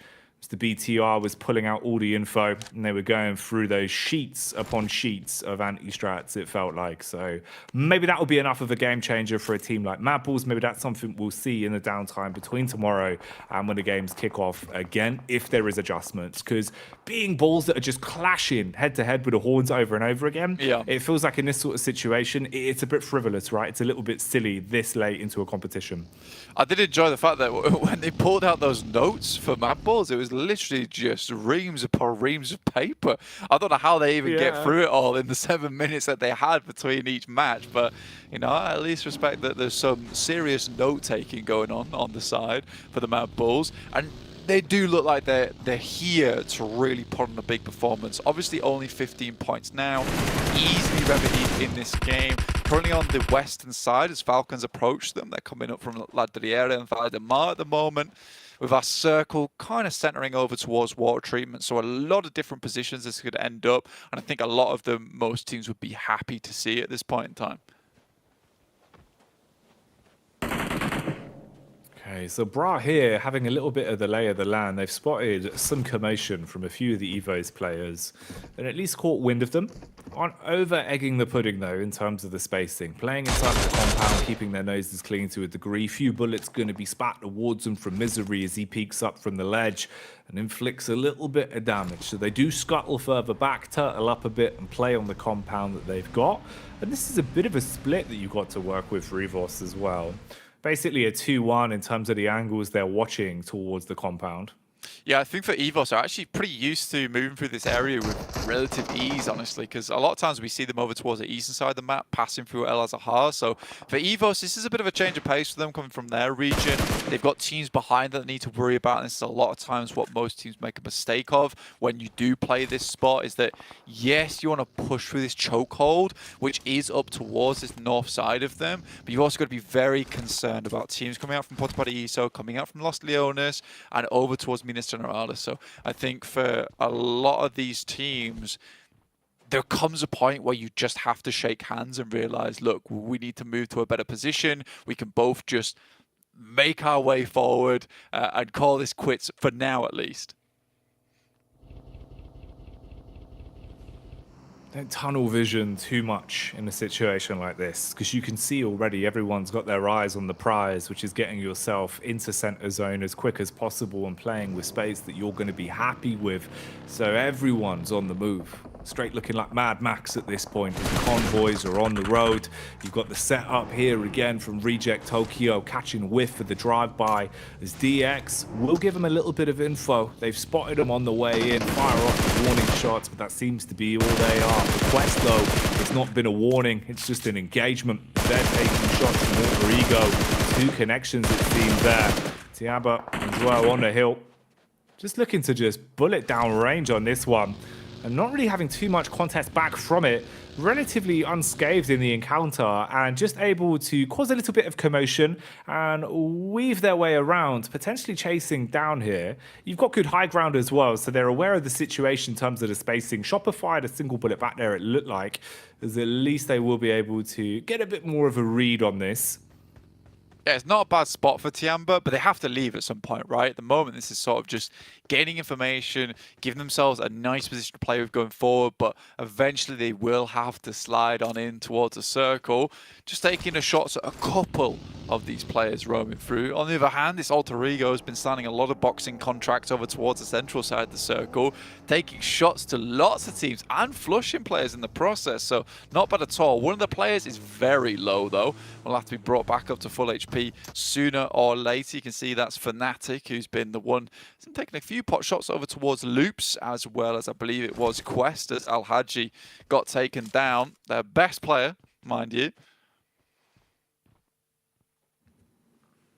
He's been looking all right coming into today's games. You know, we've really seen him kind of being the opener for the team into a lot of those fights where he takes quite confident engagements and did do a good job of finding the odd elim here and there. So struggling to have him alive into this one might make it even harder for Quest.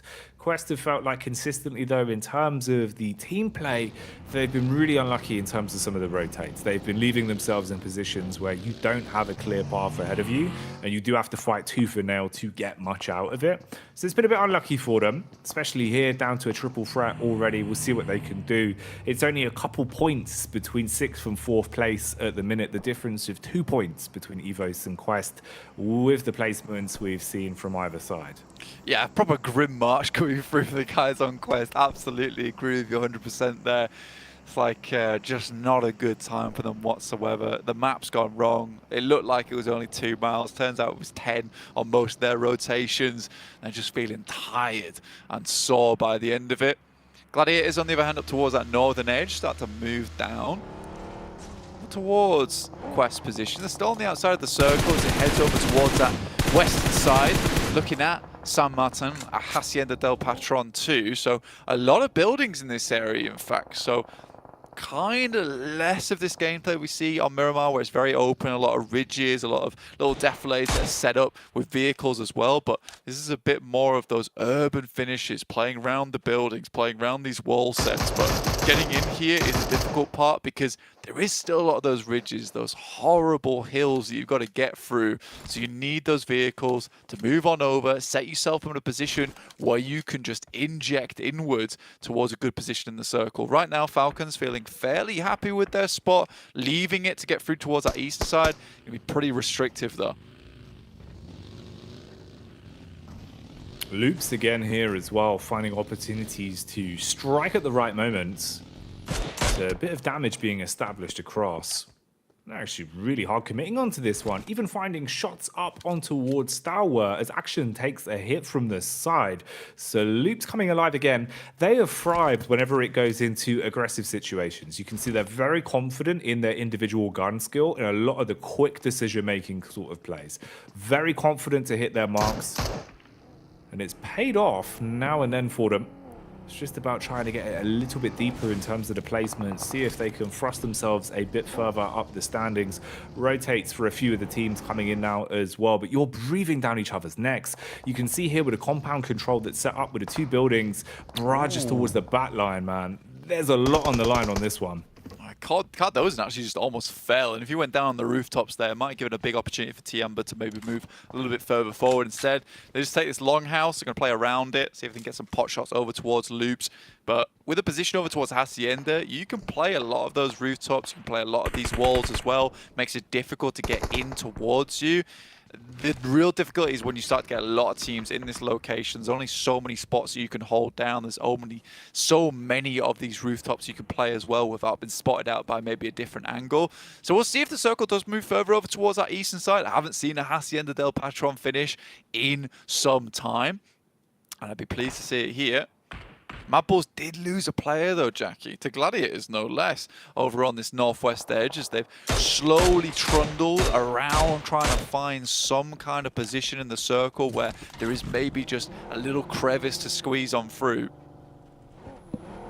It's a scary thing for me as well, because I feel like for both of those sides, we know they've got pedigree even, for the games that we've seen them play over the regular season blank. But at the minute, coming into making quick decisions and having the confidence to back it up, it feels like it's not there. And I just don't quite get it as well. For Mad Bulls especially, a lot of the time, even in situations where you can see they're in a spot where they've got control, when they actually have bullets, they should be able to do a nice amount of damage. But it's not quite as quick as you used to. It's not as snappy. And a lot of our other squads we're seeing from other regions here are just being able to thrive in the awkward combat where they have to go for a rapid crash, where they have to go for a quick adjustment. You're fighting on bad map geometry. You don't have many nades, but they still look confident. They still look willing to make those over rotates, those risky plays. For Mad Bulls, it almost feels like they back themselves into a corner, giving way too much respect that isn't going both ways. Here, at least they get into more of a fight that they're a little bit more familiar with as they go up versus the Gladiators. The clash is coming out as they're pounding their chests inside of the building. Battle back goes to either side as they're losing numbers across the board, and this might just cripple both of the squads on the outcome of this one. Nades being thrown, but the pin isn't going to be enough to stop Zerich as he unloads, and he does stop Gladiators in their tracks. So they survive this clash, but even then, you're still going to have to rebuild, re-get that health into a position where you can actually work off the back of it and fight down numbers with a triple threat squad.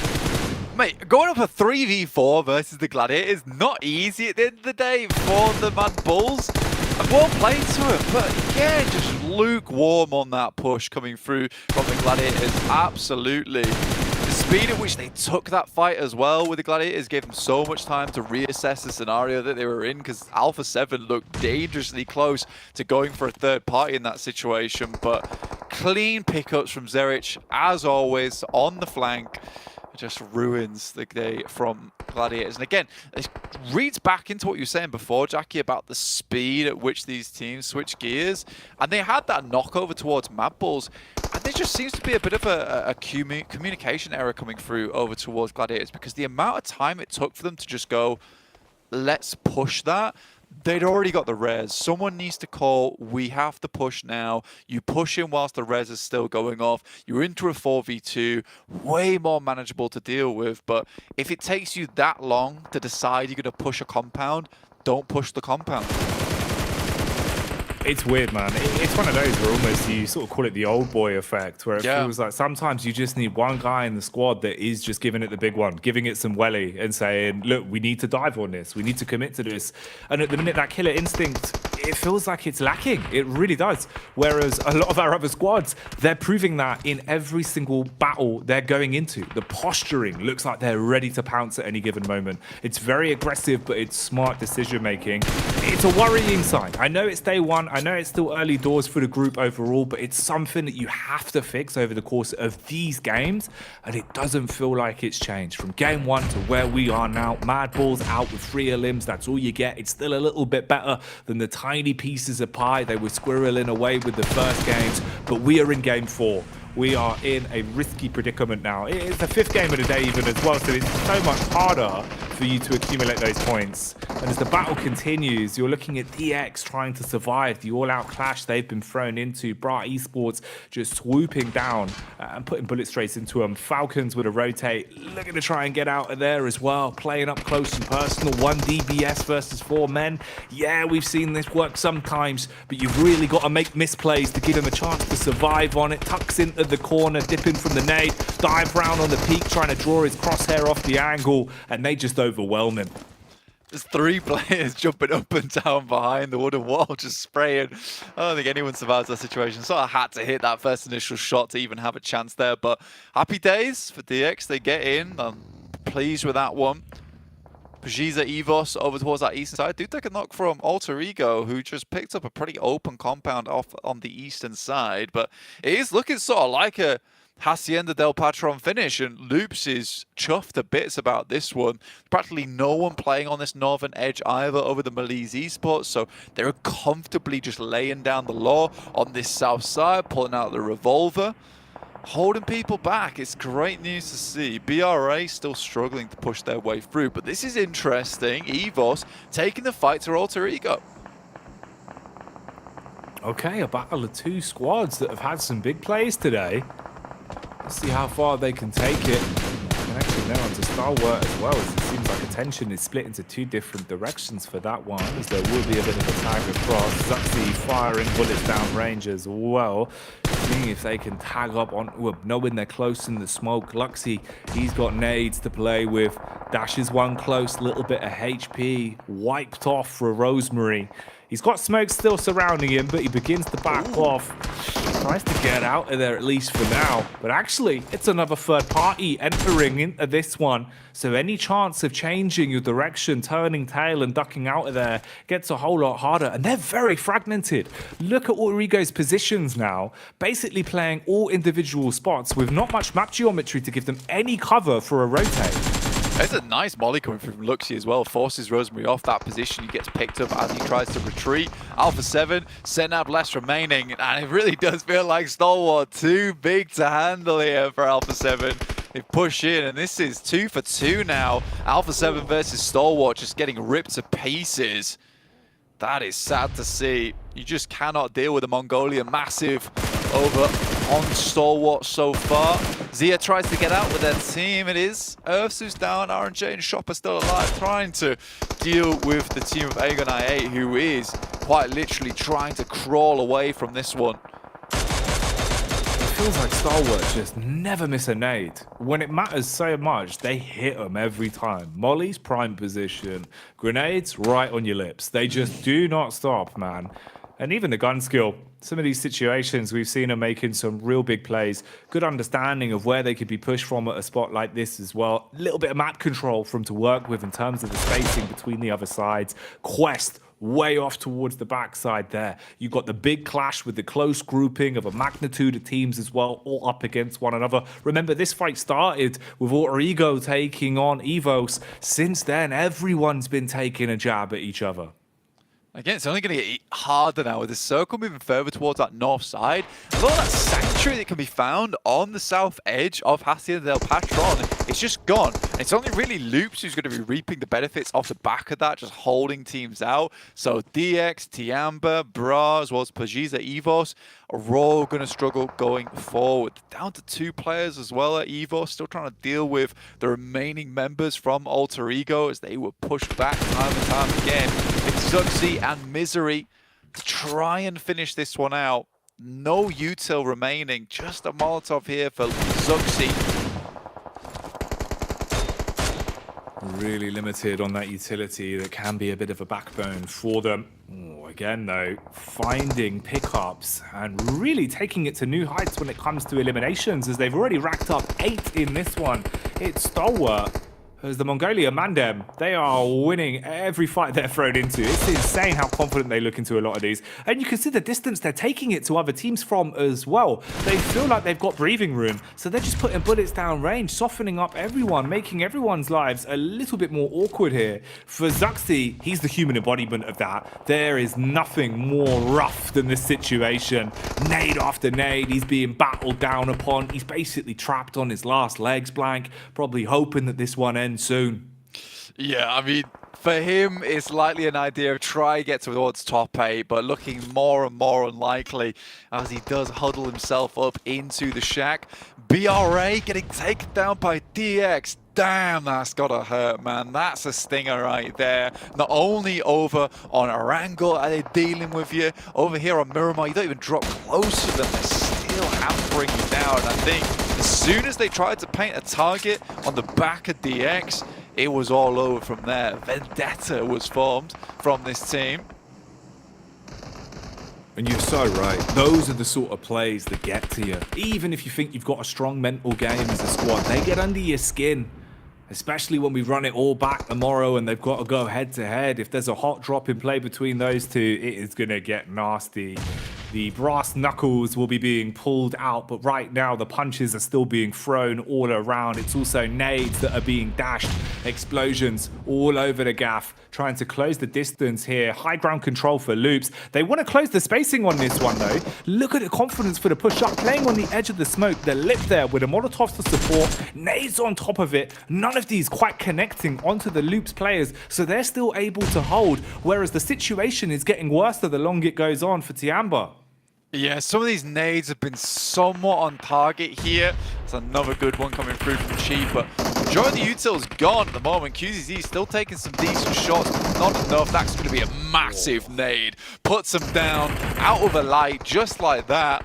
And now Loops, this is where things start to count a whole lot, because they've held on to Hacienda del Patron for a while and just been waiting for the ruckus to start coming through to deal with a lot of these teams. In the meantime, though, DX has played a marvelous game. They slowly encroach into Hacienda del Patron whilst they realize the guys from Loops are occupied on that eastern edge, and now they have control. This is fantastic.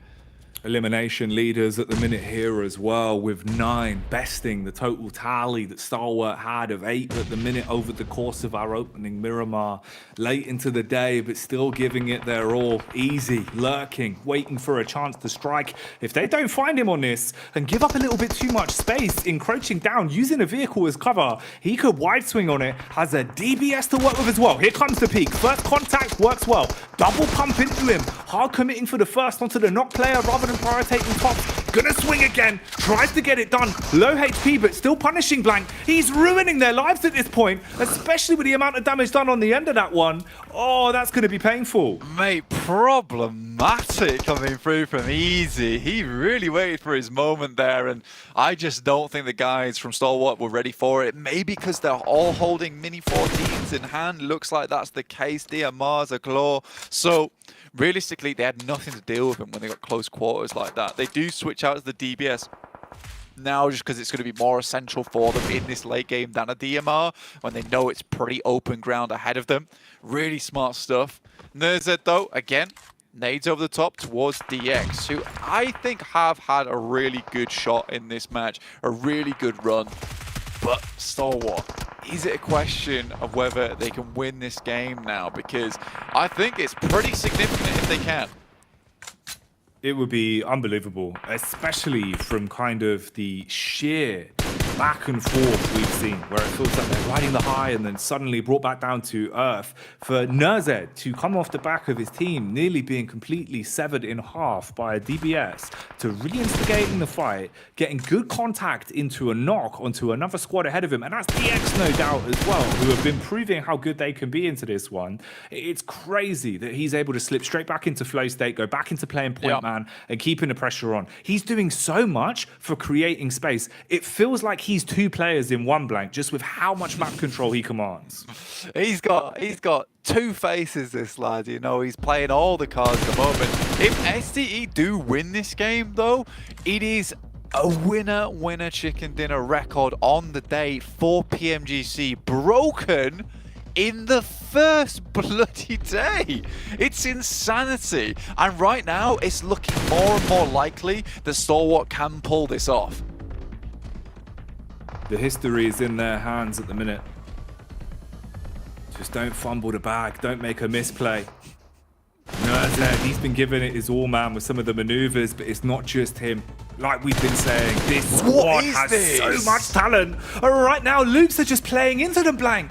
They look scared. They're trapped in a box like a moth in a bathtub. They can't find their way out, and they are just being decimated. Bullets downrange again and again. The Mongolian side keeping the dream of a third chicken dinner alive on this one, as they are showing up on Miramar. This is ridiculous so far. Mate, just the fact that, like, Nerzed, go deal with the guys over towards DX. You just deal with that. You go for the 1v3. Tops will go for the 1v3 over towards Loot. And Icy will deal with Malise Esports. They're single-handedly, each player, taking down one team one at a time. This does not happen ever in PMGC.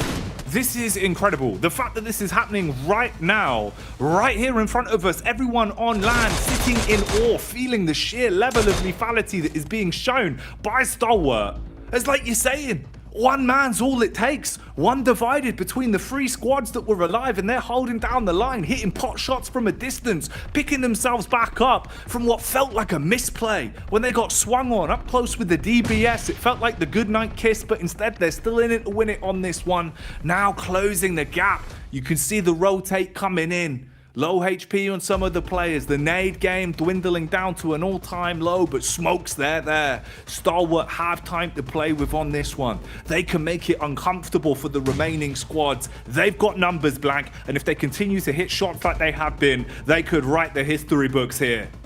It's the disciples in DX and Malise Esports trapped in a room with a Grandmaster so far, as Icy looks to finish off the remaining members from Malise. His target, his assassination, coming through here over towards his team. Kisyu goes around the side, and Icy still playing him for a fool the moment. Peeks out, good shots, a lot of damage done. Might go down here, but needs to at least take down CEO later. Finds one, gonna continue to go here, Jackie.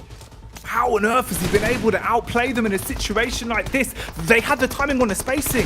When he went for the first shot with the AR, you should have been able to swing onto him. Instead, he strikes with the DBS from a distance, throws him into this position where Nerzed, the hero, the man of the moment, wants to close in the gap with a DBS. Buckshot goes out, shuts it down, and closes things. History in the making for Stalwart. They can celebrate that one as they deserve it. A third chicken dinner on the day. Tremendous plays, Blank. This team takes no chances either, and right now it feels like there's no chance for any other team in the lobby to take this first place spot. Even that end game there, did you see that Nerzed, the cheeky look away? Because his teammate throwed a stun grenade. The poor lad was completely blind on Levi's. This is unbelievable play. It is to a textbook, and again, you got to appreciate the discipline from this team. Coach comes in, tells them all to calm it down. Let's just keep this momentum running. Let's just get our PMGC placement secured right now. I love this so much from this team. A true professional squad. They really are embodying it. You can see right now they are drilled coming into the event. They look like a team, and that does so much for you. The way that they're being told to slow it down, the way they're being told to hone back in, because you would have your minds blown. Look at the damage. Look between them. 2k damage just on top alone. We were highlighting Nerzed. We were highlighting your boy Icy. Top man is on top. This is insane! 2k damage! You never see this. This is what happens when each team is a squad into themselves. A record broken on this game for winner winner chicken dinners, and a whole lobby emotionally broken too. Absolute insanity.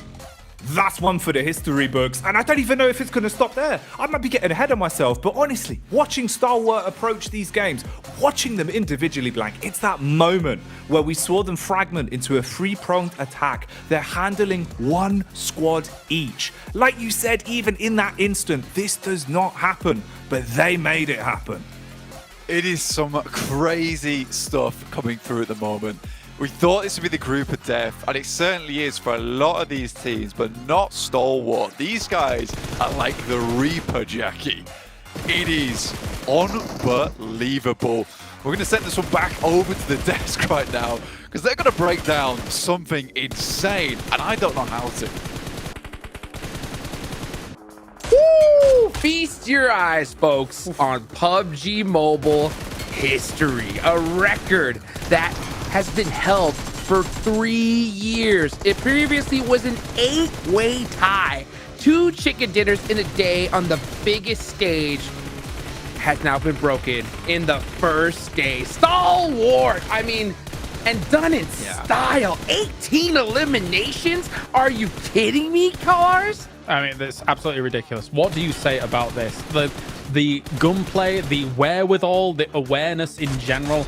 I was speaking earlier on Erangel about it's not where you go, it's when you go. They understand, even on individual level, not just kind of as a team, like where to take as individuals to be able to hold out scenarios. Holding out the entirety of Hacienda here, as soon as they get rid of what is effectively Quest Max, they're just playing it perfectly.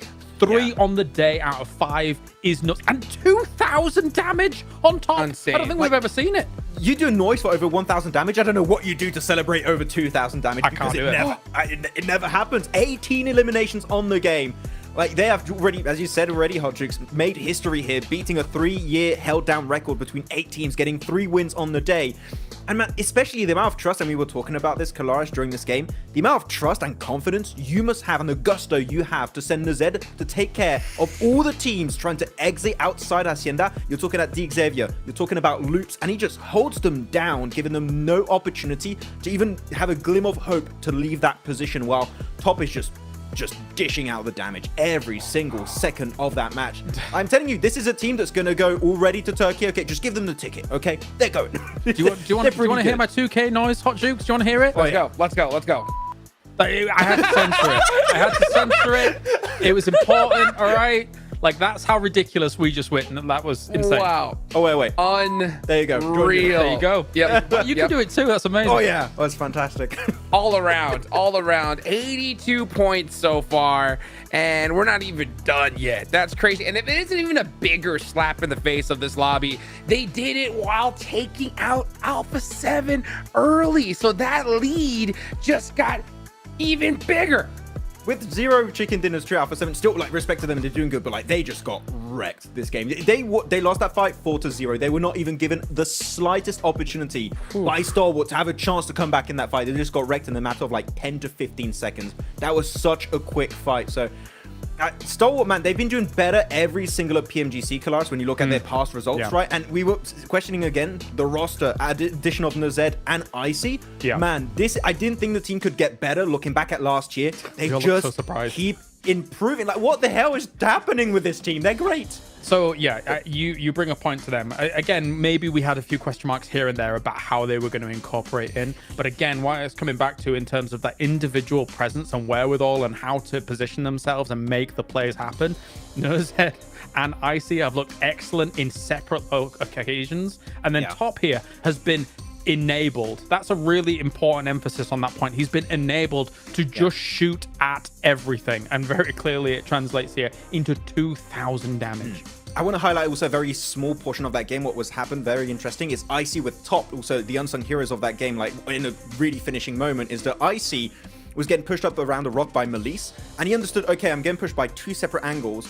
I'm going to take care of one of the players on the right. I'm not even going to check my backside because I know Top has got my back. He's going to clear that angle of Melise. And because of that, was not even threatened in the first place. So the communication and trust this team has is second to none. Like, they're just miles ahead in that sense. It's unreal. I mean, he just used that right-hand priority, got that knock, and like you mentioned, he didn't even have to look back. No concern at all. And it's so crazy how they just dominate a lobby. I mean, we saw them, you know, just holding those angles, laying down, shooting at anything that moves, loops, right? I mean, they didn't have the opportunity to use any utility. They couldn't stand up at all. They just instantly got taken out. And even when they did, they got beamed through the smoke as well. Yeah. And, you know, speaking of smokes, they win that game with a ridiculous amount in their hand, Kalars.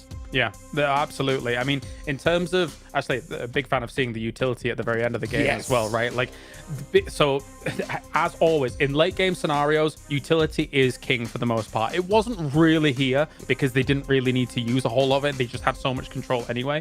But seeing those numbers, super important for us in the late game, and being able to kind of mull through that to see how it finishes up. I don't want to send it to casters. I want to keep talking. Oh, okay, we've got to do it. I know. Well, you know what, guys? Welcome to the Stalwart Show. We got one more for y'all. Let's take it to the casters.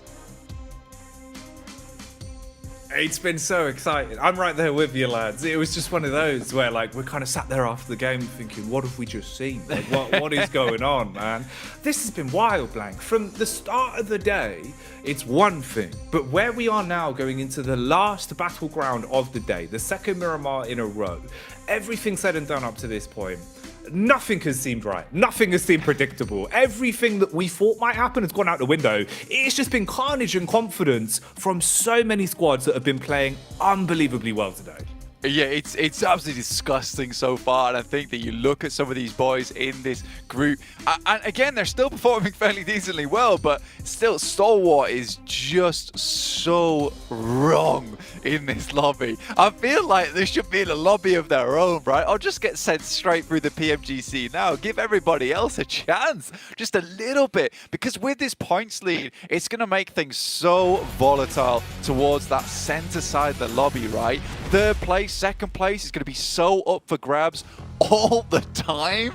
So your second and third place spots to go through to PMGC Grand Finals are never going to be consistent all the way until that end day. If this carries on the way it is doing, and I'm scared for some of these teams, man, because it could be a real tearjerker if it's a case of a team in 11th place is like 1 point behind, or they were in 11th place for a long time and just get shunted out right at the end.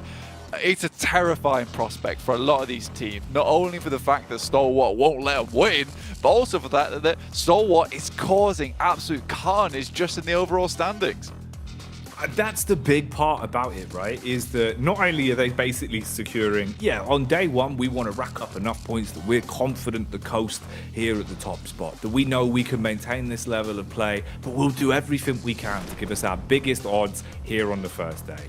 But then you look at other teams that are getting caught in the crossfire. Some good squads that are just getting eaten alive by them as they're going through to get those chicken dinners. The difference that, you could be coming top 3, top 2. Instead, you run into them on your warpath, you run into them close off the back of a drop blank, and suddenly you're thinking, really? Do we have to take on Stalwart? Oh, we're back to the lobby. I mean, it's not even taking on Stalwart at this point in time. It's like, do we have to take on one player from Stalwart? Do we have to take on Nursing?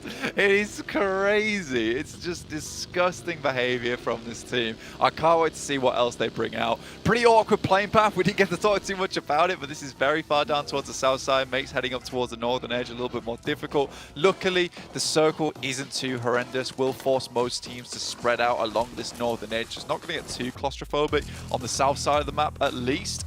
For Mad Balls and Impala, Tiamba down to Puerto Paraíso. These are two decent positions to rotate out from. They get a lot of loot early on from these large settlements around the map. So happy days for them. See how far they can go, but I'm just not even looking at EU anymore. They're just not performing the way we want them to. 11th place for Mad Balls, 13th place for Gladiators, 18 points, 11 points. Just not good enough. Right now, it's the Indonesian squad Alter Ego.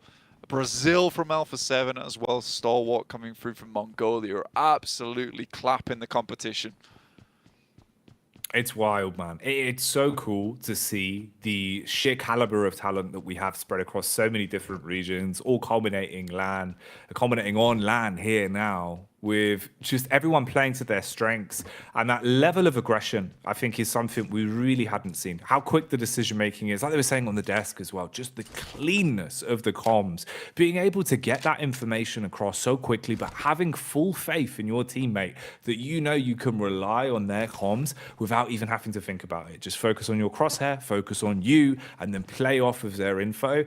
That's not something that comes easy. But with a lot of our teams here, we're seeing how drilled they are, how much faith they have in one another. And I think that's a big element of it, because you see sometimes teams that don't really look like teams playing. They look like a bunch of individuals playing together, and sure, they have talent, and sometimes they get them far enough. But here, you're seeing the teams playing amazing team PUBG, and that is the biggest backbone of it.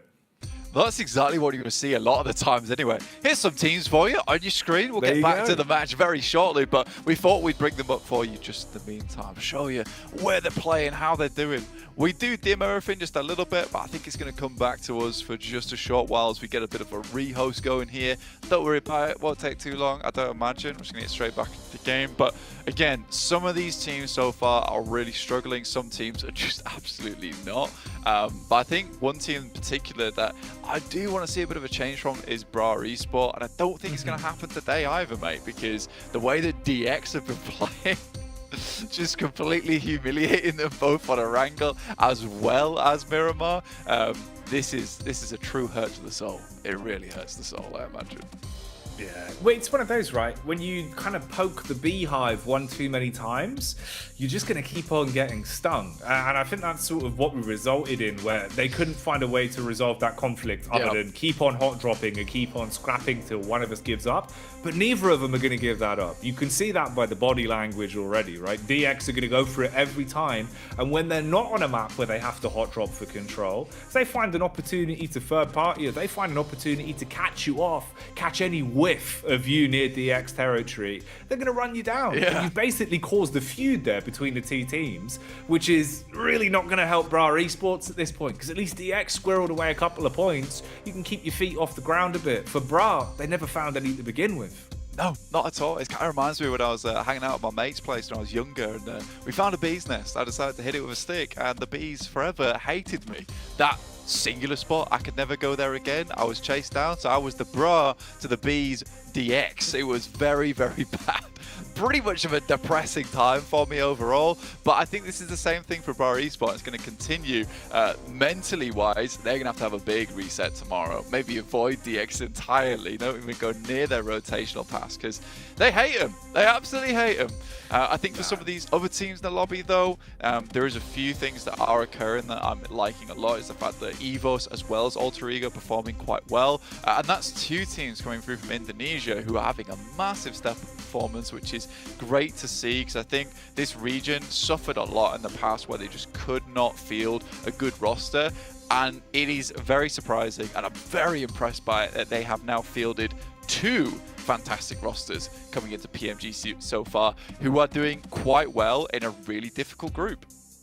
Oh yeah, they're thriving with it, and I think that's the best thing you can take away from this as well, right? Is just how quickly the teams have adapted and kind of found a way to play their own play style versus that overlap of where you give teams too much respect. Because it's very easy to sit there and anti-strat and say, okay, we know how this team plays. We got to give them respect on the drop. We got to give them respect when we play against them. But the downside to that is you stop playing your own game. And that feels like the big ringer of the alarm bell in my mind for both Gladiators and Mapples, where they're not playing their own game. They're coming into this playing what they think is the correct counter to a lot of the regional differences they're going up against. Thing is though, Blank, they're not giving them the same time of day. They're sticking to their guns. They're playing the way they want to, and they're thriving with it. So something's got to change. But I think at this point, you're right in the sense that those adaptations, they're not going to happen today. They're not going to happen on your last game of Miramar. That's something you've got to talk about over the team dinner. Talk about once you're in the hotel room. Reset mentally for game one of tomorrow.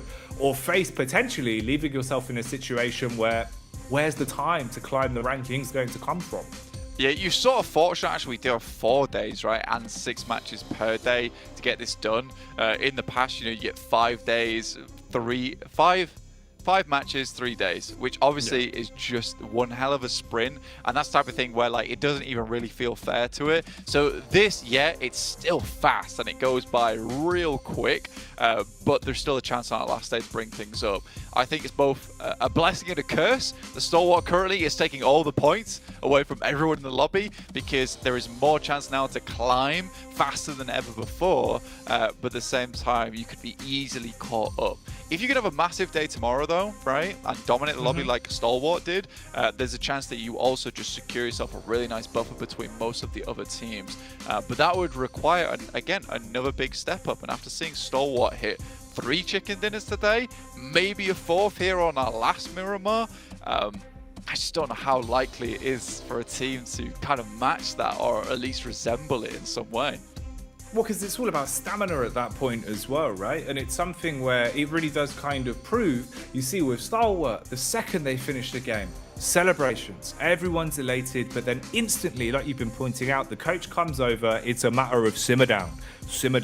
Mind's back in the game, right? That game's already won, you've had your celebration, you think about the next. You forget about the bad, you forget about the good, you reset, take it game by game. For some of these other squads, Blank, I don't know if they're going to be able to deal with the sheer longevity of the day, in and out, 6 games in a row, when you've got to compartmentalize. Oh, we didn't have the best first game. Oh, we've had a bit of a misplay there. It's a lot to think about, whereas you can see that the way that Stalwart are approaching it, it feels like they leave their emotions at the doorsteps and just keep playing like a professional team, which is a huge thing to do. It's a lot harder than it looks. Yeah, it's some serious discipline coming through from them, right? Because you just want to pop off, right? You absolutely want to pop off every single time, but you just can't in that situation because you need to keep things on lock, and that's how you hit the 4th chicken dinner of the day. That's how it happens. So I'm really excited to see again another Stalwart game. Mad props to the coach though. I feel like every time he comes in, he's constantly giving the team some really, really good help, some really good information, and keeping them fairly lively, but also in that flow state that you keep talking about. It's a lot of respect as well, you can see, because with this much talent on that roster, sometimes listening to a coach's opinion, it can be one of those where people get a bit second-guessy, but as you can see, the Mongolians, a lot of respect for one another, always feeling like they're cleaning the comms, taking in everyone's information, everyone's listening, and they're switched on, Blank. And that stamina could be something they need. You keep that blood pressure low. You keep your heart rate low. You come back into this last game now with a set mindset, and we'll see how things go. Let's get into it then. Last game of the day as the play path comes in.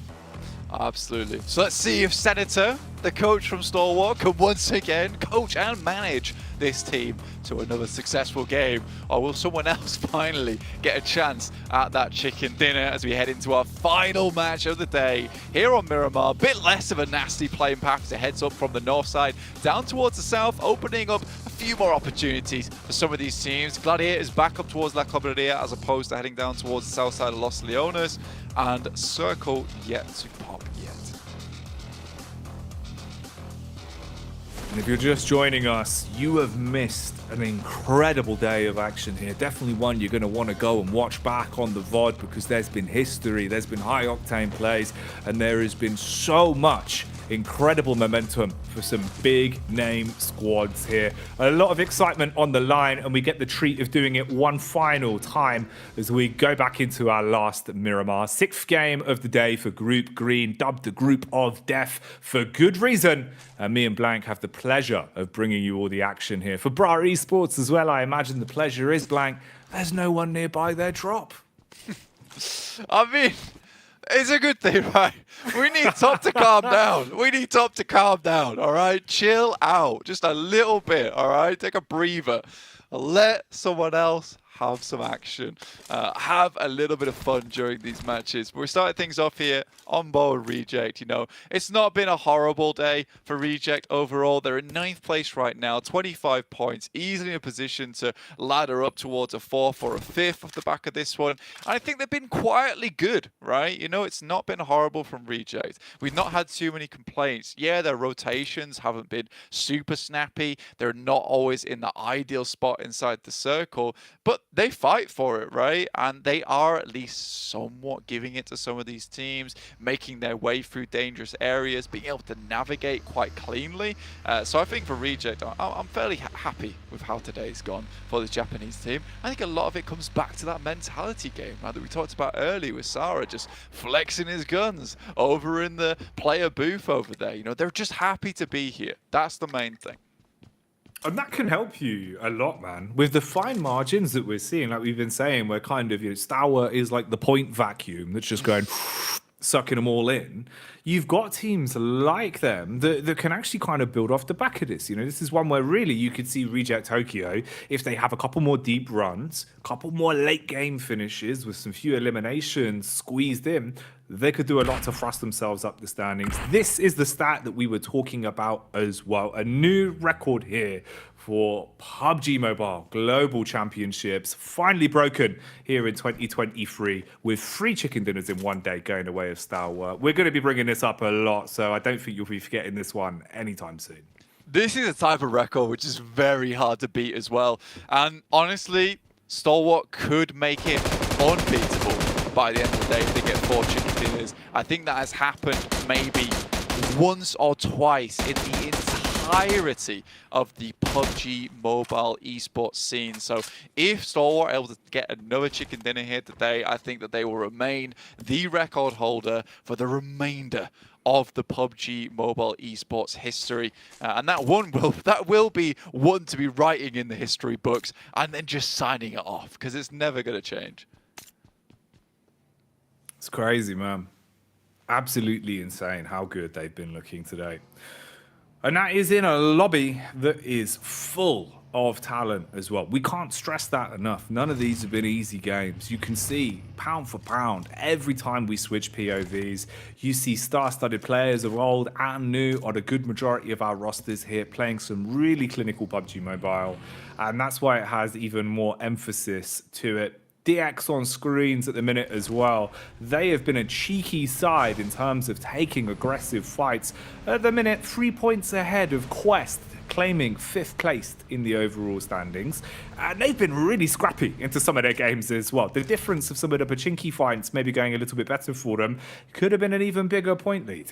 Yeah, I think that's definitely something pretty big to bring up, right? You know, there was a couple of games where sort of DX had to scrap their game over on Erangel because Bra just wouldn't let them play at the start of it. So I think for DX, you know, there could be a whole load more points for them. We're only really starting to see their actual potential properly here over in Miramar, where they've made some decent rotates, they've taken some good fights as well, and getting yourselves into those locations is usually just half of the battle a lot of times. So I think it's been fairly decent. It's nice to see DX Xavier. I think in the past, right, over in previous PMGCs, they've benefited from a lot of circle look. I'm glad to say that doesn't seem to be the same thing anymore, and there's actually some really good players on this team who have been making some very good rotations. It feels like there's a lot of prep that's gone into this PMGC, and it means so much to them.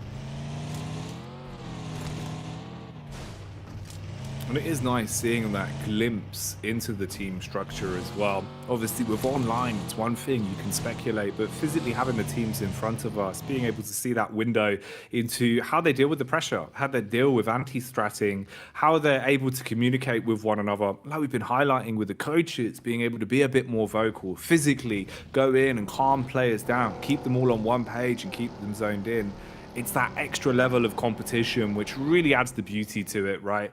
So many talented teams in an environment now where it's a clash of regions, a clash of play styles, and also just some big games on the line, knowing just what you're playing for here over the course of the next few weeks. It really is interesting to see how well some of the squads are thriving with the pressure and turning into diamonds, and how some of them in the past that have looked like absolute behemoths of the game are struggling to contend with it as well as they should. Well, it's bad to see, right? I mean, I wanted to see Brad do well. I wanted to see Gladiators do well. And the best team in the world, Falcons, is just not having the time of it. Mad Bulls is really not having the best time of it either, over just getting knocked out time and time again on some awkward rotations. I think you put it well as well, Jackie, which is the case of, like, they're trying to play to this entire lobby, try to figure things out. But, mate, I think you just got to play your own game. Just really try and push through. In a 4-day format as well, you can't afford to be trying to make plans upon plans upon plans, as we saw with the goated ream of paper that was brought out for the Mad Bulls with their 1001 strats that they'd been employing. I think you burn it. You burn it and you just play the game. I think you've got to, at this point, you've got to throw it out the window, right? Because it's one of those where it's one thing if you go into it with all the research and prep as background information to have in your mind, so you know, okay, based off this rotation, you know, yeah, I can react off this accordingly, not throw myself into a risky position. But over anti-stratting it, it takes so much out of you, because especially when those plays don't work off, it upsets some teams, right? You're thinking, oh, well, it's the coach's fault. If we didn't do this and we didn't anti-strat for this, I wouldn't have misplayed. So it really can kind of throw a spanner into the works. I think it's one of those where, especially, you know, opening day of games, after the scrims that you played, you kind of just want to take it as a bit of a Hail Mary, stick to your guns that you've played religiously over the course of the season, right? And don't change your play style too much, because no one else is giving you that respect. Yeah, it's too much info, man. It's too much going on, right? Like, we don't have processor chips for brains, so we can't process that much information that quickly. And I think there is that trouble of over-prep at the end of the day, and we can certainly see some teams doing that. That's easily remedied, like I said, with a bonfire and a couple of pieces of those paper, the strats, just straight on or out the window, as Jackie says, depends on how you are. Never want to see them again. So, again, it's a case of just getting rid of that and just playing your own game, going for a Hail Mary, see what works, what doesn't work, and then compound off the back of that. That's really where your analysts and coaches come into play that can work with you. You want your coaches and your analysts to realize, how can I help you play your best game? That is the main thing at the end of the day. So we'll see what happens. Obviously, we're not bashing on any coaches here at the PMGC because we don't know what goes on behind closed doors. What we are just saying is that it does feel like some of these teams have really tried to prepare for everything, like it was Doomsday. It's not. It's PMGC. It's meant to be fun. Sometimes that can be all the difference you need, taking a little bit of pressure off yourself and being willing to take fights. Because a side like Loops, they've been living that mentality. We've seen them getting stuck into some big engagements, and individually, I think, again, the aim skill is what's been setting them apart. Yeah. And it feels like that's been the two big factors of the day so far. If you're hitting your shots, you're landing your nades, it is the world of difference between some of these teams. Because there's been so many fights in uncomfortable locations, so many fights where the only map geometry you have doesn't even resemble a compound. It resembles a couple rocks and a stick, but they're still being able to hit those marks, right? Exactly. There with the pillows lined up. I am safe. I am safe.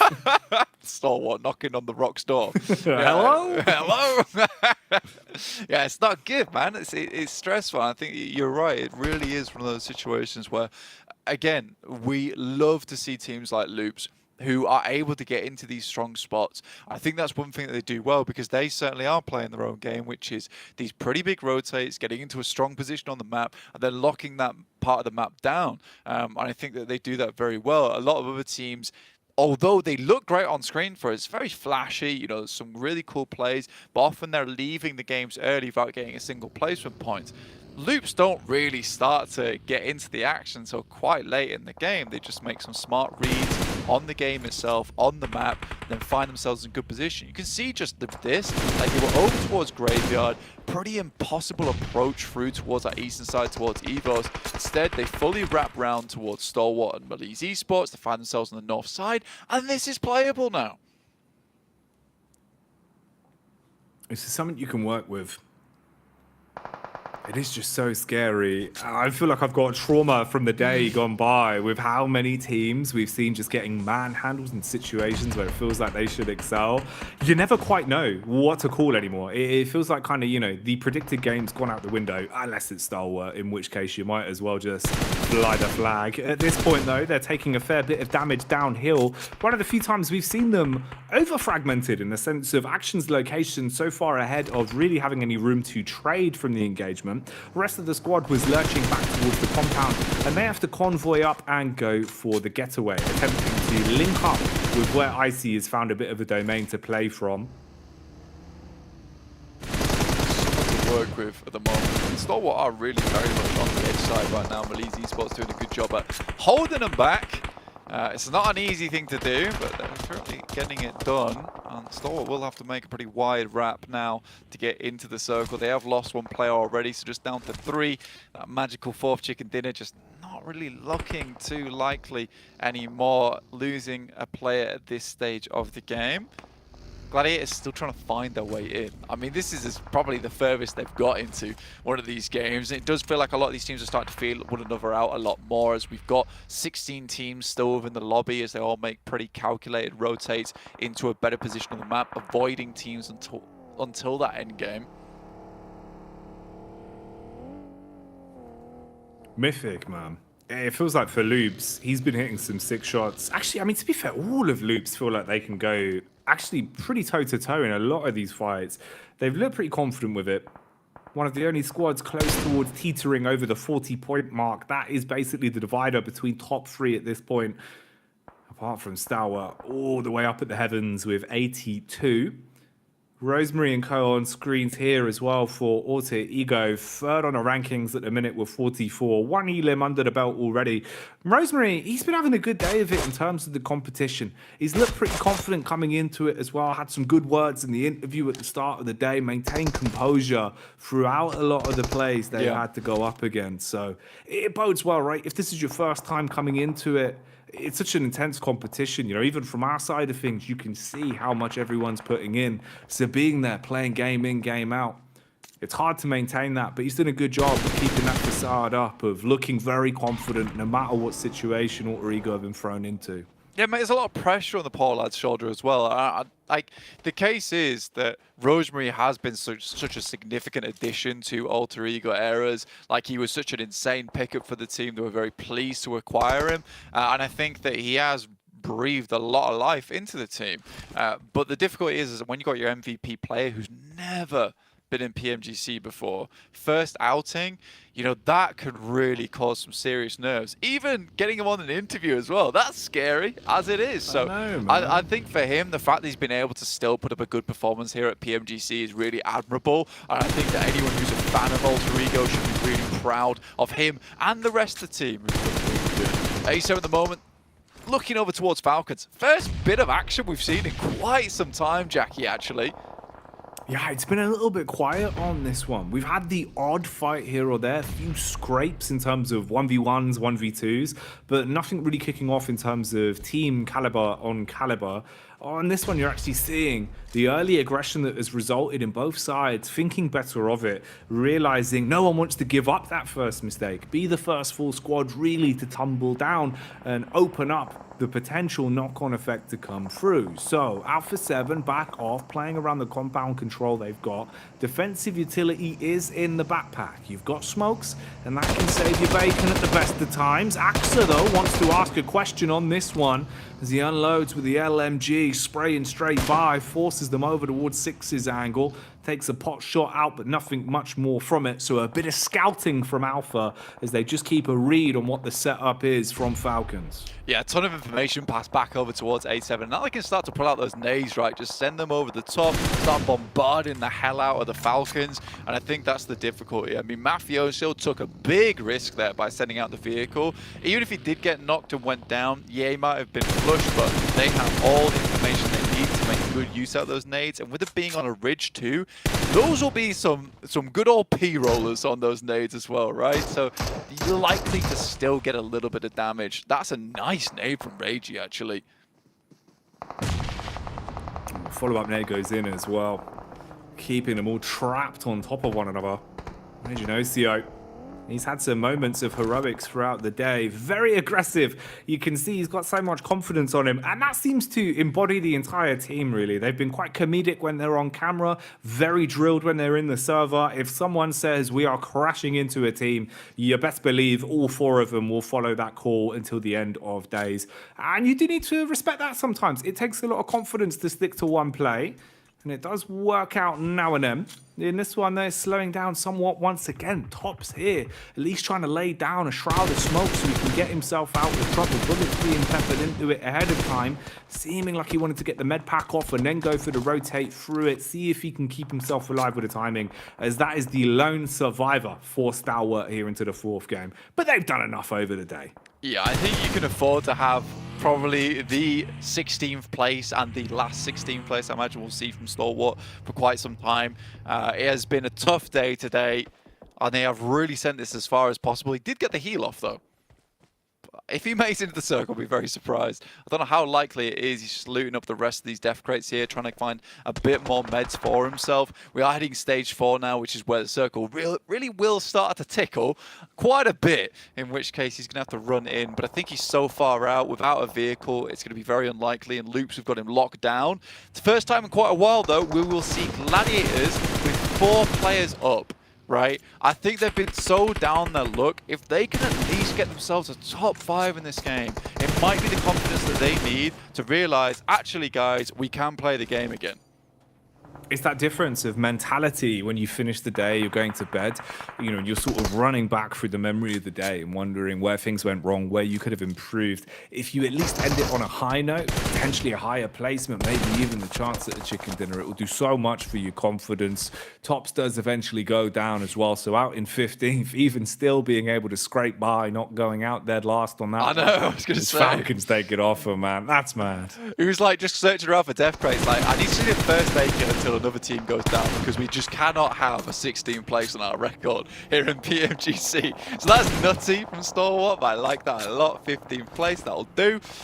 Don't get too many points from it at all, so they'll end the day with 82 points, still a good 30 points ahead from Alpha 7, but they seem to be trying to get some more eliminations on board, trying to catch up despite everything, despite the unbelievable day we've seen from Stalwart. Alpha 7 never that far behind. They can thrive in the moments of carnage as well. If they're hitting their shots, they can definitely do a lot for themselves. Play off those elimination points, because that is your best bet in a spot like this as well, where you're so close towards 3rd place in terms of only 10 points between you. You want to make the difference here. Try and shut down Alter Ego if possible. Shut down Loops. Target the squads that are closing the gap. Make sure you farm up the elimination points. Go for a late game placement. They've been in those final circles a fair few times. It just feels like they've always gotten a bit unlucky.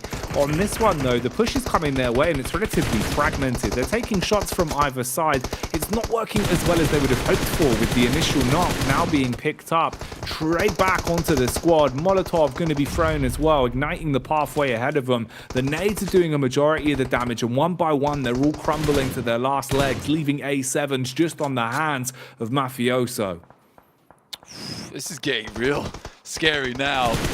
Good test for Alpha 7, but QZZ not going to let any of them survive in this situation. Mafioso will peek over the edge, but QZZ slowly running up. Nice side swipe as well, and quickly takes him down. QZZ, decent pickup there for Tiamba, coming through from Nova way back in the day, and he still seems to be performing to real extreme heights. And Tiamba, that is very nice for them. Going up against one of the toughest teams in the lobby and comfortably coming out on top there, that is a beautiful result for them.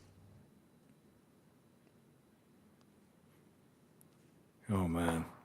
Where's this going to go from here? This feels like a fight that was instigated a long time ago with Reject swooping in, looking to try and take the fight to them. Since then, it's been a little bit stop and start. But in terms of the control they have down towards the wayside here, and with already a couple knocks coming across, this could be the opportunity for the full engagement. Revenge being given back their way, though, as the Reject Tokyo struggling on the initial crash with a 1-for-1 trade between either side.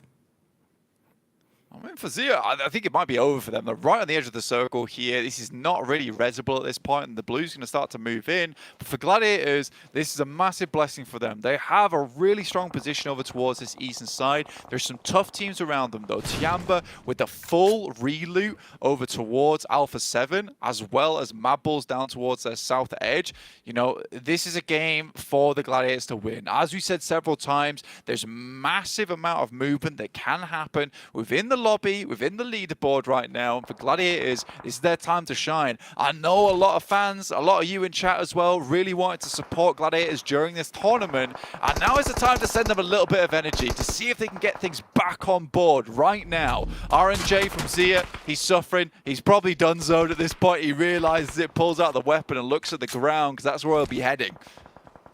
Finished off. Mulch at the end of that one. Mad Bulls being flanked upon, though, as Reject Tokyo start to take space away. Meanwhile, Evos here, close quarters engagement. Is that going to be relatively tight in terms of the spacing between the other squads around them? A lot of high ground being taken as well. Quick migration on the rotate as they hop into the vehicles here for Rejects. Start to close the gap. Tulica as well, with the support of Zerich, looking at the building a bit of a flank back onto the wayside there, where Gladiators will be exposed from. We're also saying goodbye to Loops as they're taken out of commission. Not able to get many points from this one. Not their best outing over the course of the day. DX deep in combat versus Quests as well. And Quest, if they can get a little bit more of an upwards draft, it could be a great way to round out the day for them, honestly. As right now, they're leading the charge in terms of eliminations, 7 in the total tally, and they've been playing off the back foot the whole day in terms of map control, in terms of going down numbers. It's one of the few times it feels like spacing-wise, and in terms of actually hitting their shots, they might be in a good position to get more from this. DX and Bra as well, always going head-to-head in the clash. Goodness me. I mean, for Quest, honestly, it's a nice time to be stepping up here because they've been constantly trying to get back into the action, trying to get back over towards the battleground. So the fact that they'll be able to put up some points this game, they're still in 5th place, that's beautiful stuff. For Bra, it feels like these guys have come in with the Exterminator, trying to control DX, take them down as well. It's backwards and forwards, so a true vendetta is taking place in front of us. Malice Esports crash into them right now, and they don't want anything of it. Lewis still going toe for toe, but what a sidestep from Topsic. Deals with it, dodging those bullets. Oh my god, what a daring play that was. Smooth moves on the dance floor as the criminal himself walks away, stealing that one out and keeping Bra Esport in a position to add more points to the buffer. See if they can get anything else here, close the distance and get further up the overall rankings. You don't want to be down in the depths at the end of day one, but right now you can see the depths in play here as the nades are detonating in front of the faces. Quick reposition from Redface, man's going up on top. Oh, he's got the nade as well, Blank. If he goes undetected, pin pulled on this one, this could be menacing. Yo, gets the initial knock as well, jumps down, goes in for a little bit more, and will survive off the back of it. Are you joking me? Redface on top. And honestly, it's IA that leave Redface after that one, just absolutely humiliated. Oh, mate. He might be red in the face, but everyone else is green with envy at the play that he's just made. That's brilliant. Decision-making, the movement as well. Hitting the input so cleanly and calmly in a position like that to pull off a big play, securing another nice pickup for them, putting them into a good spot to move up with some elimination points under the belt. That's the sort of play you want for DX. That is gorgeous stuff there. Evos very happy with the way that Redface was able to pull that one off, even getting their player back up again. Just 3 players alive now. I think there maybe was a side swipe over towards Redface that took him down, but that's okay. Carry on going forwards there. Alter Ego, they spot out the guys coming through from Mad Bulls, who have been slowly trying to work their way up from this low ground for a long, long time. This is going to require a lot of smokes right now. Blooming the clouds all over the map of Miramar. Duello will be first to face here versus the Mad Bulls. See if they can hold back the bull, hold back the charge, and so far it's going well. Trying to grab the bull by the proverbial horns on this one, see if they can swing him around and send him packing. Taking the fights quite calmly. Good way of peaking this as well. Little stutter steps over the angle, trying to keep his hitbox as manipulated as possible to make it awkward for them to punish back on the peak up the hill. Flique wants to close the gap. Quick switch to the SMG for the close quarters engagement. Wow. Just unloads onto him. Made that look easy, man. Yeah, just kept backing it up there. Creating space. Gladiator's just Kitsune alive, I think it is. Maybe. Goes down, and look at that. He has a top 4, though. I think for the Gladiators in that situation. So some points accrued, but they essentially stayed still that entire game. So I think it's majority just placement points for them there. And now we're into that final circle. And it's Evos, once again, looking for their second chicken dinner on the day. Quest would love to win this game. If they're able to do that, then they'd be able to pump themselves in terms of points. Maybe even overtake Alter Ego with the 10 eliminations that they found during this game. I mean, it's crazy. Good stuff. They might have already overtaken them. So Evos might want to make this a little bit easier for their Indonesian brothers over on Alter Ego. Take them down before Quest becomes too much of a problem. Ooh, contact found. Information being gathered by Quest, at least at this point. And this is a relatively equal fight as well in terms of the distribution. 3 players on each squad. Look at the confidence on the peaks here. Still trying to keep the pressure applied, just firing out those warning shots. Basically wants to be the seed of doubt in their mind to keep their focus on him. The other 2 players working off each other's contact towards the right-hand side. Reject Tokyo not really fancying the peak. They do have 1 vehicle to work with, and they go in for the quick adjustment. But wait a minute. The shot across, that's Zuxi that actually landed the striking blow. And Blank, they've closed the gap. They're right in their grill. Well, close and personal. Hidan, it's Al-Haji. 5 limbs found for him, going down first. He's got the ideal angle, DBS around the corner, but it's the SMGs once again raining through from Japan. Duello, last remaining, is able to make it happen. Lufa, Duello, survive. Regiosio down, and Lufa's up close. Could go for something big here, and I don't think Evos understands as a player so close to them right now with an M4 available. They have no idea, but it won't matter. Look at the turn from Luxy. Man turns and burns on an instant. Thunderous maneuver. So confident on the re-peak. It felt like they had a big play to make off the back of that one. But it's not happening for Reject Tokyo. They're acing the hole, their surprise play, it's been discovered, and Zuxi strikes back. They finally pick it off. Evos claiming a chicken dinner on that one as the celebrations come in.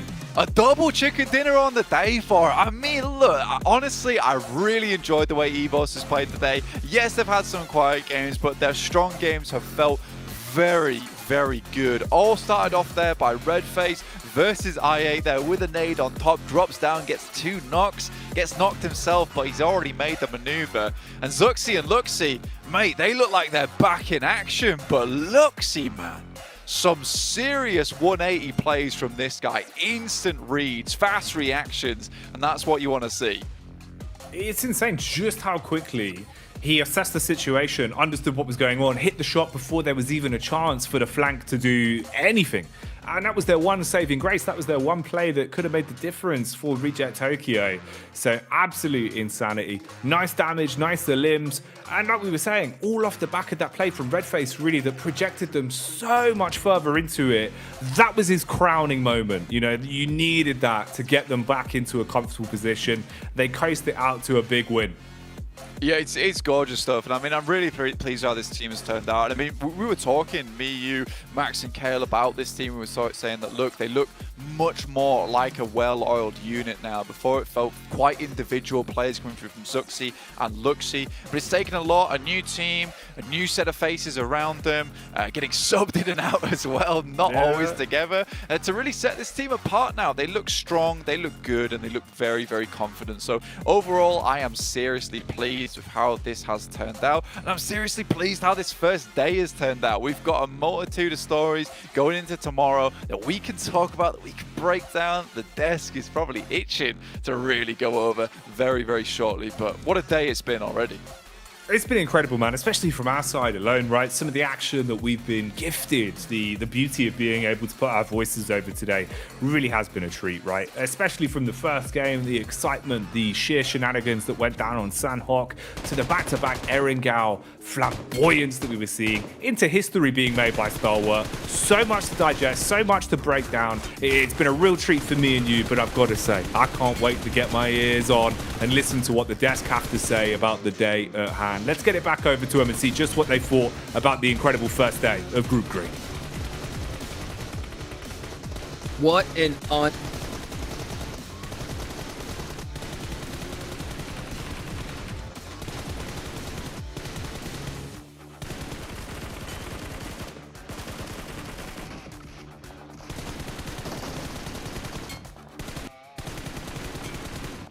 And I'll tell you what, these OGs look like they're not going anywhere. The twins are back. Stalwart is dominating. I mean, 5 of the chicken dinners today were amongst 2 of these squads. And look at that, 24 total points here, Kalars. The indestructible brothers, neither of them took any damage this game, but were able to dish out 10 eliminations between them. Zuxi and Luxi back on the battlefield, back on the PMGC stage. Yes, please, 24 points. I'm all about it. We're back in 2019, boys. Let's go. We're back at the Let's BTR go. days. Oh my, I mean, it was in the same game. We're talking about Luxi and Zuxi, of course, Karas, the untouchable duo. The bros are looking so good. But man, Redface's play against IA in that compound event, a little bit overzealous, a bit too much, but like he's just jumping all over the rooftops and able to just surprise IA in the first place with that nade. Yeah, they're looking like they've got structure that we talked about. I knew they were going to look like a stronger team entering in this tournament, Hot Jukes. I didn't expect them to be this effective against the most stacked group yet in this league stage. So I'm so happy with their performance. But Stalwart are still in top. Yes. Oh, yeah. They're still on top, but Prestige's now in 3rd place, baby. And that's where you want to be. Top 3 to move on to the big show. And the biggest stat of them all that we just saw a little bit earlier was the fact that the Twins won that game with so many eliminations, but with 0 damage taken. Literally untouchable, Cal. They look so much more like a proper cohort compared to what we were seeing from them in some years past. Blank kind of alluded to it as we were going through our VOD reviews and kind of expecting this level of play to come out from them here on this stage after kind of analyzing between us what was they were going to be bringing to the forefront, bringing to the table, as it were, here. So to see them in the top 3, fantastic stuff for them so far. I mean, technically, they still have a little bit of work to shore up this position, though, considering the Wolves at the door, like Alter Ego. I mean, even teams like Alpha 7, who are currently above them here, no wins on the board, but are just absolutely blasting themselves. So we've really seen the cream rise to the top here today. Yeah, I want to mention another team in particular that has done so well on the second half of the day. It has to be Quest Esports. Like, they had a rough start. They had 16th place, 1 elimination, 14th place, 3 eliminations. Then game after game, they got so many elims. We're talking 11, 5, 6, and now this game too, they just popped off. So Quest took a little bit of time to get used to this lobby, and El Haj in particular was able to truly show what he was made of in this match. Great transition across the road too, waiting for Mad Balls and Gladiators to fight one another. So, man, seemed like Quest, if they can continue that momentum and build it for tomorrow, maybe they can have just a better start in that second day. My favorite thing to see is teams that have that ability to clutch it up at the last second, right? They can show that when the going gets tough, that they can get it done. And that is one of the teams that did it, because we have 3 more days left to go here. And remember, in this stage, top 3 move on, bottom 5 are eliminated, and everybody in between has to still work it out in that survival stage, a place they don't want to be. So for Quest to be able to put up some good points on the board, they're still in the running of this, right? I mean, it's still anybody's game at the end of the day, but I mean, I don't think you can ask for a better start. Yeah, I mean, except for Star Wars, second, third place, you can still overtake it, right? I know it's very early to say it, but just to say that you're currently aiming to overtake those two teams in particular. Star Wars, as of right now, maybe a bit untouchable, right? Hey, what a statement to make, right? You break the winner chicken record. You do 2k damage as top. Enough said. Yeah, unbelievable, guys. But you know what? What a show. I think it's time to take it on over to the studio.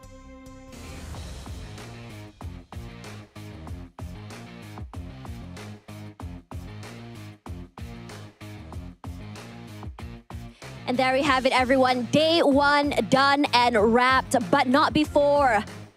Records are broken. 3 chicken dinners today. Hailing from Bengolia, I have Top from Stalwart Esports with me on stage. And I'm sure many of you have a lot of questions to ask about what's going on with this team and how on earth are they able to pull it off. So for now, Top, how are you feeling about day 1?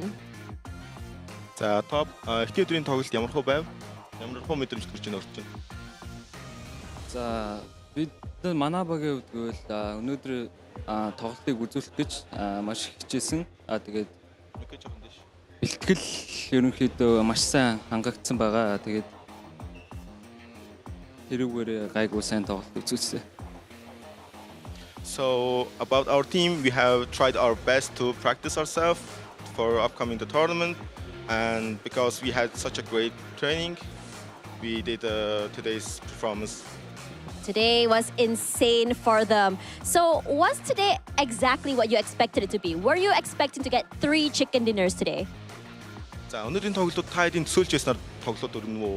Өнөөдрийн үед 3 chicken dinner гэдэн гэж бодож яснаа? Эхний өдрийн үед 3 chicken гэж юусоо бодоагүй. Тэгээд ер нь тэгээд чадхаараа сайн тоглоё гэж бодсон.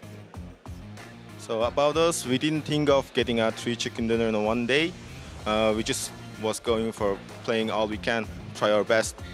All we can and try our best gave them 3 chicken dinners and a record broken. So congratulations on that. So like the English panel mentioned earlier, some historically big teams like Nova Esports did not manage to get here. So does this change anything in terms of the competition for you guys? За англи панелуудын хэлснээр өмнөх уламжлалтай Nova Esports гэх багууд энэ удаа дэлхийн аврагт хүрч иж чадаагүй. Энэ та хэдийн хувьд өсөлтөнд ямар нэгэн нөлөө үзүүлж ин гэж бодож байна уу? Nova ороогүй гэд бусад ерөнхийдөө бүсийн багууд маш чанга өрсөлдөгчнөр байгаа. Тэгэхээр их ялгаагүй л санаж. We don't think so because the other region teams are pretty strong too. The other region teams are pretty strong, true, they said. And you know what? That brings me to my third question for you guys. Out of all the other regions in Team Group Green this week, which team do you consider as your biggest competitor for your first place spot this week? За, ногоон бүсийн бусад багуудаас та хэдийн 1-р байрны төлөө өрсөлдөж чадхаар хамгийн хүчтэй баг ямар багийг бодож байна? Alpha 7 Weibo биш. Tiamba. So we think of Alpha 7 and Tiamba. Alpha 7 and, sorry? Tiamba Esports. Tiamba Esports. Why? Ягаад? Alpha 7-ийн хувьд гэвэл өмнө жил дэлхийн аваргын финалд манайхтай оноод цэцээд манай дээр ороод 3 дугаар байр авсан. Тэгээд энэ жил ч гэсэн бэлтгэл маш сайн байгаа нь харагдчихлээ. Тимбагийн хувьд гэвэл Хятадаас гарч ирсэн ерөнхийдөө тоглогч нарын хувьд ч гэсэн бодолцоотой баг харагдаад байгаа. About Alpha 7, they have placed in a 3rd place with the same points as us in the last PMGC. And for Tiamba, they have individually good players that has good gun skills. So that's why I think of that. Well, those are very, very valid reasons. Regardless, you have put yourself so far ahead of the pack, going into day number 2. Speaking of that, day number 2 will be happening tomorrow. Thank you so much, Top, for having this interview with me, and congratulations again on breaking that PMGC record. And for now, guys, that will be the end of the day number 1 here at 2023 PMGC. Don't forget to follow us on all our social medias, PUBG Mobile Esports, to find out more and see and just follow more of the tournament so far. Anyways, I think that would be the rest, or just done for us. I'm just going to toss it back to the casters to end the day. Good night, everyone. legend himself. I mean, top, a man, a few words, but they pack one heck of a punch. I mean, it's so crazy to see the performance that we saw. We can't stress it enough, right? This record took 3. Oh my goodness. What do we say about this? 4,500 damage? Are you kidding me, Max, man? I don't ever recall being able to see and witness at a PMGC level in a singular day, Hot Jukes, this impressive of a result. And the fact is, it's not just him doing well. The entirety of the team is doing well. He's just that far ahead of the competition right now. But every single player on Star Wars just pulling their weight, which is so impressive. Though, I'm happy to see Kalash that Quest, do you have Fahidan up there? I thought it would be another player. But Fahidan is up there, so good to see Quest actually able to get some consistent eliminations throughout the day. Yeah, no, definitely. The fight back was really on as time went on here, considering that the headlines at the very top were dominated by pretty much Stalwart, Alpha 7, and Producer for to an extent, right, with their 2 chicken dinners as well here. So good to see that the rest of the lobby is trying to compete. If you do think about the points for the middle pack right now, it's extremely close. So a lot of those teams can really launch towards that top 3 here across the next 3 days and really give these teams a run for their money. 100%, and it's still anybody's game, right? I mean, obviously Stalwart have had such an iconic performance. They're going to be very tough to beat. All they got to do is do what they did today, and I don't think anybody in this whole tournament's going to touch them. I mean, because that is ridiculous. 3 years long and shattered that record just like that. I love how they just go out early in the last game because they're just like, hey, you know what? I think we did enough today, Max. We can have a vacation, okay? We got too many wins. We want to give some wins and points to the other teams at some point. It's going to be happening. But as you said, though, it's still a lot of it's still anyone's tournament at this point. Even teams at the bottom like your Bright Esport, Aegon IX, could still catch up very quickly because you have that sponge effect at the top. A lot of the points are towards those top 3 squads, so there's a lot of catch-up opportunities. I would like to see maybe some changes on the hot drops more specifically, but we'll see if that's going to be coming through tomorrow because that would impact a lot of the teams actually on the bottom currently of the leaderboards. One thing that I observed and also Blank observed whilst he was finishing up the cast of the 3rd win from Stalwart as well, which I think is very grounded and very important, is that Senna tried to temper their expectations a little bit as he came in as the coach, right? You saw him, and Blank mentioned it, as he was calming them down. Yes, one day you've looked fantastic, you've looked great. There's still work to do. You could still fall out of top 3, no problem here, if you do not come in with the same fire into the next couple of days. So I like that grounded approach from Senna here to keep the guys on the right playing field. Stay calm, stay collected, and put in that work. Speed of putting in that work. We got to go, of course, mention our sponsor, the official smartphone of 2023 PMGC, the Infinix GT10 Pro. It is born for professional esports players, guys.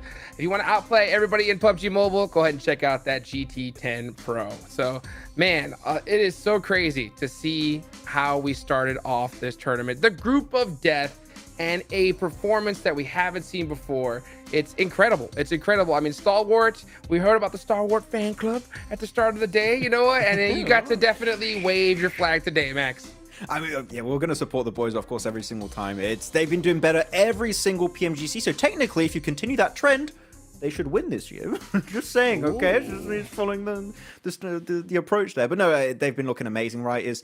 Stalwart, we expect him to do well. I'm still intrigued on a lot of the bottom and middling teams to see how that's going to be wrapping up for them. But we're 1 day played out. We still have 3 more days before we see who's going to make it up. So we still have so many more matches to go. So I'm really excited for how tomorrow's going to go down for these squads. Yeah, well, hopefully we can see which teams are going to be able to bounce back, which teams are going to be able to get it done. I'm Hot Jukes here with Max Man and Kalaris. Guys, thank you for watching day number 1. Mark your calendars, and we'll see you tomorrow.